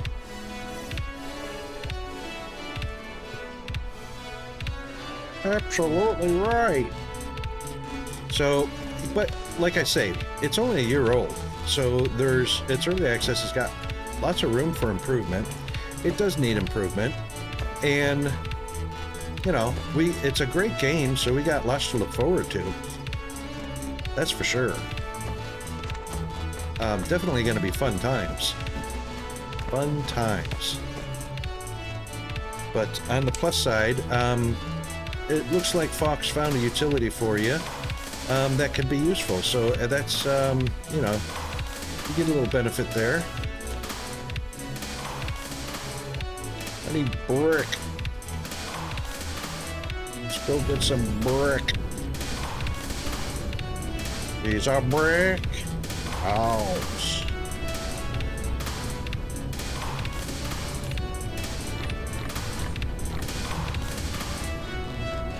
I needed to carry some brick around anyway. Icarus needs exercise when he's flying.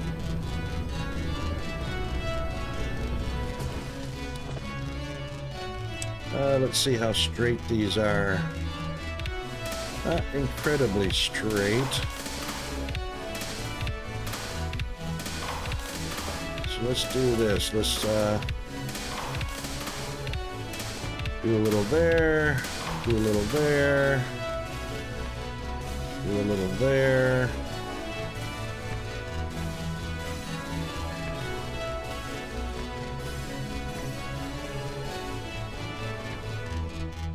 That's what we want. Okay. That's plenty enough of a straight line.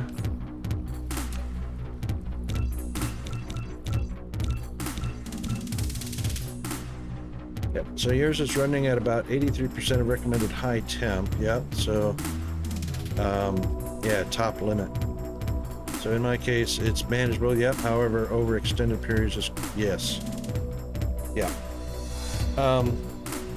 It's probably not as much of a concern as if you got toward the 95%. So if you got toward your top temperature, probably wouldn't spend more than about 3 or 4 hours at top temperature. Mostly because even with heat sinks and cooling fans, it's electronics, so things will warp. Plastic will warp, fiberglass will warp. You know, copper, the traces on the circuit boards are made of copper, even though they're covered with solder. But you know, temperatures can cause those traces to raise up off the circuit board, you know. So it's a good idea not to stay in the high range for too long.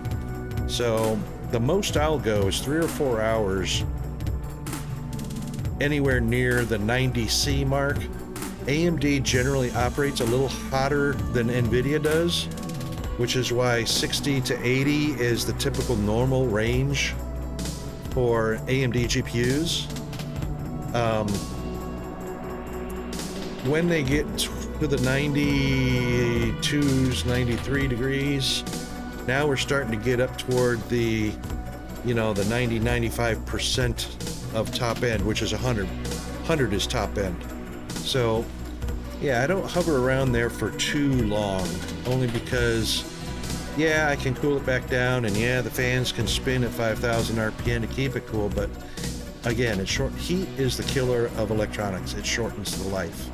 So, I've gotten good life out of my, you know, my 5700. You know, I bought it back in 2019. And it was mid-range back then, and that was 4 years ago. 4 years is a good... If you've gotten 4 years out of a machine, you're doing good. You know? Yeah. Um,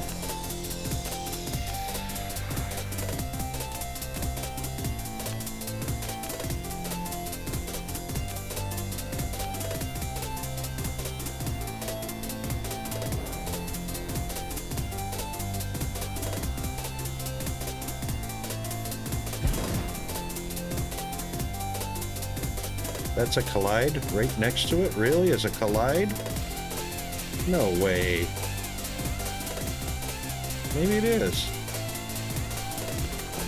I thought these could be right next to each other. Oh, it's on the grid. It's on the grid, sorry.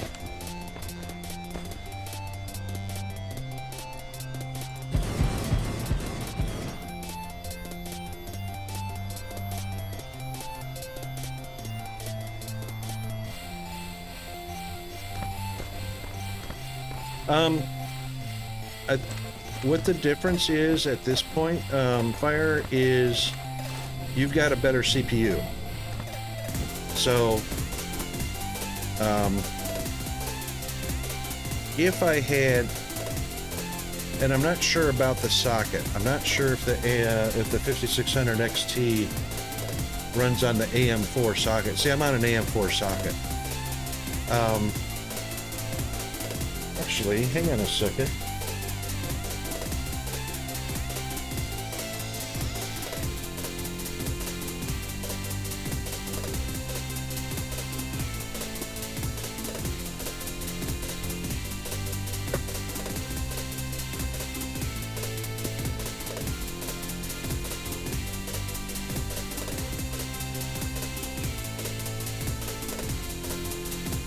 Oh, that's interesting.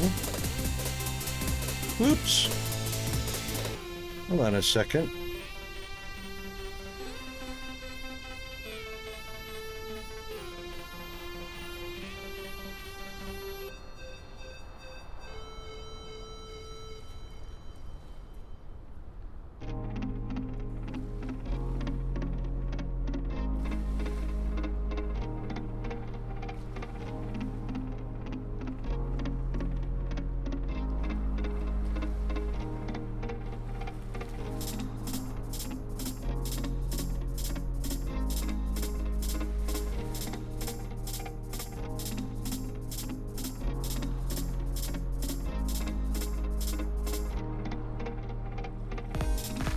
Okay,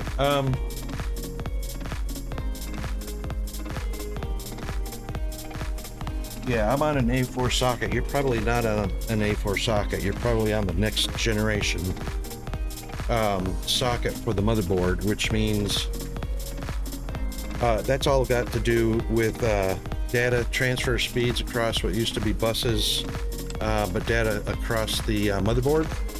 So the GPU and the CPU talk faster. And even though the NVIDIA GPU is doing about the same work, I mean, it's doing the same amount of work as the GPU is, it's not stressed. So it can transfer the data to the CPU without being stressed, which means it's not working as hard, which means it's staying a little bit cooler. And that's why I suggest to people compatibility. So whatever they want to use a computer for, look at compatibility between GPU, CPU, and motherboard, because there are optimal configurations to build them that can help them run cooler and not work as hard, which keeps the heat down and keep the speed up. And that's probably my biggest drawback, is the fact that my stuff is a little bit older and I'm stuck on an AM4 socket. So yeah, the 30-degree jump, that's the red flag. That's the sign that there still needs to be some work on the game code. That's right. So and you know what, that was evident when we started with DSP. We could tell, oh yeah, yep. You know what, we were starting to see hits on UPS. We were starting to see temperatures, people freezing or crashing. bloated save file size, you know, all kinds of things. So here comes our ads. We'll be back shortly after. Hang in there, fire. Hang in there, Fox. We just want to be fair to, we want to make it fair for those that are not subscribed, so we'll be right back.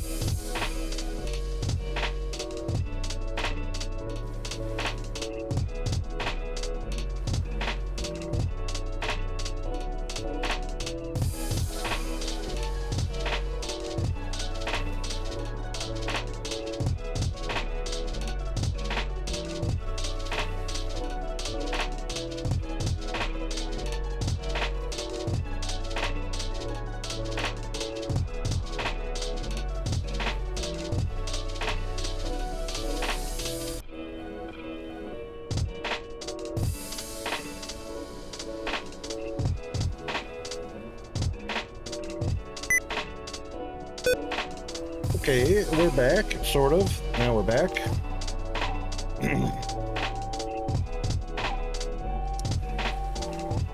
Ah, there you go.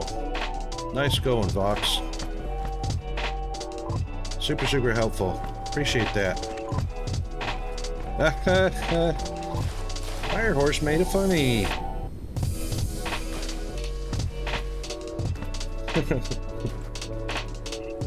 How about that?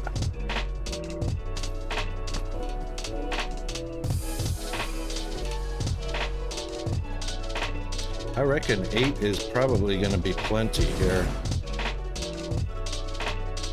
You do indeed. You do indeed. Hey, they nicknamed me Rocket Wolf in the Air Force back when I was in basic training back in 1981. And it's stuck. I just owned it, and I still own it. Okay, yeah, we were going to check as we came back from break. Oh, almost. All right, we'll give it another 10 minutes, 5 to 10 minutes, and it should be well within orbital range.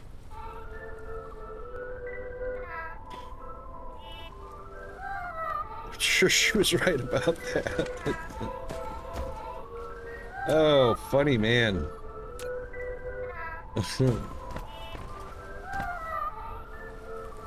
Let's see, how do we want to do that?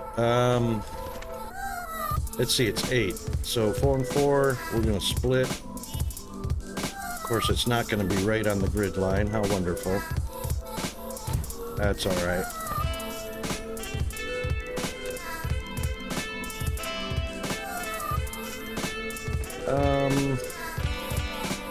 Yep, one there, and then one there.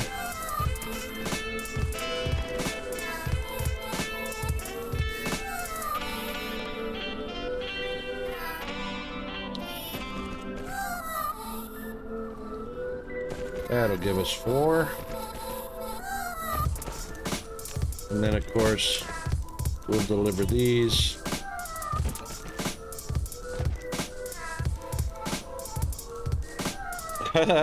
He's an animal fast as a rocket. Yeah. You really want to hear the story?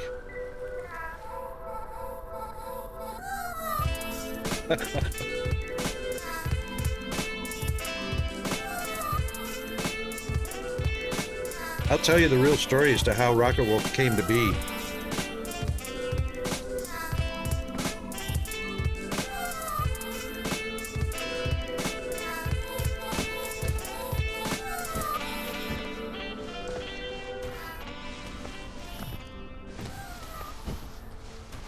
So we've already got diamond. Our goal is to get to...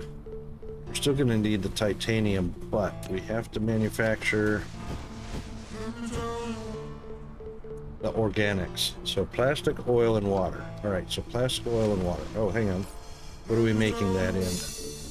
That is in a chem lab.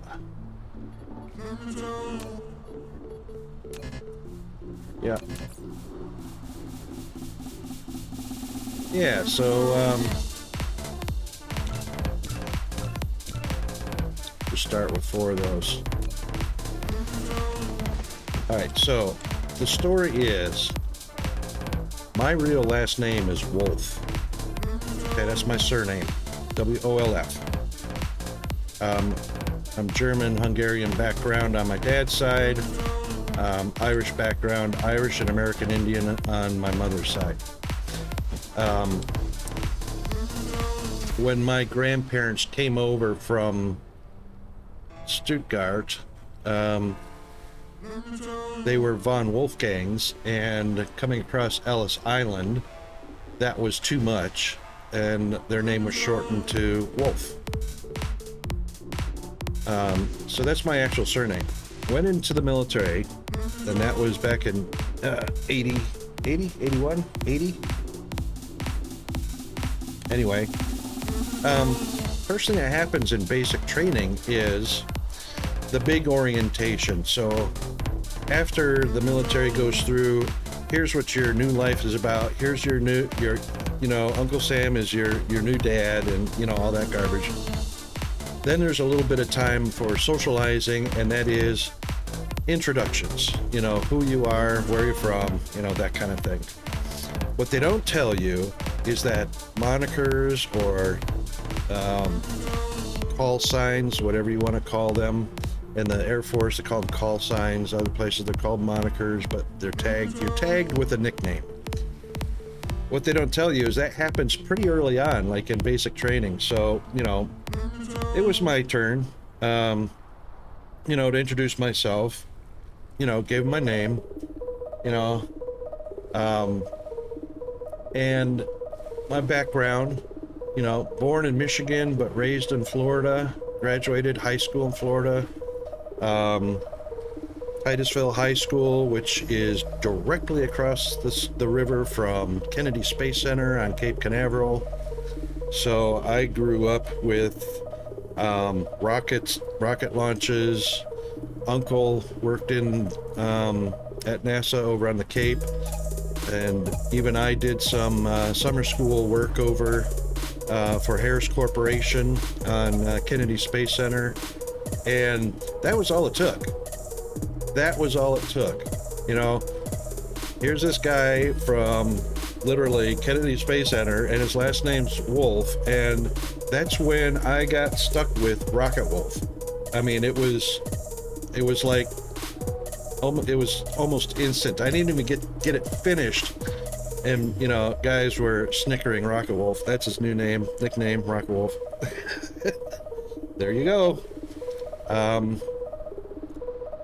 That's been there forever. And that's the backstory.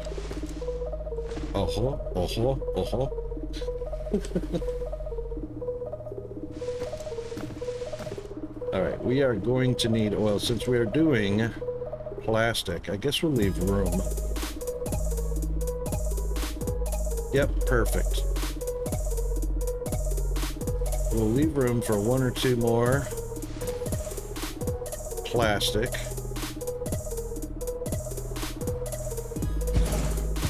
So we'll get rid of that one and string this one right out there.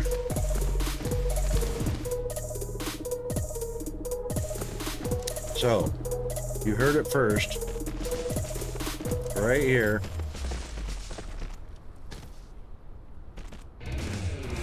And we are definitely going to be doing organic, water, oil,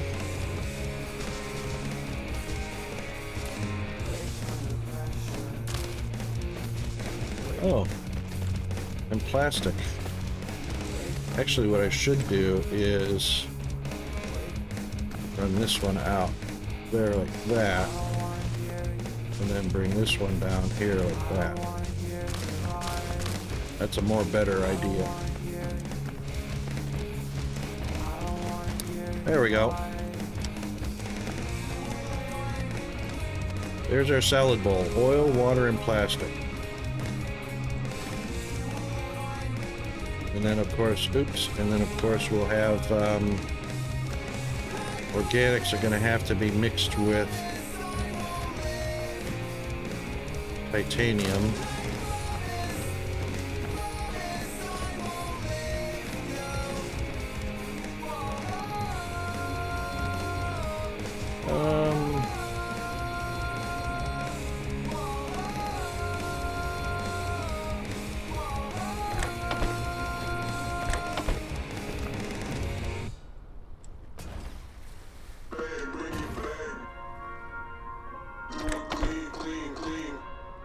And an output. Yep.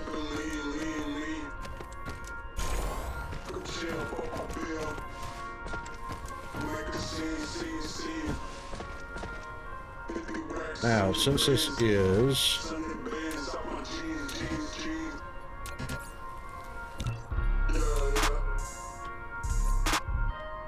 oh, I need some graphite. 1, 2, 3. That should be enough. Oh, one more. What? Really? I don't remember that.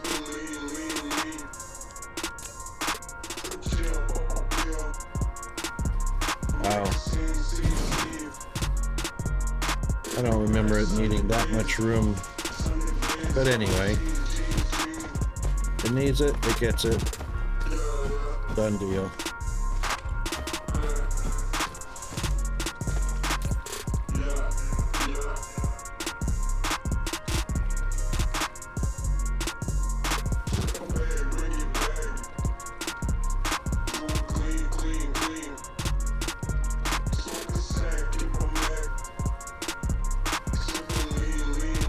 I think I got a bucket of this.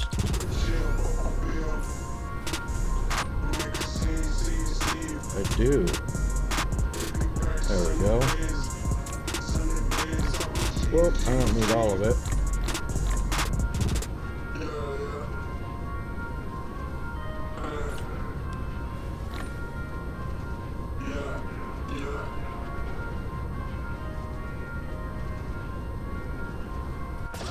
Okay, let's see. What network are we on here?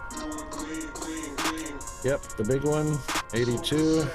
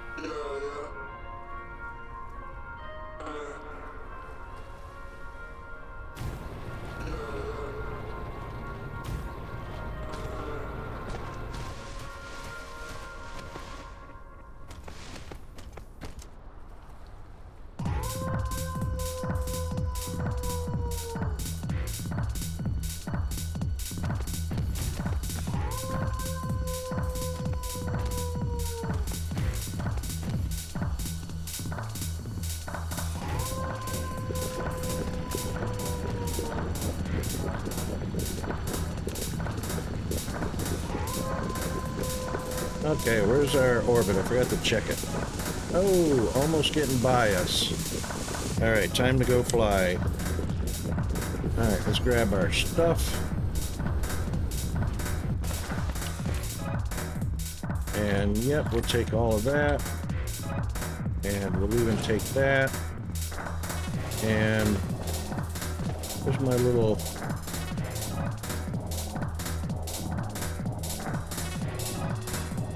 Yep, that's right. Off we go.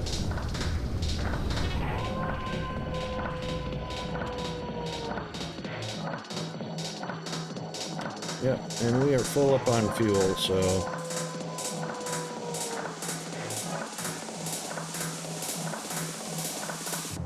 That's what we want.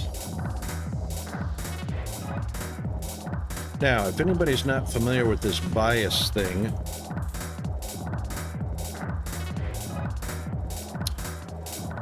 bias is intersecting the planet on its orbit. So the closer you can get the bias to 0,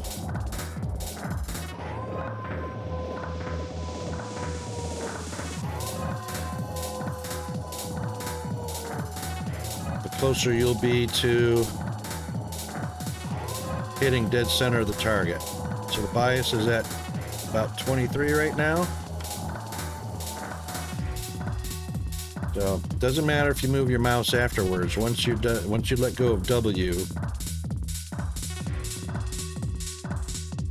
that tells us that we're pretty much... Hey, zombie. Zombie Roni. Welcome on in, buddy. So bias 0 is the center of the planet, and we're only a little bit outside of that right now, so I don't have to hit anything right now, don't have to tap any keys or anything like that. I'm going to hit very close to the center of the planet. Even though I'm not aimed at the center of the planet, I'm actually intersecting its orbit at the speed that I'm going right now.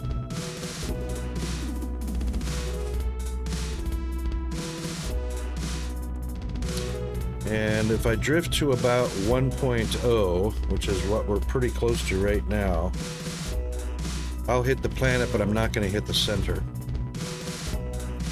So it's a one degree off.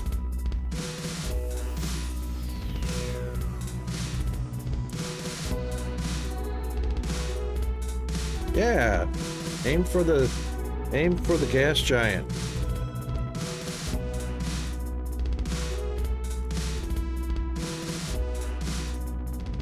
Oh, you have autopilot? Yeah, see, I've never needed autopilot. See, we drifted quite quickly on that, but it was almost a dead center intercept, so we're good. We're good. Achievement! Woohoo!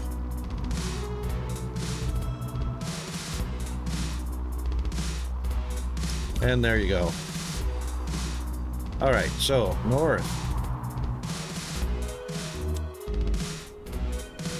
Actually, we want to turn on the vein discovery, so... Titanium is the goal, as well as fire ice. So, let's see if we can find two close together. And of course, there's where all the goodies are.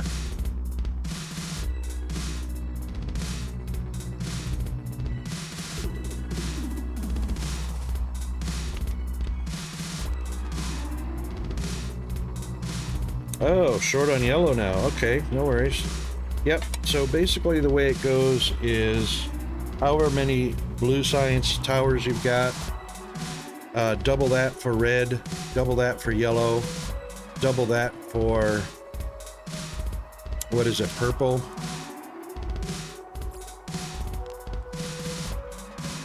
And then double that for green.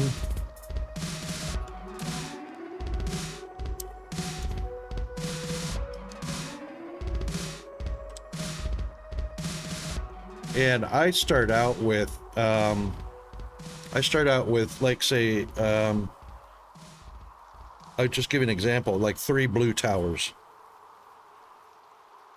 3 blue towers, and then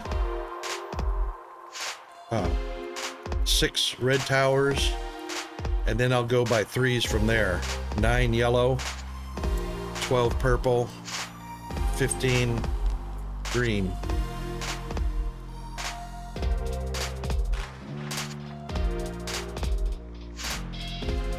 Well, there is only 500,000 of fire ice, which means there's only 1 vein of fire ice, which kind of sucks. And there it is. And wouldn't you know, it's nowhere near titanium.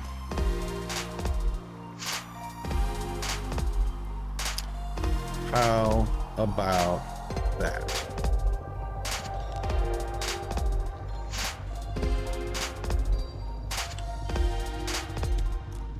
That sucks.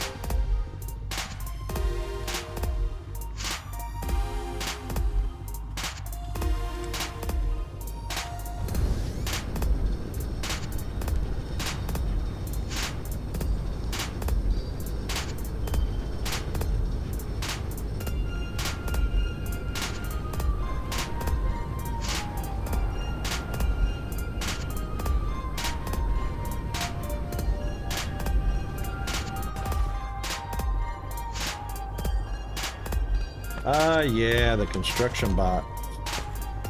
Those are fun.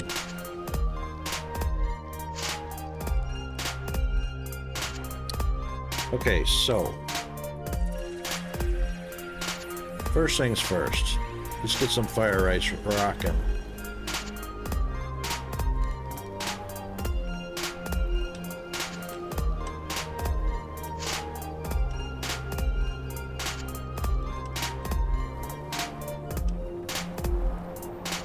This really wants me in here.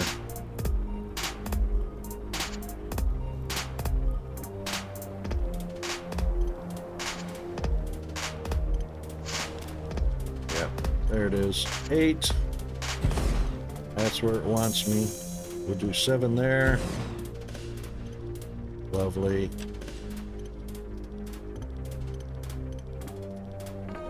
7 there.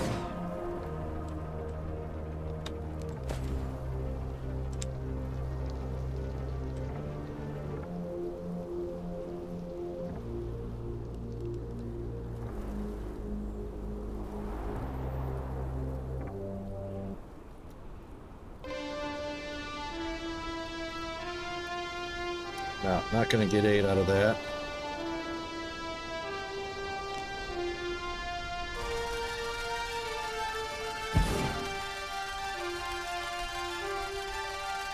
There we go. 1 8 and 4 7s. That works for me.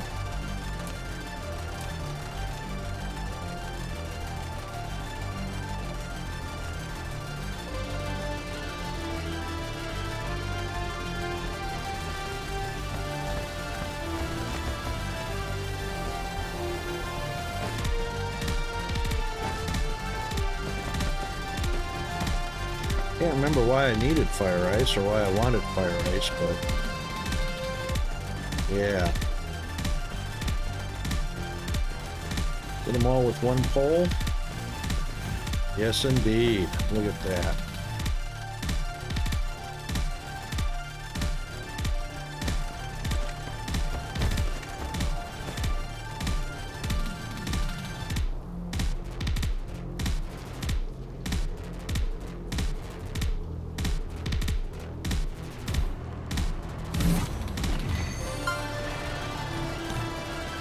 Yes, thank you, thank you, thank you, thank you.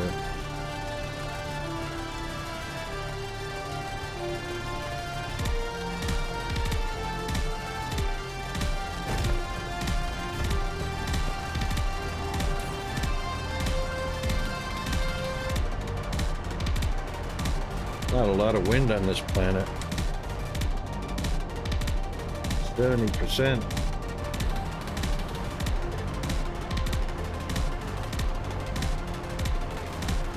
But that's okay. Oh, that's more than enough. All right, well, let's get our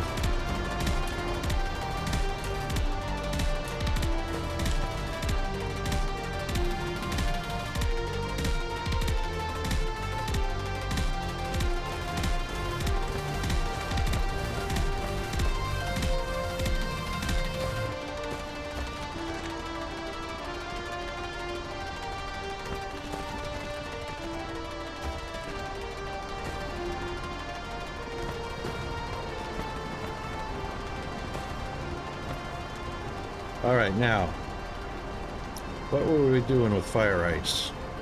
I can't remember.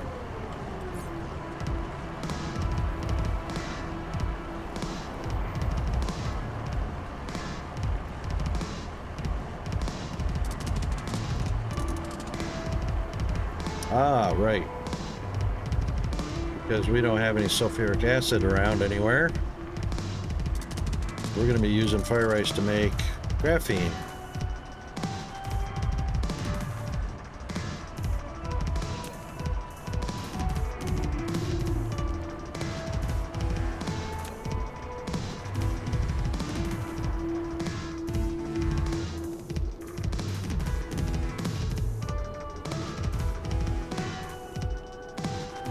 Is that it?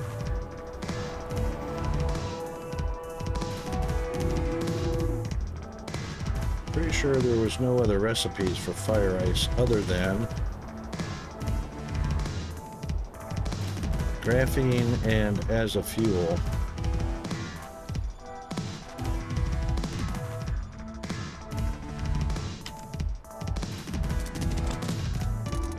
Yeah, I'm pretty sure it was graphene and a fuel source. Oh, guess what I didn't bring with me? Well, that sucks a little bit.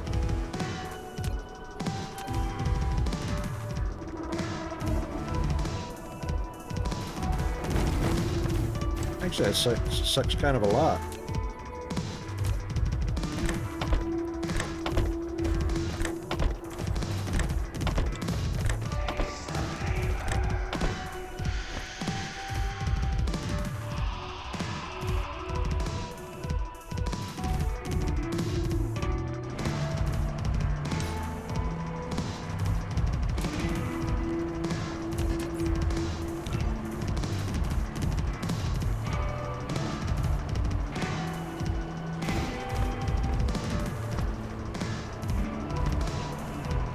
Actually, I could probably get rid of that one.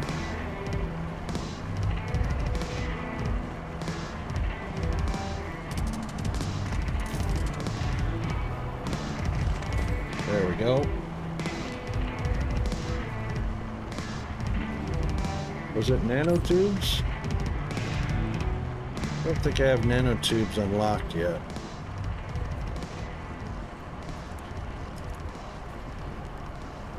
That could be what it was, though. I don't know. Nanotubes are quite a ways away.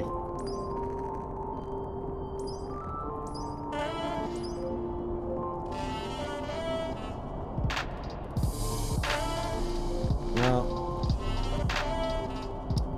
I think it was the graphene. Because by the time we get up to all of that stuff, I'm going to be heading to other planets looking for the pool of sulfuric acid, the planet with the organics on it, and then Spinnymite.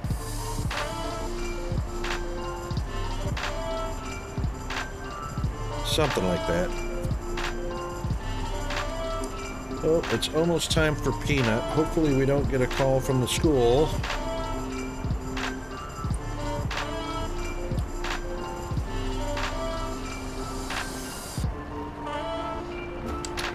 Okay, now titanium. That is our closest field right there.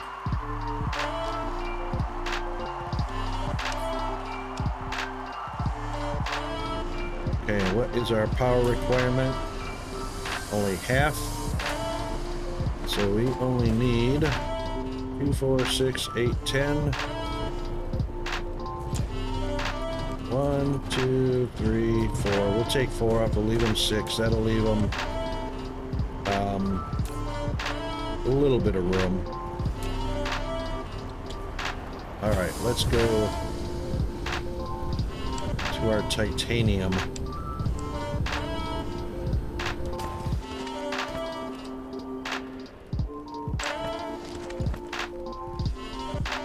And of course, that's going across a tropic. How lovely. All right. Oop. I already see 8s and 10s coming out of here. Might even get a 10.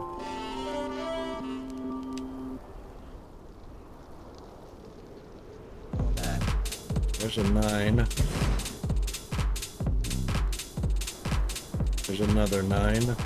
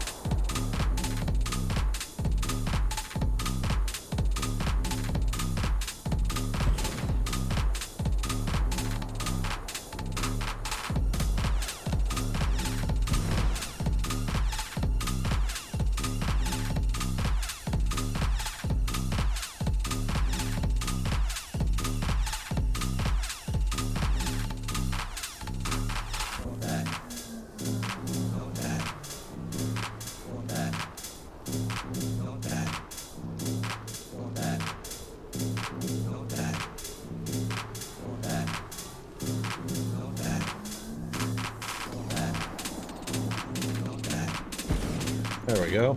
Good enough.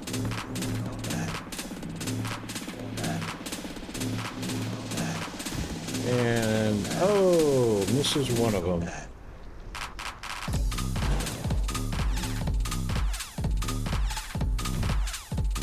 Oh, and that misses one of them. That sucks.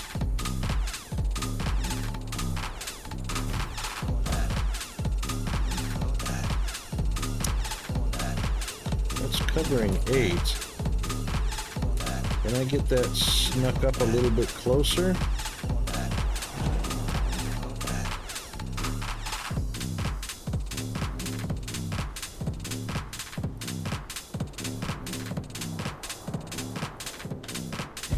Maybe that's close enough. Well, just outside. Wow. All right, no worries. We can always put that there. All right then. Let's get our perimeter. Looks like it's gonna be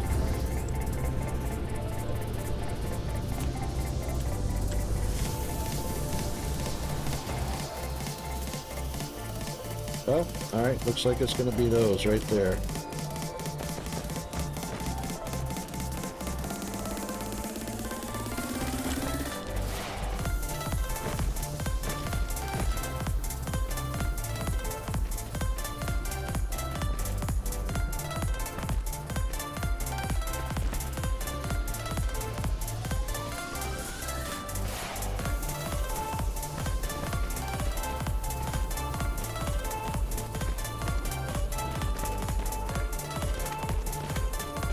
There we go.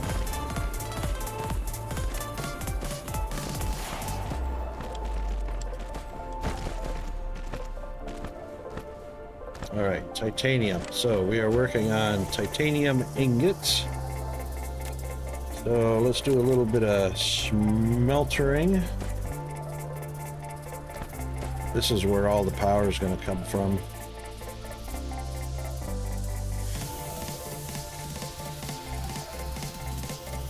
Oh, well, that's 6 of one, half a dozen of another.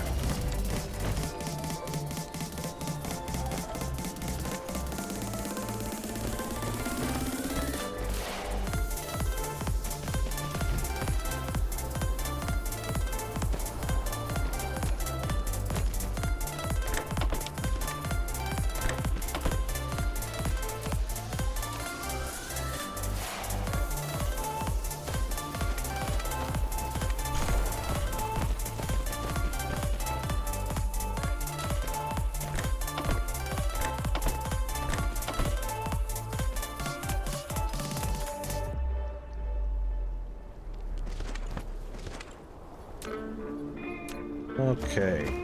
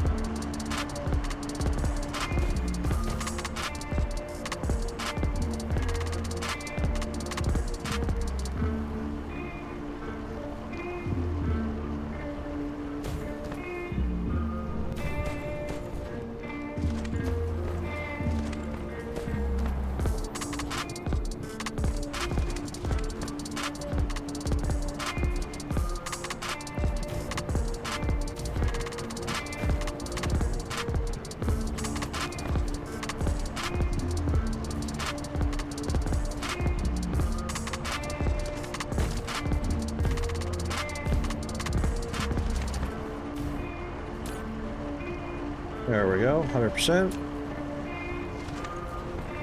All operating. Oh, we missed two. Not all operating.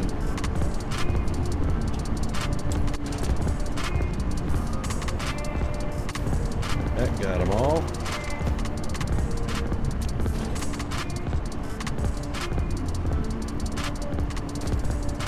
Oh, bugger.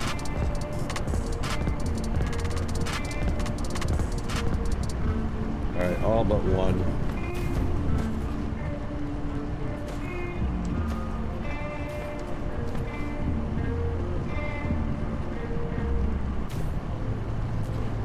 Of course.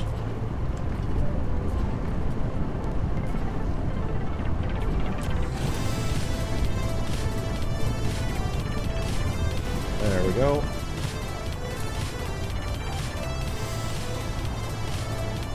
Oh, right on the edge. Right on the edge. Wouldn't you know?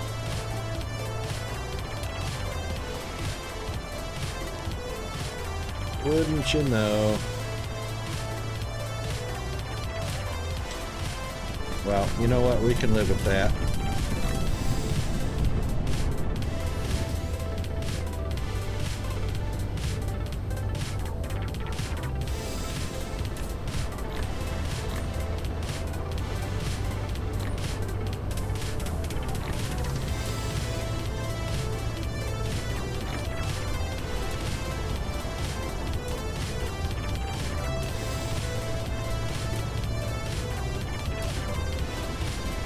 Okay, back home we go.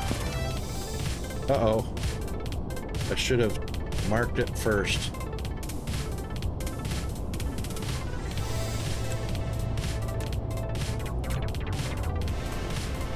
Now I gotta pick them all up again. Oh, that sucks.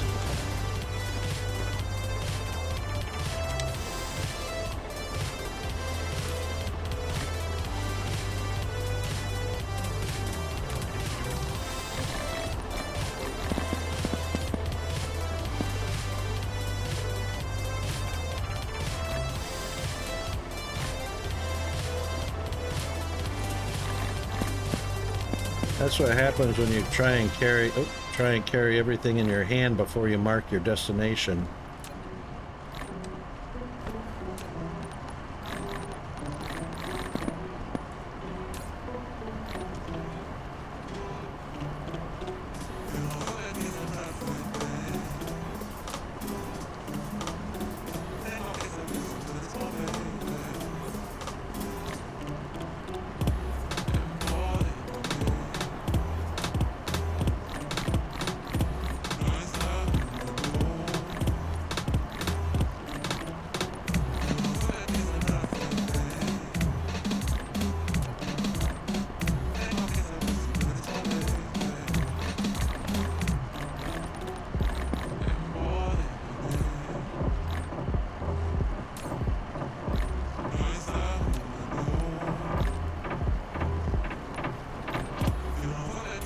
There we go. Now.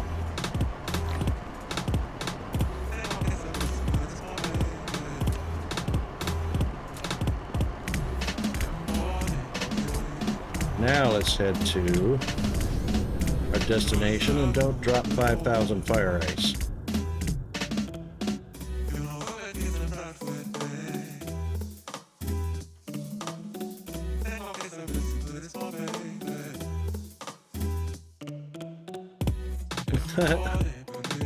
Why you say that, zombie? A hot mess. What?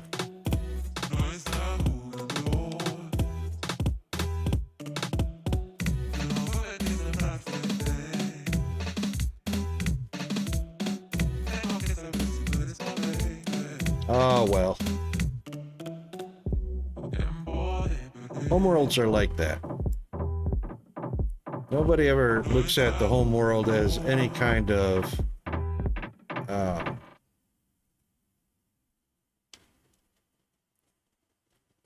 the homeworld's not a trophy world, so don't worry about it. There's spaghetti, there's buildings everywhere, there's boxes everywhere. That's the way homeworlds go. Until you decide, if you decide, you want to go back and visit your homeworld after you've moved off of it to redesign stuff, and then you can. Wait, hang on. You got a Dyson sphere in your homeworld system?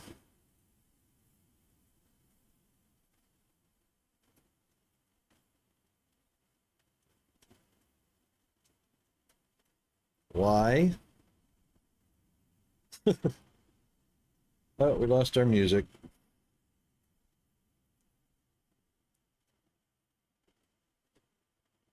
Why not? Because the star doesn't offer enough luminosity for the Dyson sphere to be efficient?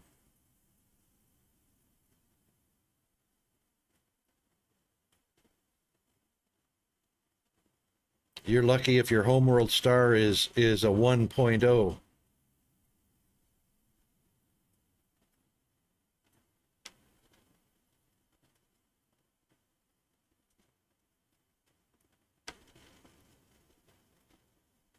Yeah, but usually you're going to look for a B-class planet or a B-class star or an O-class star so that you get plenty of power from minimal amount of structure. The luminosity is everything.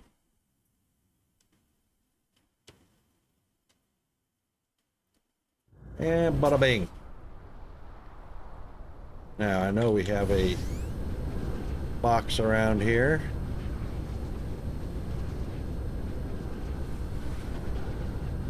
Well, yeah, you got it. I mean, you've got it built now, but, you know.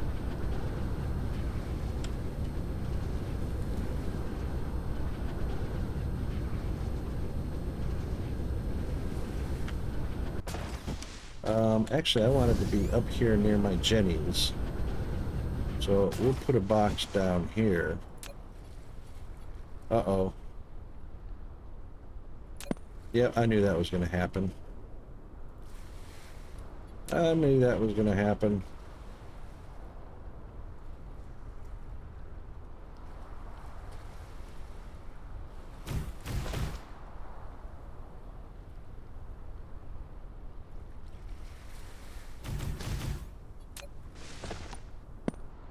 Oh, hang on, I can't,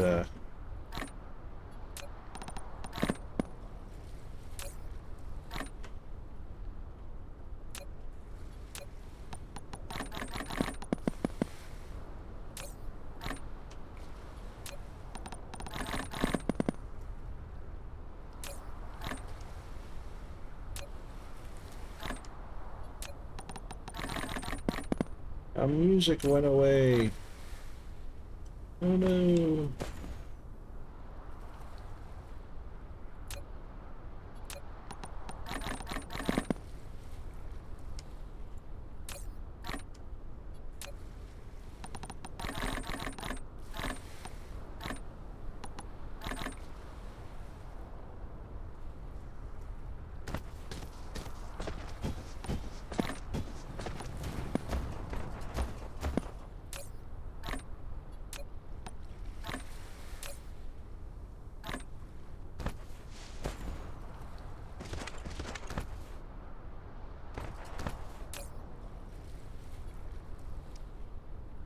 All right, so graphite gives us 6.75 megajoules. Fire ice gives us 4.8 megajoules at 40%.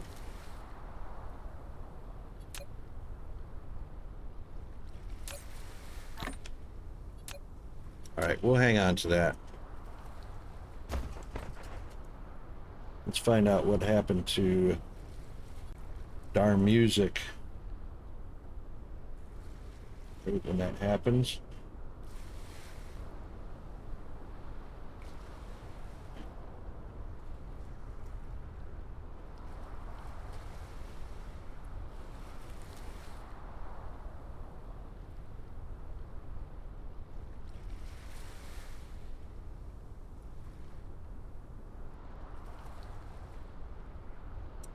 Oh, really?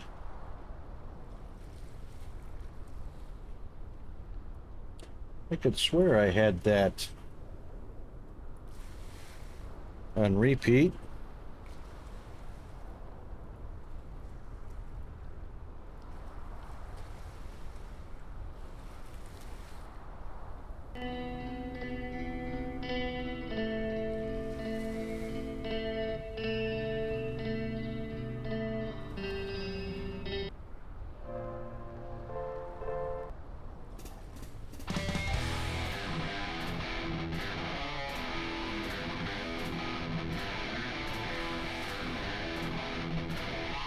There we go. I do a 3-band, about 25% width, to create a 100% uptime ray receiver planet for preliminary white science in the star system. Do you really? Fire hammer. Oh my goodness.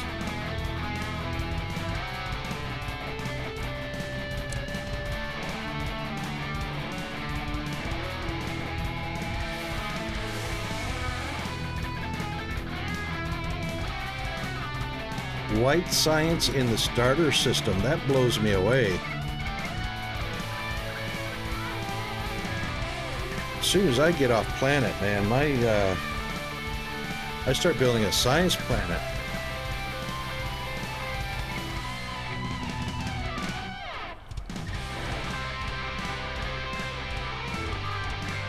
See, the starter system is too small for that.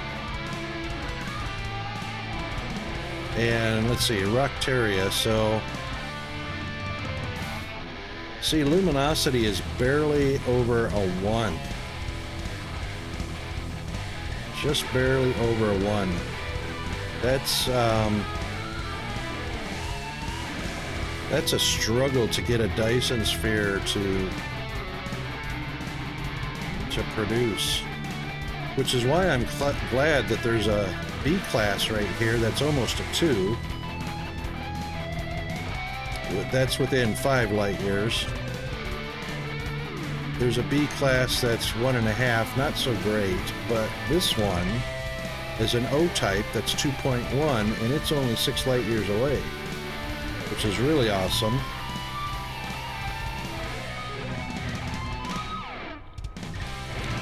So I'll be heading here, even though we can't see anything because I don't have my technology up.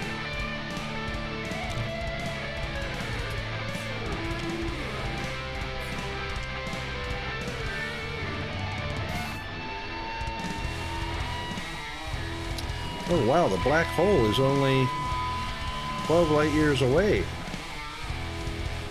And we have a red giant with not enough luminosity.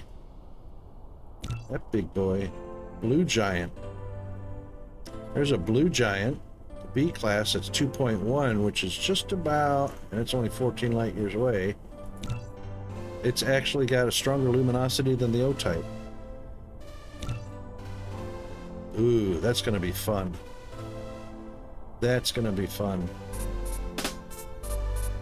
O type, black hole, large B.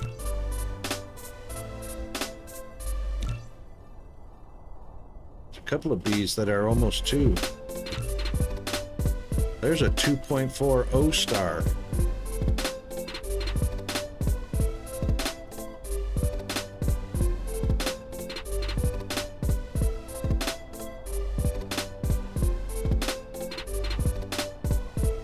Well, I've already found, as far as that goes, I've already found an optimal star.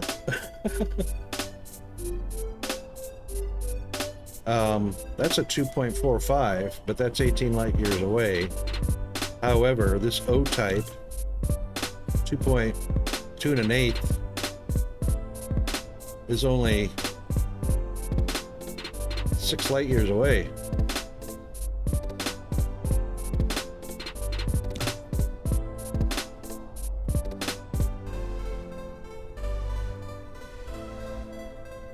Yeah, absolutely. Anything 2 or better. 2 or better is a great star to generate photons and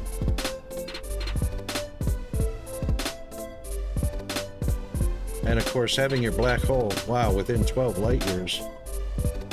I'll be getting magnetic what you call it, all day long.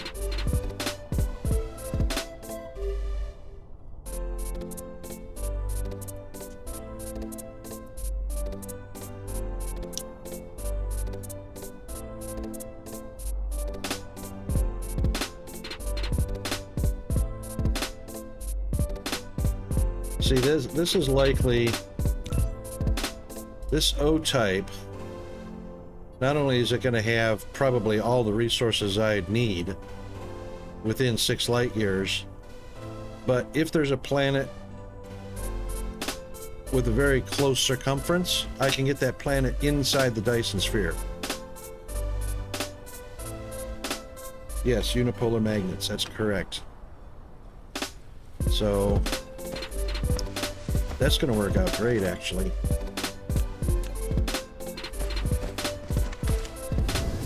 That's going to be lovely jubbly. All right, now that we've got some titanium, probably should have hung around a little longer for some more. But that's all right, it'll get it started.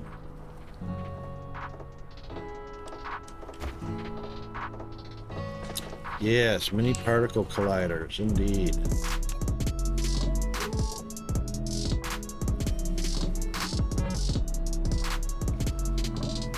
All right, we are going to be using an assembler.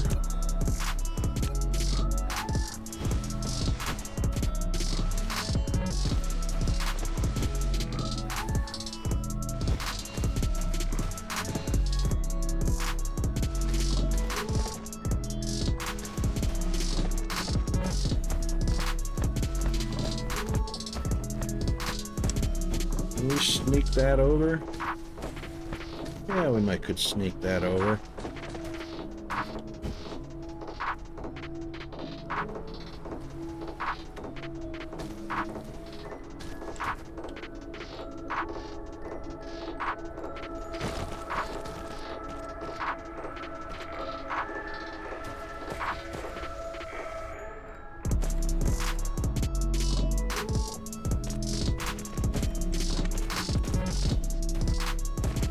That'll work.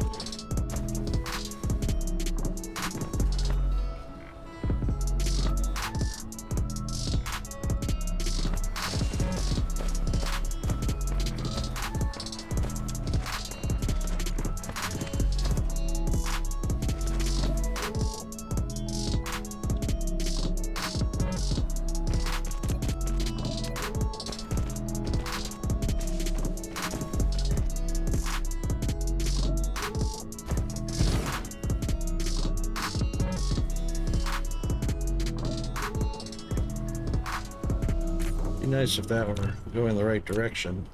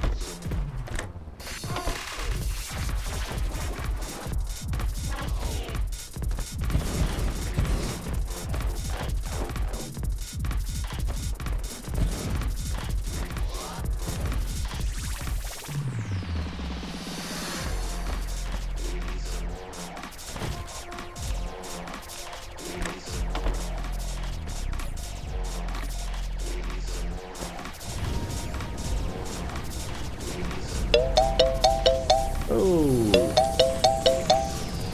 Tink, tink, tink, tink, tink, tink. We have got a break coming up. Shortly.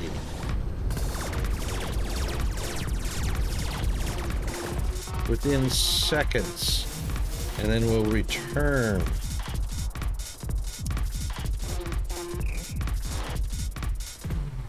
Hang in there. Jam to the tunes.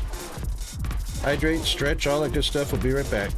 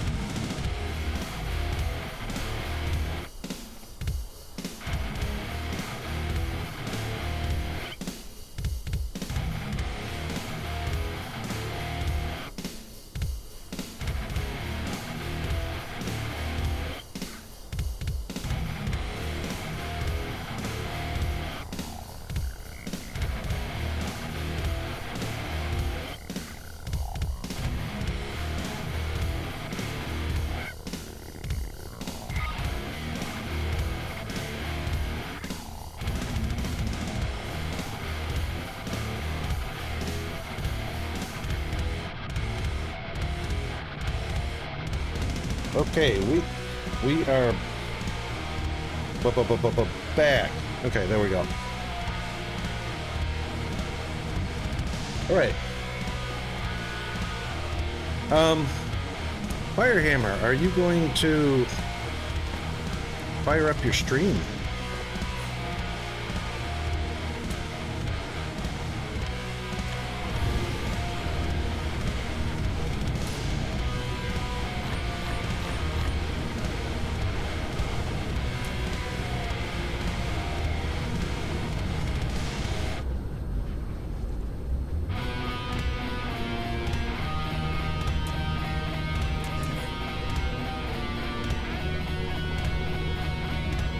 Oh, that's all right. I was going to raid you if you were. That's weird.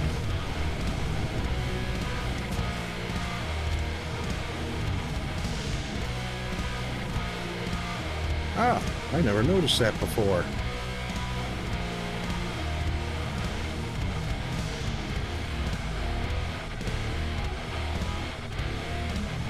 Pretty soon, Zombie. We're about, we're a little bit long on today's stream, but we are I'm gonna end it around 4 o'clock, which is about another 20 minutes. I just noticed that. I didn't realize that the power icons show up on the origin side, so this tells you the direction without being able to see the direction. This inserter is actually inserting into the box. These two are actually outputting. So that one is actually wrong. How about that? All this time I've been playing this game, I never noticed that.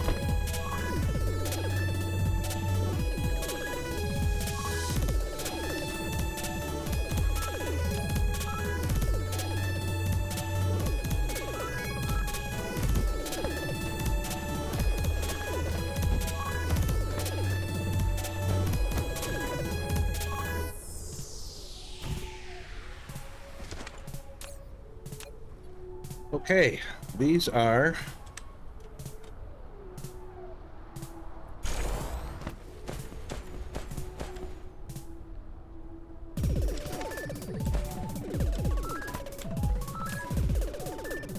not going to be hardly enough, so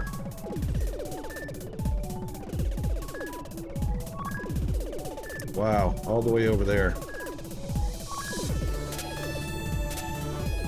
Well, we can't wait, so I might as well load up and then work on getting to, well, we got to work our way to PLS and ILS. No question about it.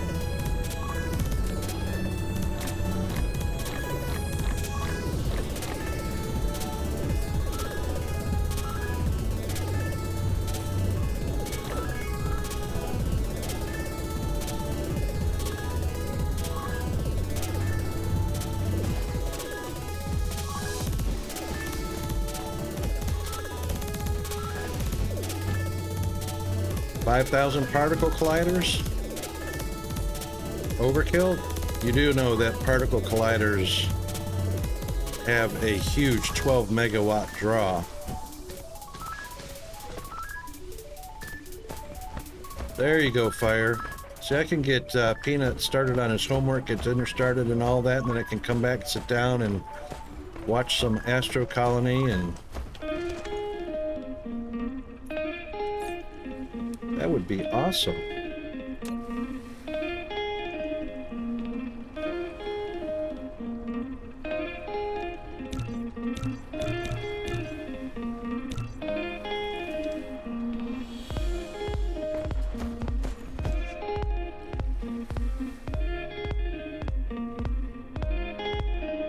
And you're doing this all on your home planet, Zombie? You've got 5,000 particle colliders. Wait, you've got 9,000 chemical plants, 2,500 oil refiners. There aren't even that many oil seeps to support those on your home planet.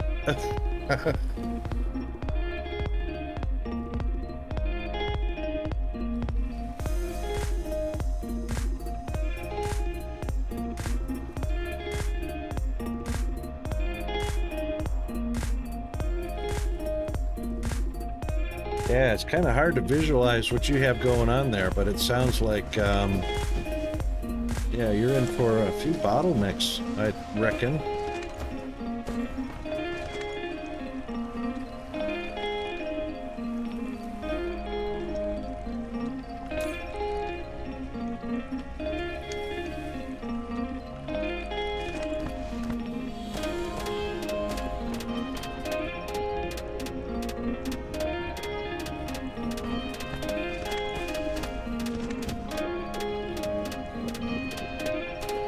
I might have to hydrogen up. Let's see.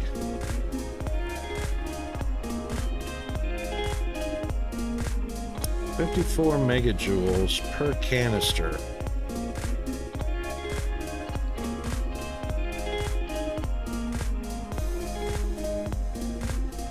Yeah, I reckon I'm gonna hydrogen up.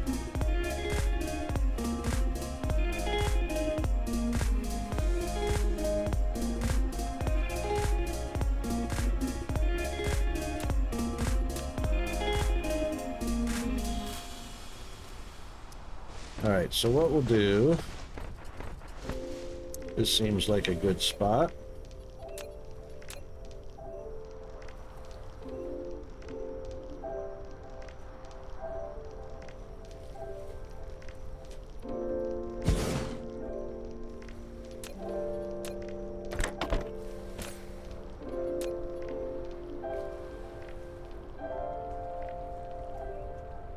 Alright, they're going to need 10 hydrogen.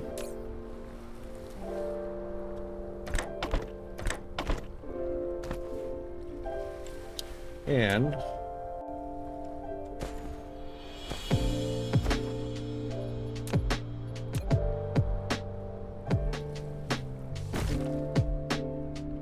oh, look at Icarus with his storage box uniform on.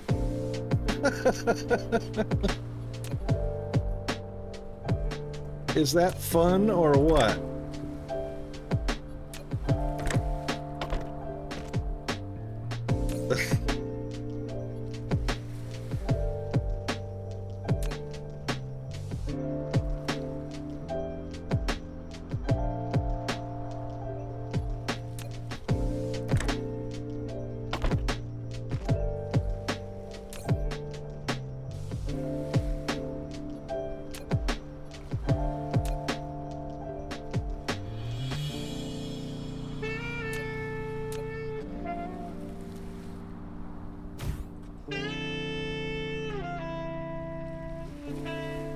Yes.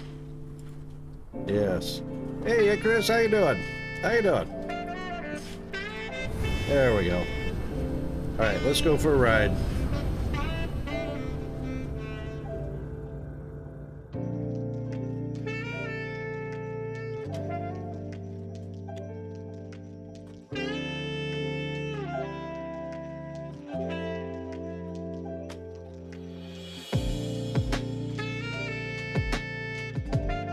All right, let's see if we can, oh, we're getting a little bit of pull from the sun, so that's going to change our trajectory a little bit, gravity, you know.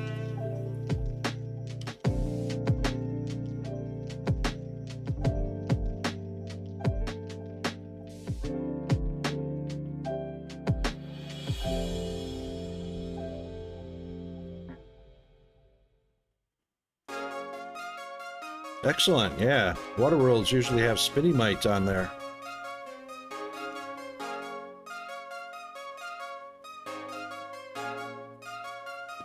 Exactly. And it's unusual because I don't even have a lava planet at all in this system.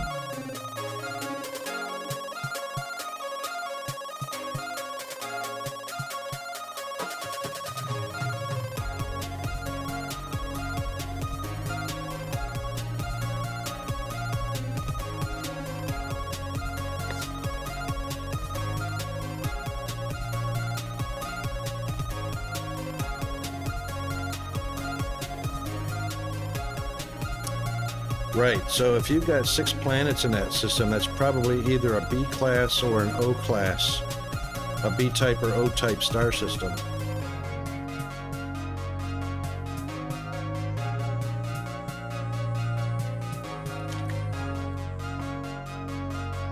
Yep, O. There you go.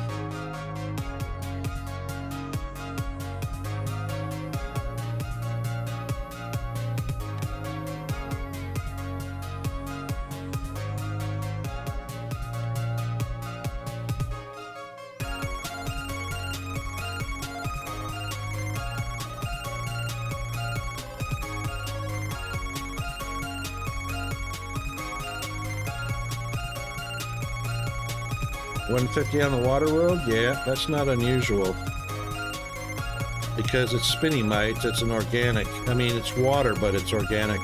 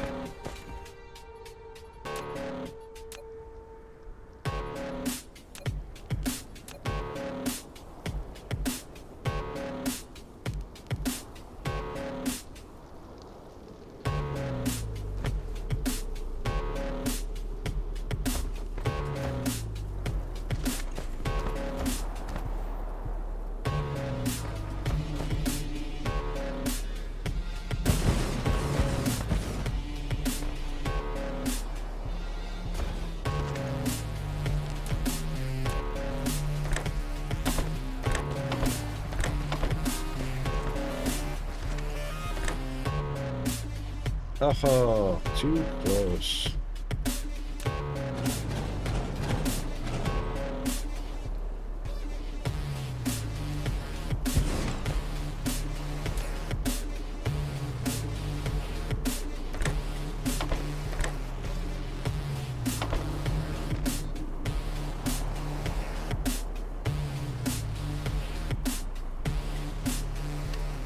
Nearly tapped already. Wow. All right, we got to do a little magic here. So we'll take that one out, put that one in, take that one, connect it back up. Hunky dory. All right, now.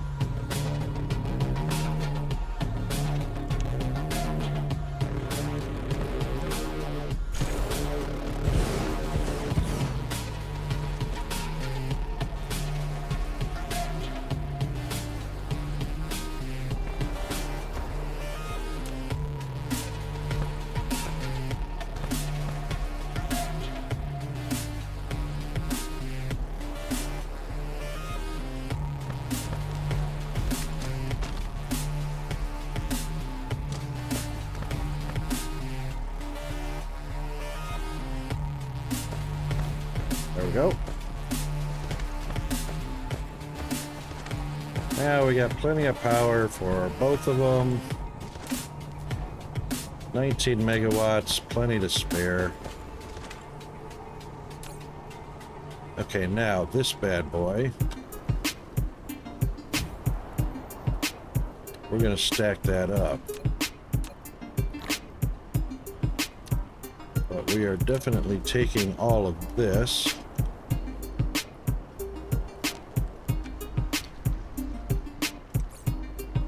Back home with us. After we... Hang on. First of all, we'll do that. Dump all of that in there.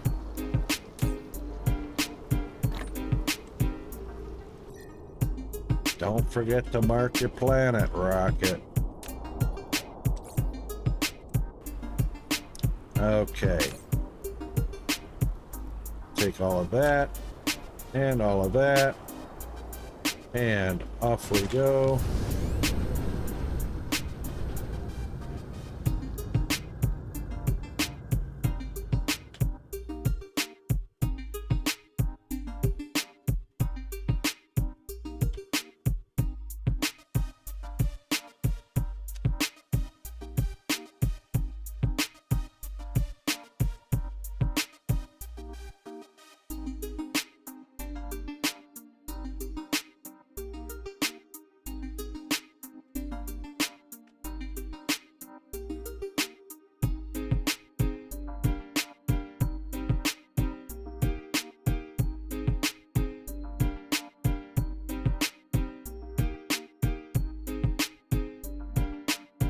We're going to get a pretty hefty pull from the sun on this trajectory. This has got gravity all over it.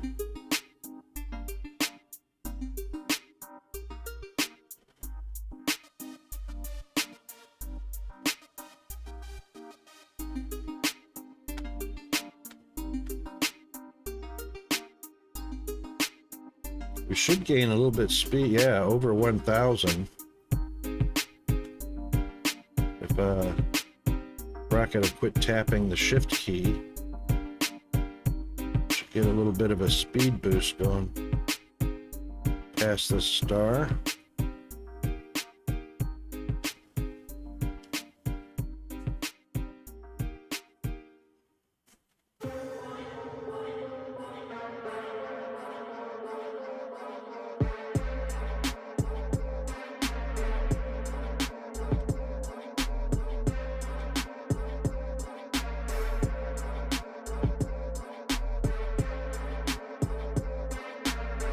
Yeah, buddy. Up to 1033.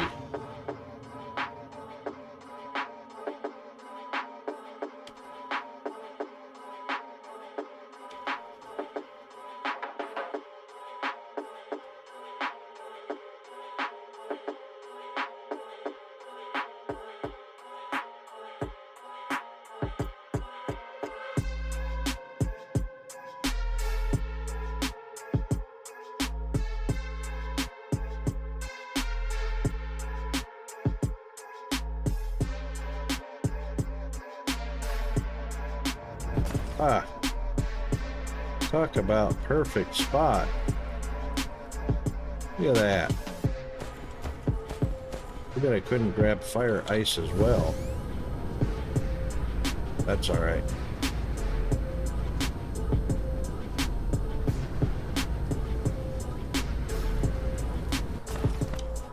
So we'll drop a little bit, not that much. In there.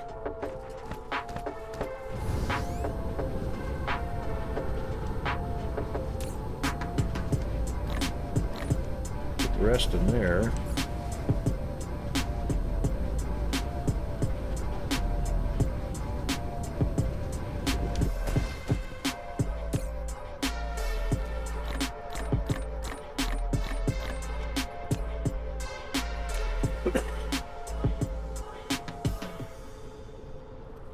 Sorry about that.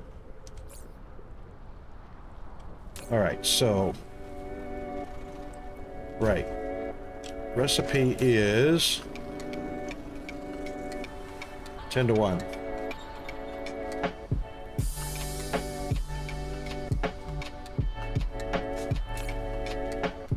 So that'll be 1,000 canisters. That's plenty. That's plenty to get me to the next age of fuel.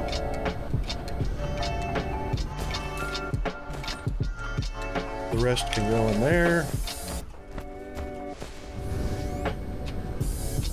And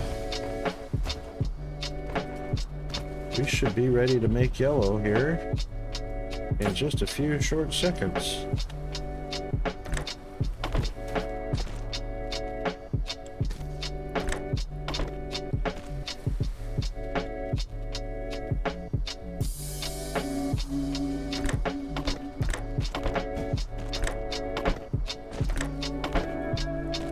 we need to do is get our diamond over here.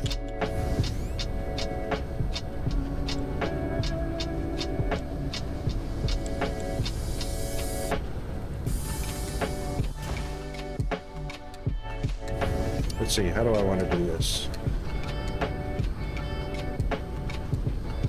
Yeah, it can go up here.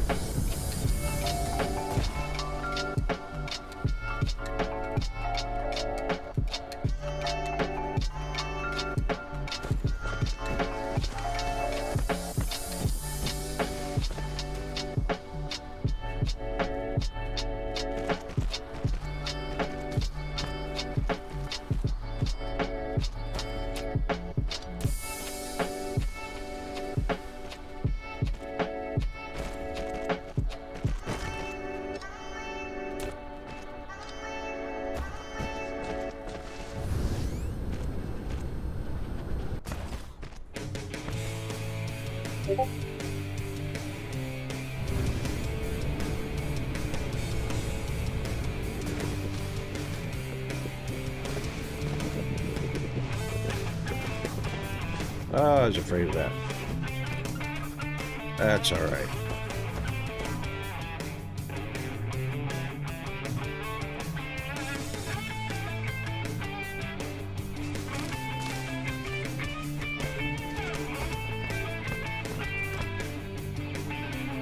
Oh.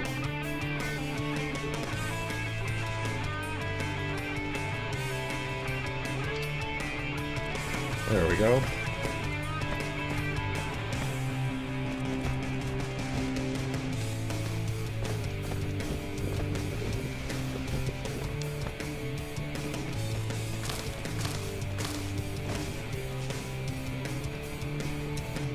Right, okay, so wireless towers.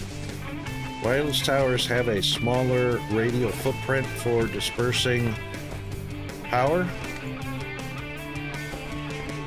but have a longer reach between them. So if you really want to maximize the reach of wireless towers or maximize the reach of your electricity, alternate between a wireless tower and a regular Tesla pole. So you'll have a Tesla pole, which will go out to, as you can see, there's one grid line, one grid square between them.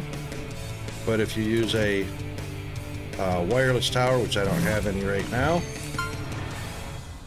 that stretches out even further. And then you put a Tesla tower on the other side and alternate them like that. And that'll really stretch out minimal number of poles and towers to wrap the planet.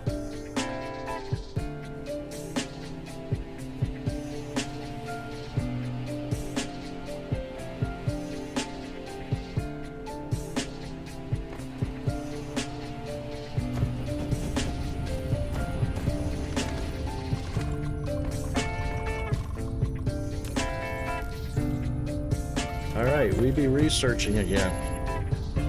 Just in time for a save. How about that? Alright then. That's yellow completed.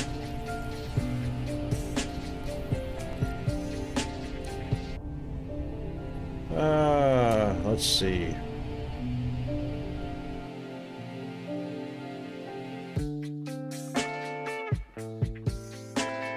What do you reckon, Fire? Are you gonna stream?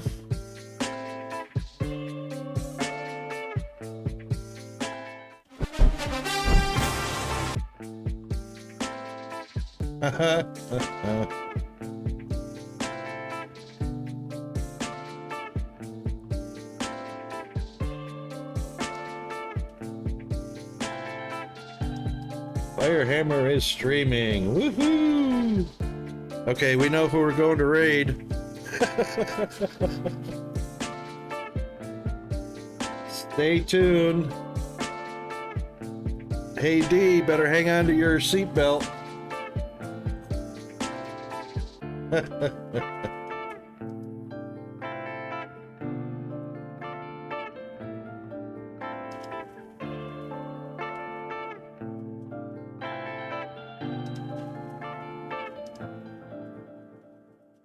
Okay. Good May. That's correct. Good morning, afternoon, and evening. Awesome. Well, I'm coming over there with you, Zombie, unless you're going to bed.